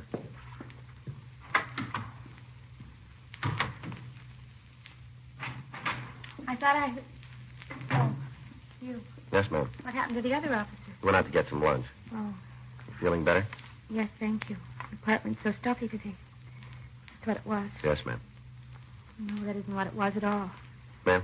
You and that other policeman. You've got me so nervous I don't know whether I'm coming or going. Well, I'm sorry we had to bother you. You're just wasting your time. Morgan won't be home before 6 o'clock. He never gets off work, and I can't seem to get it through my head that he's not at the shop. Yeah, well. Look, the minute he comes in, I'll telephone you. Or if I hear from him, I promise, the minute he comes in. Well, it might be better if we wait. Won't you try to believe me? Morgan's honest, completely honest. Yes, ma'am. He hasn't done anything wrong. If he had, I'd know it. He'd have told me. And there's one thing he didn't tell you, Miss Gilroy. Oh? That money he brought home last night. Well? Where it came from. Frank and I waited in the apartment until the suspect, Morgan Gilroy, came home. 6:17 p.m. We took him into custody and drove him down to the city hall for questioning. He was very uncooperative and for nearly an hour refused to discuss his whereabouts the previous night. 7:08 p.m. We continued the interrogation. How'd you happen to lose your job last week, Gilroy? Ask the boss. He says you weren't dependable. That's his opinion. You afraid to tell your wife he fired you? Who says I didn't tell her? Did you? Well, maybe you'll feel more like talking in the morning. Morning? That's right. You can't keep me down here tonight. Is that right? You want to drive Judy out of her mind? You saw how she acted when you guys took me in. Well, what are you trying to do to her? We're not doing anything to her, Gilroy. All we want is some straight answers from you. It wasn't enough losing my job just when I needed it the most. Now you guys got to crawl on my back, too. When'd you get your last paycheck? From Prosper? Yeah. The day he fired me? That was last week sometime. I guess so. You gave your wife some money just last night. So? You told her it was this week's pay. Well, I had to tell her something, didn't I? Yeah. I didn't want her worrying about me being out of work. I had to tell her something. Where'd you get the money? Borrowed it. Yeah. Maybe it looked like I was stealing, but I wasn't. I was going to tell him I was taking it. It was just a loan till I started drawing unemployment. I thought we was buddies, Steve and me. Some buddy turned you over to the cops for a lousy $80. Who's Steve? Steve McGill. Isn't that why you picked me up? When were you with this, McGill? Last night. What time? 5 o'clock on. Till when? It must have been nearly 2. It was a little after when I got home. Where were you? I met Steve at a bar over in Vermont. What's the name of it? Black Pony. What'd you do then? I had a couple of drinks, bite to eat. All right, go ahead. Some other guys came in, friends of Steve's. I met them once or twice, too. Mm-hmm. Somebody said, let's get up a poker game. I told him I couldn't afford it. I didn't have any cash to spare. And Steve said for me not to worry, that if I ran short, he'd stake me. Yeah. We all went over to his place. I did real good for the first couple of hours. I only had $5 to start with and ran it up to over 100. Is that right? They were all ribbing me about how I was the one that didn't want to play.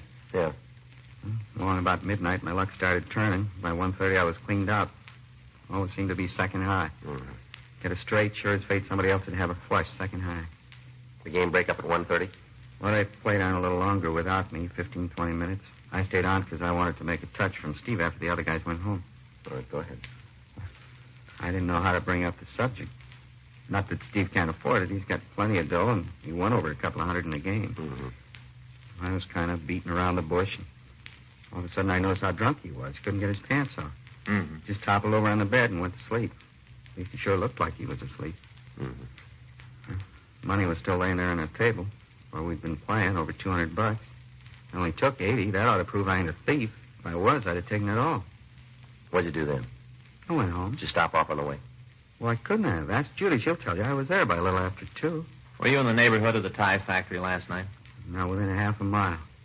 What's that got to do with it, anyhow? Where does this friend of yours live? Steve? That's right. A little street just off Western, Gramercy Place. You got a telephone? I guess so. You know the number? Not offhand. It must be in the book. I'll check it, Joe. Last name's McGill, huh? That's right. What the heck's going on here? You guys didn't even know about Steve. He didn't turn me in.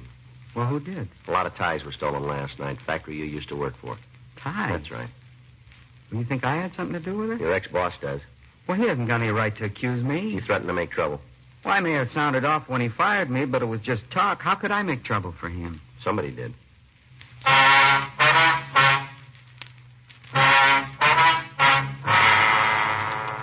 We were unable to contact the suspect's friend, Steve McGill, until the following morning. He confirmed the story Gilroy had told us and refused to press any charges against him. From McGill, we got the names of the other 3 men who had played cards the night the tie factory was broken into. They also confirmed Gilroy's alibi. Sunday, September 11th, 10:46 a.m. Morgan Gilroy was released. Frank and I went back to the office.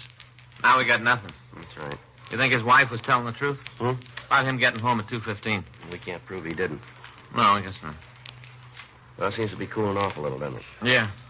Probably would have been able to sleep last night, too. Yeah. Just my luck. Well, maybe you can grab a nap this afternoon. No, I don't feel right when I sleep in the daytime, Joe. Isn't good for a person, you know. Throws your system right out of whack. Except for my brother-in-law, Armin. He can sleep anytime, any place. No strain at all. Here you go.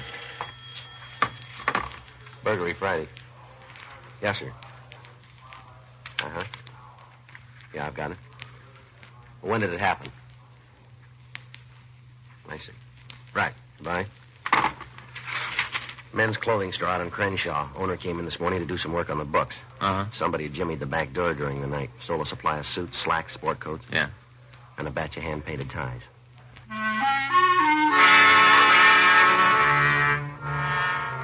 Frank and I drove out to Nimbo's men's store on Crenshaw Boulevard. We talked to the owner, Carl Nimbo. He showed us how the store had been entered and gave us a description of the stolen merchandise. The thief had apparently followed the same M.O. that had been used on the Prosper Tie Company. We were unable to learn anything more about the suspect's identity. Several days later, a tie shop in Hollywood reported the loss of over 200 knit ties. The following night, a men's clothing store on Wilshire Boulevard was burglarized. Investigation indicated that all these crimes were the work of the same man or men. Burglars who were known to have used similar M.O.s were interrogated. No leads were developed. Monday, September 19th, 8:06 p.m. Frank and I were getting ready to go off duty. You want to stop by the house on your way home? No, I'm pretty tired. I think I'll hit the sack early. We could watch a little TV. It's supposed to be a good fight tonight. It's too late for that now, isn't it? Oh, yeah, I guess so. Oh, we could watch something else. You're not going to go to sleep at 8 o'clock, are you? No. Well, come on, then. I'll get it. All right. Burglary, Smith. Who? Oh, yes, sir. Sure, I remember.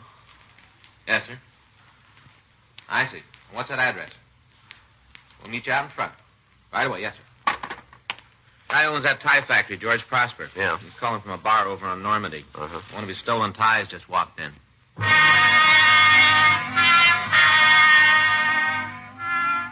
We drove out to a small bar and grill on the corner of Normandy and Kingsley Drive. George Prosper was standing in front of the place when we pulled up. He walked over to us. Evening, Mr. Prosper. Good evening. How are you? Pretty fair. You sure this is one of your ties now? Positive. It was a special. Worked out the design myself. I see. There isn't another one like it anywhere. I see. Can you point them out to us? Mm-hmm. Now, you see, through the window there, that corner booth? That one there, huh? Yeah, tall fella sitting alone. Okay, thanks.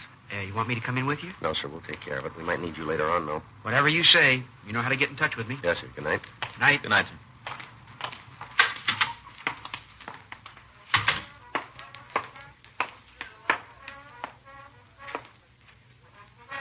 Well? I'd like to talk to you for a minute.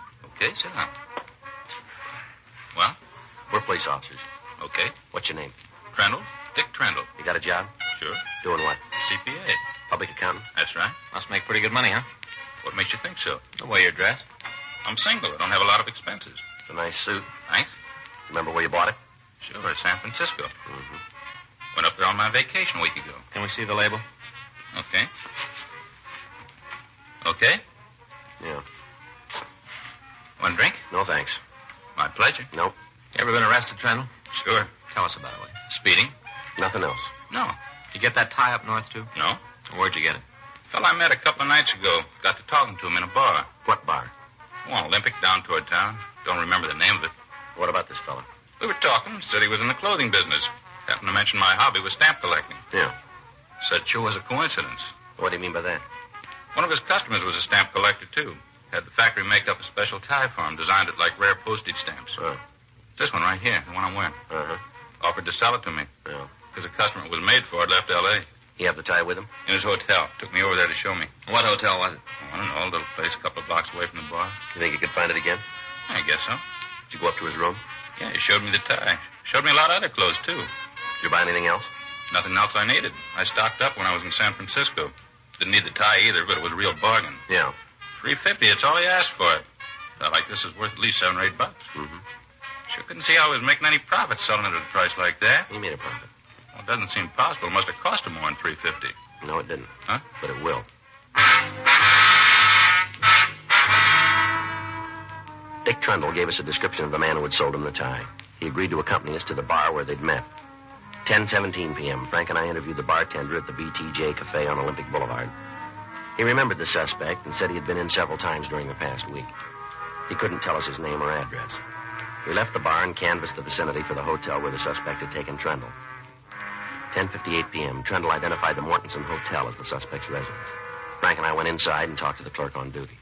To the best of my knowledge, there's only one person staying here who fits that description. That's Mr. Lafferty. Mm-hmm. He's one of the nicest gentlemen you ever meet. He's in the clothing business. Is he around now? Let me check his box. Yes, he must be in his room. The key's not here. What room is that? It's 212. He's very careful, Mr. Lafferty. Always leaves his key at the desk whenever he goes out. All right, thanks. He's generous, too. Generous to a fault. You don't say. Sure. See this tie? He gave it to me. Is that right? Yeah, it's one of my favorites. That's too bad. You may have to give it back. Frank and I walked up to the second floor.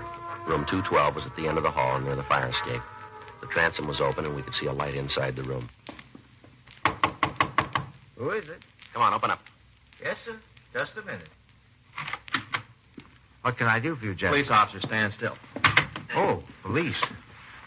You're wasting your time. I don't believe in firearms. Use light, Joe. What did I tell you? All right, where's the stuff? I suppose you mean the items I stole? That's what we mean. I've already managed to dispose of a good deal of it. What's left is in the closet, in the bureau. By the way, the burglar kit's under the bed. Thanks. Always believe in cooperating with the police. Things seem to work out better that way. Yeah. Although, frankly, I'm surprised you weren't here sooner. Is that so? Last week. That's when I was expecting you.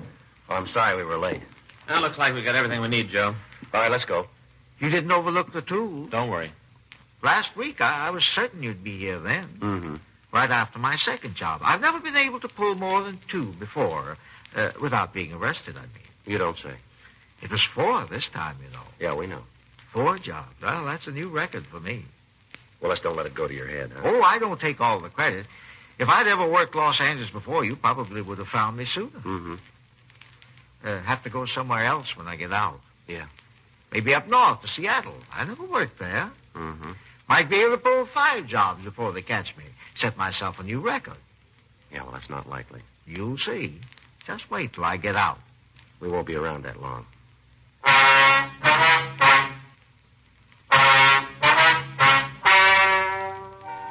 The story you've just heard is true. The names were changed to protect the innocent. On January 7th, trial was held in Department 98, Superior Court of the State of California, in and for the County of Los Angeles.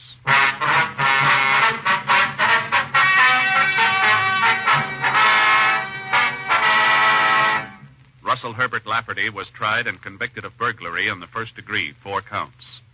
Because of his previous record, he was adjudged to be an habitual criminal and was sentenced to life imprisonment in the state penitentiary, San Quentin, California. Dragnet, the story of your police force in action, is a presentation of the United States Armed Forces Radio Service.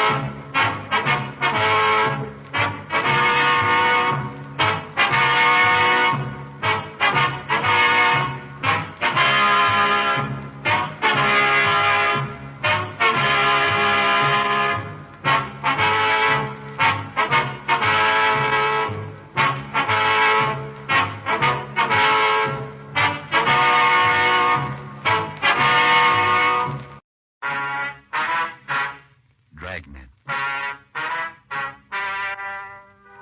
Ladies and gentlemen, the story you are about to hear is true. The names have been changed to protect the innocent.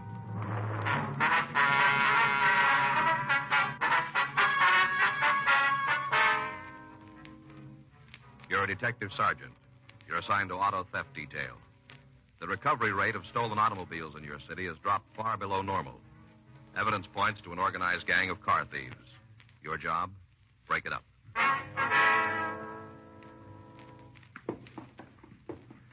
It was Tuesday, June 14th. It was hot in Los Angeles. We were working the day watch out of auto theft detail. My partner's Frank Smith. The boss is Captain Nelson. My name's Friday. We're on our way out from the office, and it was 11:27 a.m. when we got to 2564 Dewey Avenue. Apartment 3G. Want to try it again? Yeah. Yep. Oh, hi, Joe, Frank. Hi, Whitey. Hi. Come on in. Thanks. Come on out in the kitchen. I'm washing out some stocks. You don't care if I finish up, do you? No, go ahead. I got up this morning. I figured I'd better get it done. Haven't got a clean pair to my name. Mm-hmm. Drag a chair and sit down. Thank you. What'd you want to see me about? A couple questions. I'm not in the fire, am I? Not with us. I couldn't remember anything. You never know. No. What is it? You still working at that garage? Night shift. Check in at 4. This got something to do with my job? Might have, yeah. Look, fellas, you know the history. I'm not going to try and hand you a lot of slush, but I'm clean. Half a dozen guys will tell you that. I haven't got off the line since the last time I was tagged. Well, you're in no trouble, Whitey. We figured maybe you could give us a hand. Here's the switch. Me giving you some help. Usually works the other way. What are you looking for? A lot of cars going someplace, Whitey. We're trying to find out where and who's driving them. Thought maybe you might have heard a rumble. There's always something going around. You got anything? Won't do me any good if it goes outside. We won't open the door. There's supposed to be 3 of them. What do you know about them? 2 men and a woman. 2 fellas are supposed to be pretty heavy. Any names? No, they're planted pretty close. Even the rumble's not solid. Mm-hmm. A couple of days ago, I talked to a guy down at the garage. He was telling me about the operation, said it was big. You know the people? Enough to be in the same bar. Told me he tried to get a piece of the action, but they're not cutting any of it. Can we talk to this guy? I can't stop you, but I can't give you a hand either. What do you mean? I can't tell you where to find him. Does he come around the garage much? No, he comes in once in a while, talks, nothing regular. What's he do for a living? Drives. Stock car races. Oh, I see. Has he got a name? Call him Tops. I don't know the rest. You know what he's talking about? I think so. He likes to yak, but he sounded straight on this. To give you any details on the operation? I didn't ask a lot. I figure the less I know about deals like this, the less I can get in trouble. Yeah. Look at that. Huh? The way that sock is worn. Argyle, good ones. Cost me $5. Look at that hole in the heel, right in the middle of the 2 colors. How do you mend a sock like that? What do you mean? Well, how do you sew it up? Use one color and it louses up the Argyle part. Use the color of the Argyle and it'll go into the foot part. Sock people ought to figure some way around it. Yeah. Might as well throw them away. Any word on what they're doing with the cars? I didn't hear it. They turning up? No, not where we can find them. Smart. Are they local people, Wayne? I don't know. I don't think so. I can't tell you why. I just don't think they're from L.A. Mm-hmm. They scoring pretty good? Yeah, they are. Last 2 weeks, we figured they've taken a half a dozen cars. Well, how do you lay it on them? Well, the way they're working, the M.O. points to the same gang. What's the pattern? Cars are taken in the early morning hours from in front of the owner's house. Jumper wire? Yeah, all late models. They won't touch anything that isn't fully equipped. Any special make? No. As long as the car's a radio and a heater, white sidewalls, they want it. They're not turning up, huh? No. Maybe they're getting them out of the country. No, that doesn't figure. We've had the border check. San Diego's working on it. 2 of the jobs, we had the broadcast out within half hour after the car was taken. We couldn't turn anything. Just seemed to disappear. You must have a big parking lot. Yeah. You said the 2 men were heavy. That's right. Well, how'd you come up with that? Well, the guy who told me the story, you know, Tops? Yeah. When he laid the rumble out, he said he talked with one of the fellas at a bar. Mm-hmm. Told the guy he'd like a piece of the action. About that time, the roof fell in. What do you mean? Well, the guy got real rough. Said there wasn't going to be any split. The action was going to stay in the same corner. Mm-hmm. Showed Tops a gun. Said if anything about the operation got out, he'd use it. The way Tops put it, he wasn't kidding. Did you get any kind of a description of the man? No. This Tops fella tell you where the bar was? Huh. Well, okay, Whitey. If you hear from him again, will you let us know? Sure. Call you at the office? That's right. Wish I could have given you more. I'll nose around, see if I can pick up anything. We'd appreciate that. Don't go out on a limb, though. You don't have to worry about that. I'm not going to line myself up for any trouble I don't need. Yeah. Well, we'll check you later then, huh? Yeah. Hope I'll have something for you in the next couple of days. Well, if you do, it'll put you way ahead. Hmm? We've been on it 2 weeks. Yeah? We haven't got a place to start.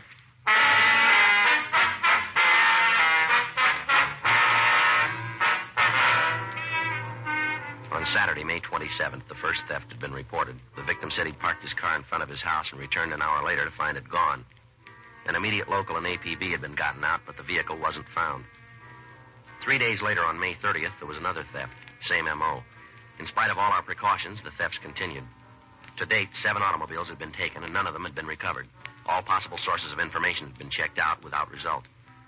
Outlets for stolen cars had been kept under 24-hour surveillance without netting any new information. The stats office had made runs on each theft and on the general M.O. When the list they returned to us was checked, we were no closer to the thieves. Pressure from the victims and their insurance companies began to build, but there apparently wasn't anything we could do to stop the operation. Frank and I went back to the office and ran the name and description of the man known as Tops through the moniker file. There was no record of such a person. 2 more days passed. Another car was stolen. People in the immediate vicinity were questioned, but none of them had seen the thief. Saturday, June 18th, 11:40 a.m. Okay. Auto theft, Smith. Yeah? Oh, yeah. Can you hold him? Right. Be right there. Yeah. It's Coat. That was Whitey calling us from the garage. What's he got? That fella Tops. Yeah. He just walked in.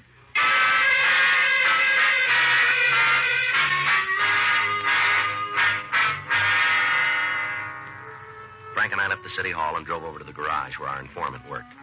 He pointed out an elderly man in the rear of the place. We identified ourselves and asked him to step into the office. What do you want to see me about? Just a couple of questions. Well, I ain't done nothing. No reason for you to roust me around. You're not being rousted. Well, it sure looks like it from here. You want to sit down? I'd rather stand up. It's all the same to you. All right, suit yourself. You want a cigarette? Yeah. Frank? Yeah, thanks. I got a light. Hey. What's your real name, Tops? Henry Grayson. What do you do for a living? I can get a car, I race. Stock car? Yeah. Where? Around, different tracks. You live here in L.A.? Most of the time, come back when I'm not working. You got a job now? No, figure to go back east next week. Think I can line something up. Hey, look, you maybe got a lot of time to kill. I haven't. Why don't you tell me what this is all about so I can get out of here? You ever been arrested? Huh? You ever been in jail? Yeah. What charge? Well, they didn't make it stick. Well, what were you arrested for? Grand theft. Auto or money? Auto. Do any time? I told you, they didn't make it stick. Where'd this happen? Idaho. That's your only arrest, huh? A couple of times for a bag. They hold you? No, give me a floater. Mm-hmm. Come on, you guys are after something. What is it? You know anything about a gang of car thieves that have been working here in town? What? Stolen cars. Oh, why should I have anything on it? We heard you did. From where? We heard it. Is it true? Lousy Whitey. He told you, didn't he? It's not important where we got the information. We're trying to find out if it's true. Then you'll have to look someplace else. I got nothing for you. Where'd you get the nickname Tops? Huh? It's a funny name. How'd you get it? Well, when I was a kid, I had real blonde hair, almost white. Other kids call me Cotton Top, shortened it down. Mm-hmm. You like driving for a living? It's all right. Better than working. You do pretty good at it? Hmm? Is there any money in driving? Well, it depends. Sometimes a good month and a couple of bad ones. Depends. How do you do? I'm not starving. Mm-hmm. Well, what do you want to know about the stolen cars? What can you tell us? Not much. We'll take what you got. I got to talking with a guy one night. Subject come up. We kicked it around. Turned out he had a deal going for him. Friend of yours? Never saw him before. All right, go ahead. Well, that's it. He had this deal working. I don't know anymore. Why don't you do yourself a favor? What? If you're not mixed up in this thing, why are you holding out? I'm not. I'm giving you what I know. Maybe it isn't the guy's life story, but it's all I got. All right. From the beginning. Tell us, will you? What? Everything this fella said. You got nothing to hold me on. As far as I'm concerned, it's okay if you do pull me in. A couple of days on the city. Give me rent and food bills. All right, let's go. Look, if I had any information, I'd give it to you. No reason for me to hold out. That's right. I never saw the guy before. I haven't laid eyes on him since. Then what do you stand in front of him for? What? Makes you look like the patsy for the piece. Anybody takes a beef, it's going to be you. For what? Sitting in a bar and listening to some drunk? It's more than that, and you know it. I can't tell you. Why? These guys too heavy for you, are they? Is that why you won't go along with us? You scared? If you got to tie it down, that's the reason. They won't get near you. You can guarantee it? We can. Okay, I'll go. What do you want to know? The whole story now. Well, there's much to tell. I was in this bar one night. 2 fellas come in. They were both kind of gassed. Mm-hmm. Sat down next to me and started to talk. To you? No, but they were right next to me. I could hear what they were saying. All right, go on. Well, they were talking about this deal, how it was all set up. First off, I didn't know what it was all about. Then I heard one of them mention something about cars. Yeah. Well, it's like saying something about a new kind of camera around a photographer. As soon as I heard the word cars, I started to listen. Good. Mm-hmm. They were having a beef about something. One of them wanted to start unloading right away. The other guy said they should wait for a while, dump them all at once. Yeah. Well, they stood there and talked like that for a while, then one of them noticed me listening. Go ahead. He leaned over and said something to the other guy, and the next thing I knew, I was surrounded. One of them on each side, leaning on me. Mm-hmm. Didn't want any trouble. I could see those 2 guys had a pocket full of it, so I went along with them. Well, what happened? Well, they asked me if I liked what I heard. Yeah. I told them I didn't hear anything. Said I had very bad ears. Mm-hmm. They didn't believe it, said they wanted to talk me outside the bar. Yeah. Well, I figured if they got me out there, I'd end up with something broken, so I didn't go. Tried to push me around, but the bartender come over, and they moved away. What happened then? Came back. Told me if I said anything to anybody but what they were saying, they'd get me. One of them had a gun. He kind of pulled his coat back. I could see it in his belt. Mm-hmm. They weren't kidding. Word that I talk to you gets back to him, I'm as good as dead. Well, don't worry about it. Did you try and cut yourself in on the deal? No. We heard you did. Well, it's not true. I told Whitey that, but it never happened. Well, why'd you tell him it did? Well, I don't know. Trying to be a big man, I guess. Yeah. These two fellows hang around the bar? Huh? Have you seen the two men around the bar before? No, it's the first time. Any of the other people in the place seem to know him? Mm-mm. They leave the place before you did? Yeah, finished up their drinks and walked out. They have a car? If they did, I didn't see it. I stayed where I was. Figured maybe they were waiting for me. Didn't leave the place until just before 2. You think you'd know him again if you saw him? Yeah, I'm sure of it. Well, we'd like you to come downtown and look through some pictures. Well, I don't like to be a finger. Well, you haven't got much choice, fella. I suppose not. All right, let's go. Now, don't forget, you guys said you'd take care of me. We will. Those fellas find out I'm on your side, they'll try to kill me. Nothing's going to stop them. Yeah, we think there is. What? Us.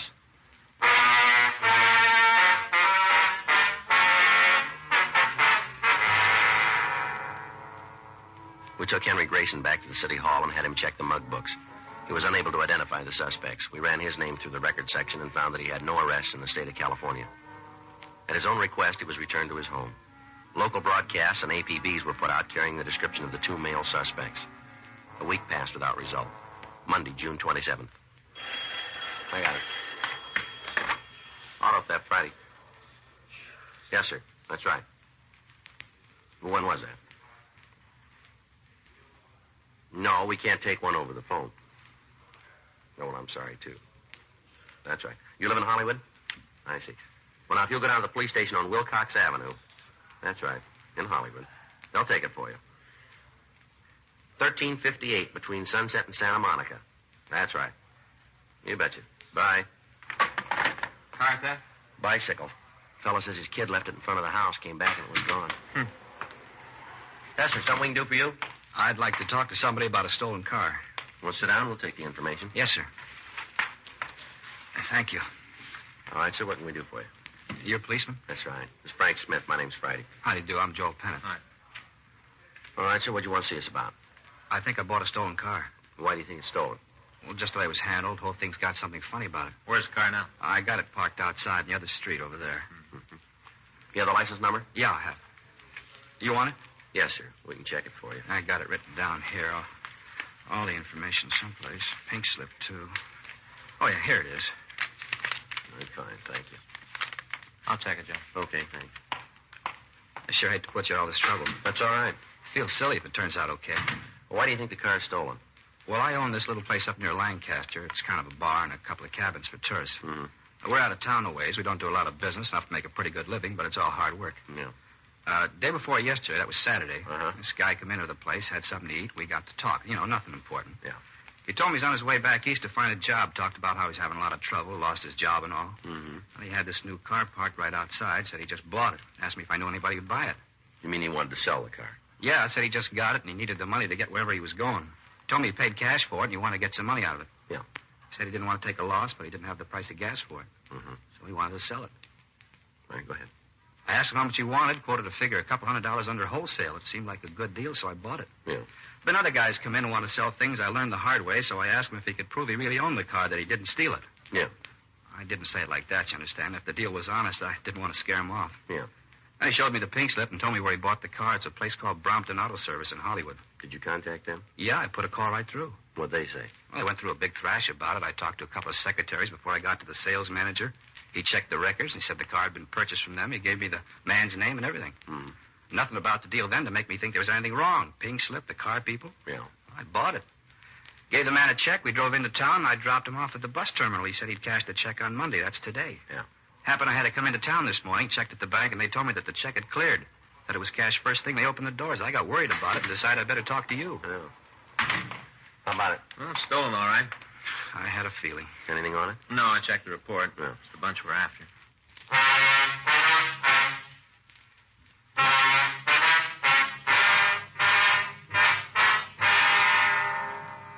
While the victim, Joel Pennant, looked through the mug books, Frank and I went over to the bank and picked up the check the suspect had cashed. The name on the pink slip had been run through R&I, but there was no record on it.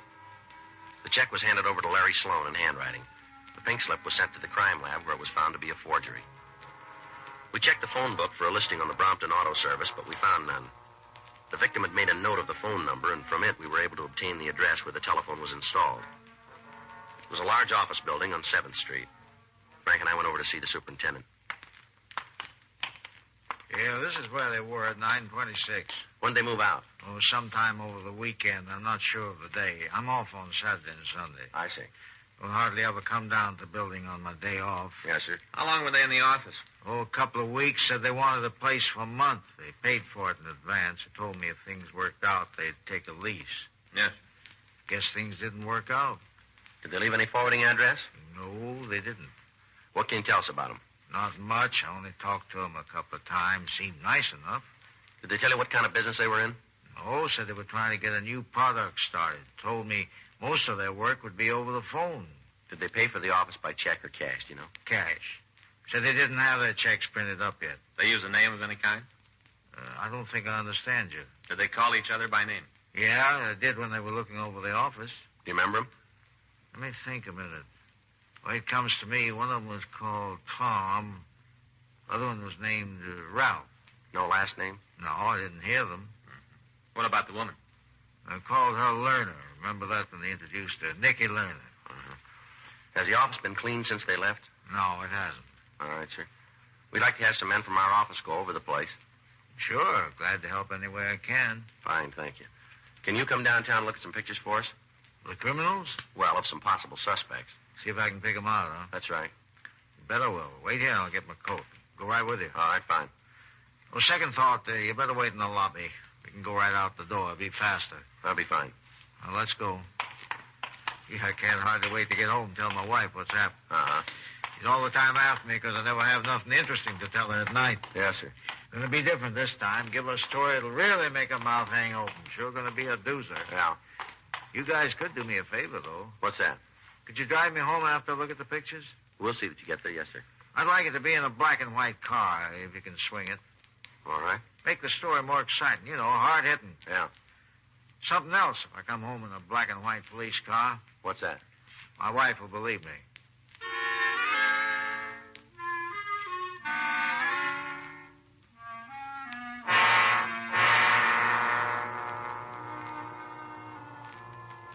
We took the superintendent down to the city hall, but he failed to identify the suspects. The crime lab crew went over the office they had used, but they were unable to find any useful information. Another week passed. During that time, we had reports that 4 of the stolen cars had been sold. The circumstances in each case were the same. In each instance, we checked out the address the suspects had used as a front without result. Tuesday, July 5th, Frank and I walked into the squad room. Well, it's not the same, Joe. Not the same at all. It's all changed. It has. Sure. Don't make any difference how you try. It just doesn't come off. What are you talking about? The 4th, Joe. The 4th. The 4th, huh? Yeah. Remember how when we were kids they had firecrackers and them torpedo things you threw against buildings, stuff like that? Yeah. No more. All they got now is sparklers and them fountain things. Is that so? Yeah. Well, they're nice. They look pretty, but it's not the same. Mm-hmm. I remember getting up on the morning of the 4th. I used to see who the first kid in the block was to get a can in the air. Real contest, like. What? Get a can in the air. You know, put a firecracker under a can, light it off. Real contest in our block, so you could be the first one the morning of the 4th.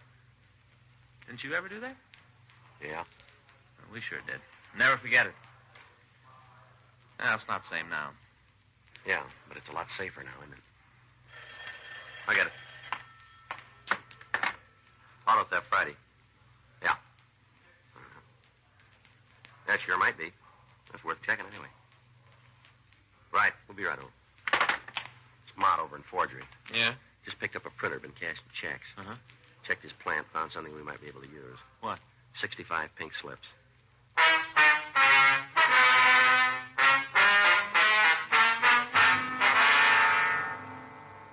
We went over to room 29 and met with Sergeant Hal Mott.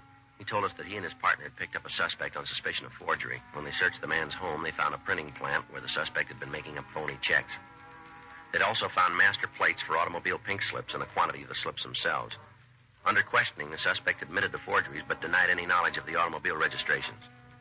Frank and I took him to the interrogation room. Your true name is Harry Larwill, is that right? Yeah. You want to tell us about those pink slips? I don't know anything about them. You printed them, didn't you? I guess so. Well, and don't you know? I printed them. What were you going to do with them? I did it for kicks, nothing more. For practice? Yeah. Do you think a story like that's going to stand up in court? Look, I copped out to the forgery rap. Isn't that enough for you guys? We want to know about those pinks. I already told you. How many counts did they get on you? I don't know, 10 or 12. Well, and you know you're not going to do that stand on your head. You'll stand 1 to 14 on each count. It's a lot of time if they run consecutively. Now, come on, why'd you print the slips? What happens to me if I tell you? What do you mean by that? We'll make it any easier on me? We don't decide that. But you see, the judge knows, huh? We'll put it down like that, yeah. Now, tell us about it, will you? I made them up for Tom and Ralph. Who are they? A couple guys I know. They come to me with this deal, said if I'd make them 100 slips, they'd give me $1,000. I needed the money, so I did the job. Yeah. Well, after I made them, Ralph said they could only use 45 of them. Then we had a beef. He gave me 500, and I gave him the pinks. You know where we can pick up your friends? Yeah. Apartment out in Hollywood. The girl there, too? Who do you mean? Understand her name's Nikki. Oh, yeah. Ralph's wife. Yeah, I guess she should be around. When'd you see him last? Yesterday, Ralph called me in the morning and told me they was interested in the rest of the slips. Wanted to know if we could make a deal. What'd you tell him? Yeah, we could. I'm supposed to meet him this afternoon. Where? Drugstore on Sunset. He told me 3 of them were going to leave town. All right. You going to pick them up? That's right. Guess they had a good thing going for them. Sure, we're raking in the dough. Yeah. Ralph told me about it. Said they were coining money. Kind of hate to see it broken up. You do? Yeah. Good deal like that. Good ones are hard to come by these days. Takes a lot of time to set one up. Mm-hmm. Break this one up, they'll have to sit down and figure another way to make a buck. Kind of hurts to think about it. It does. Yeah, good deal like that shot. It really hurts me. Think what it's going to do to them.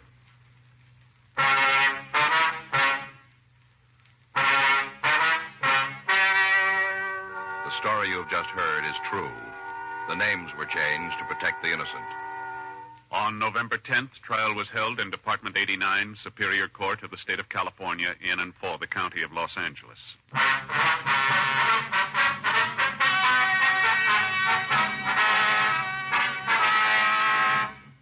Ralph Norwood Prescott, Thomas Dean Bolton, and Nicky Lerner Prescott were tried and convicted of grand theft auto, 5 counts, and received punishment as prescribed by law.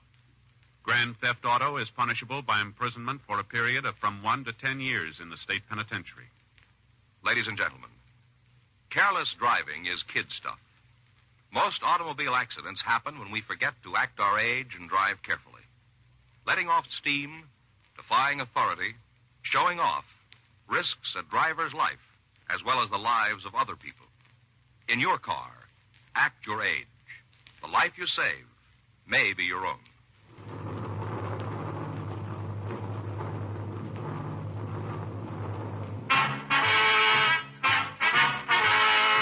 Dragnet is a presentation of the United States Armed Forces Radio Service.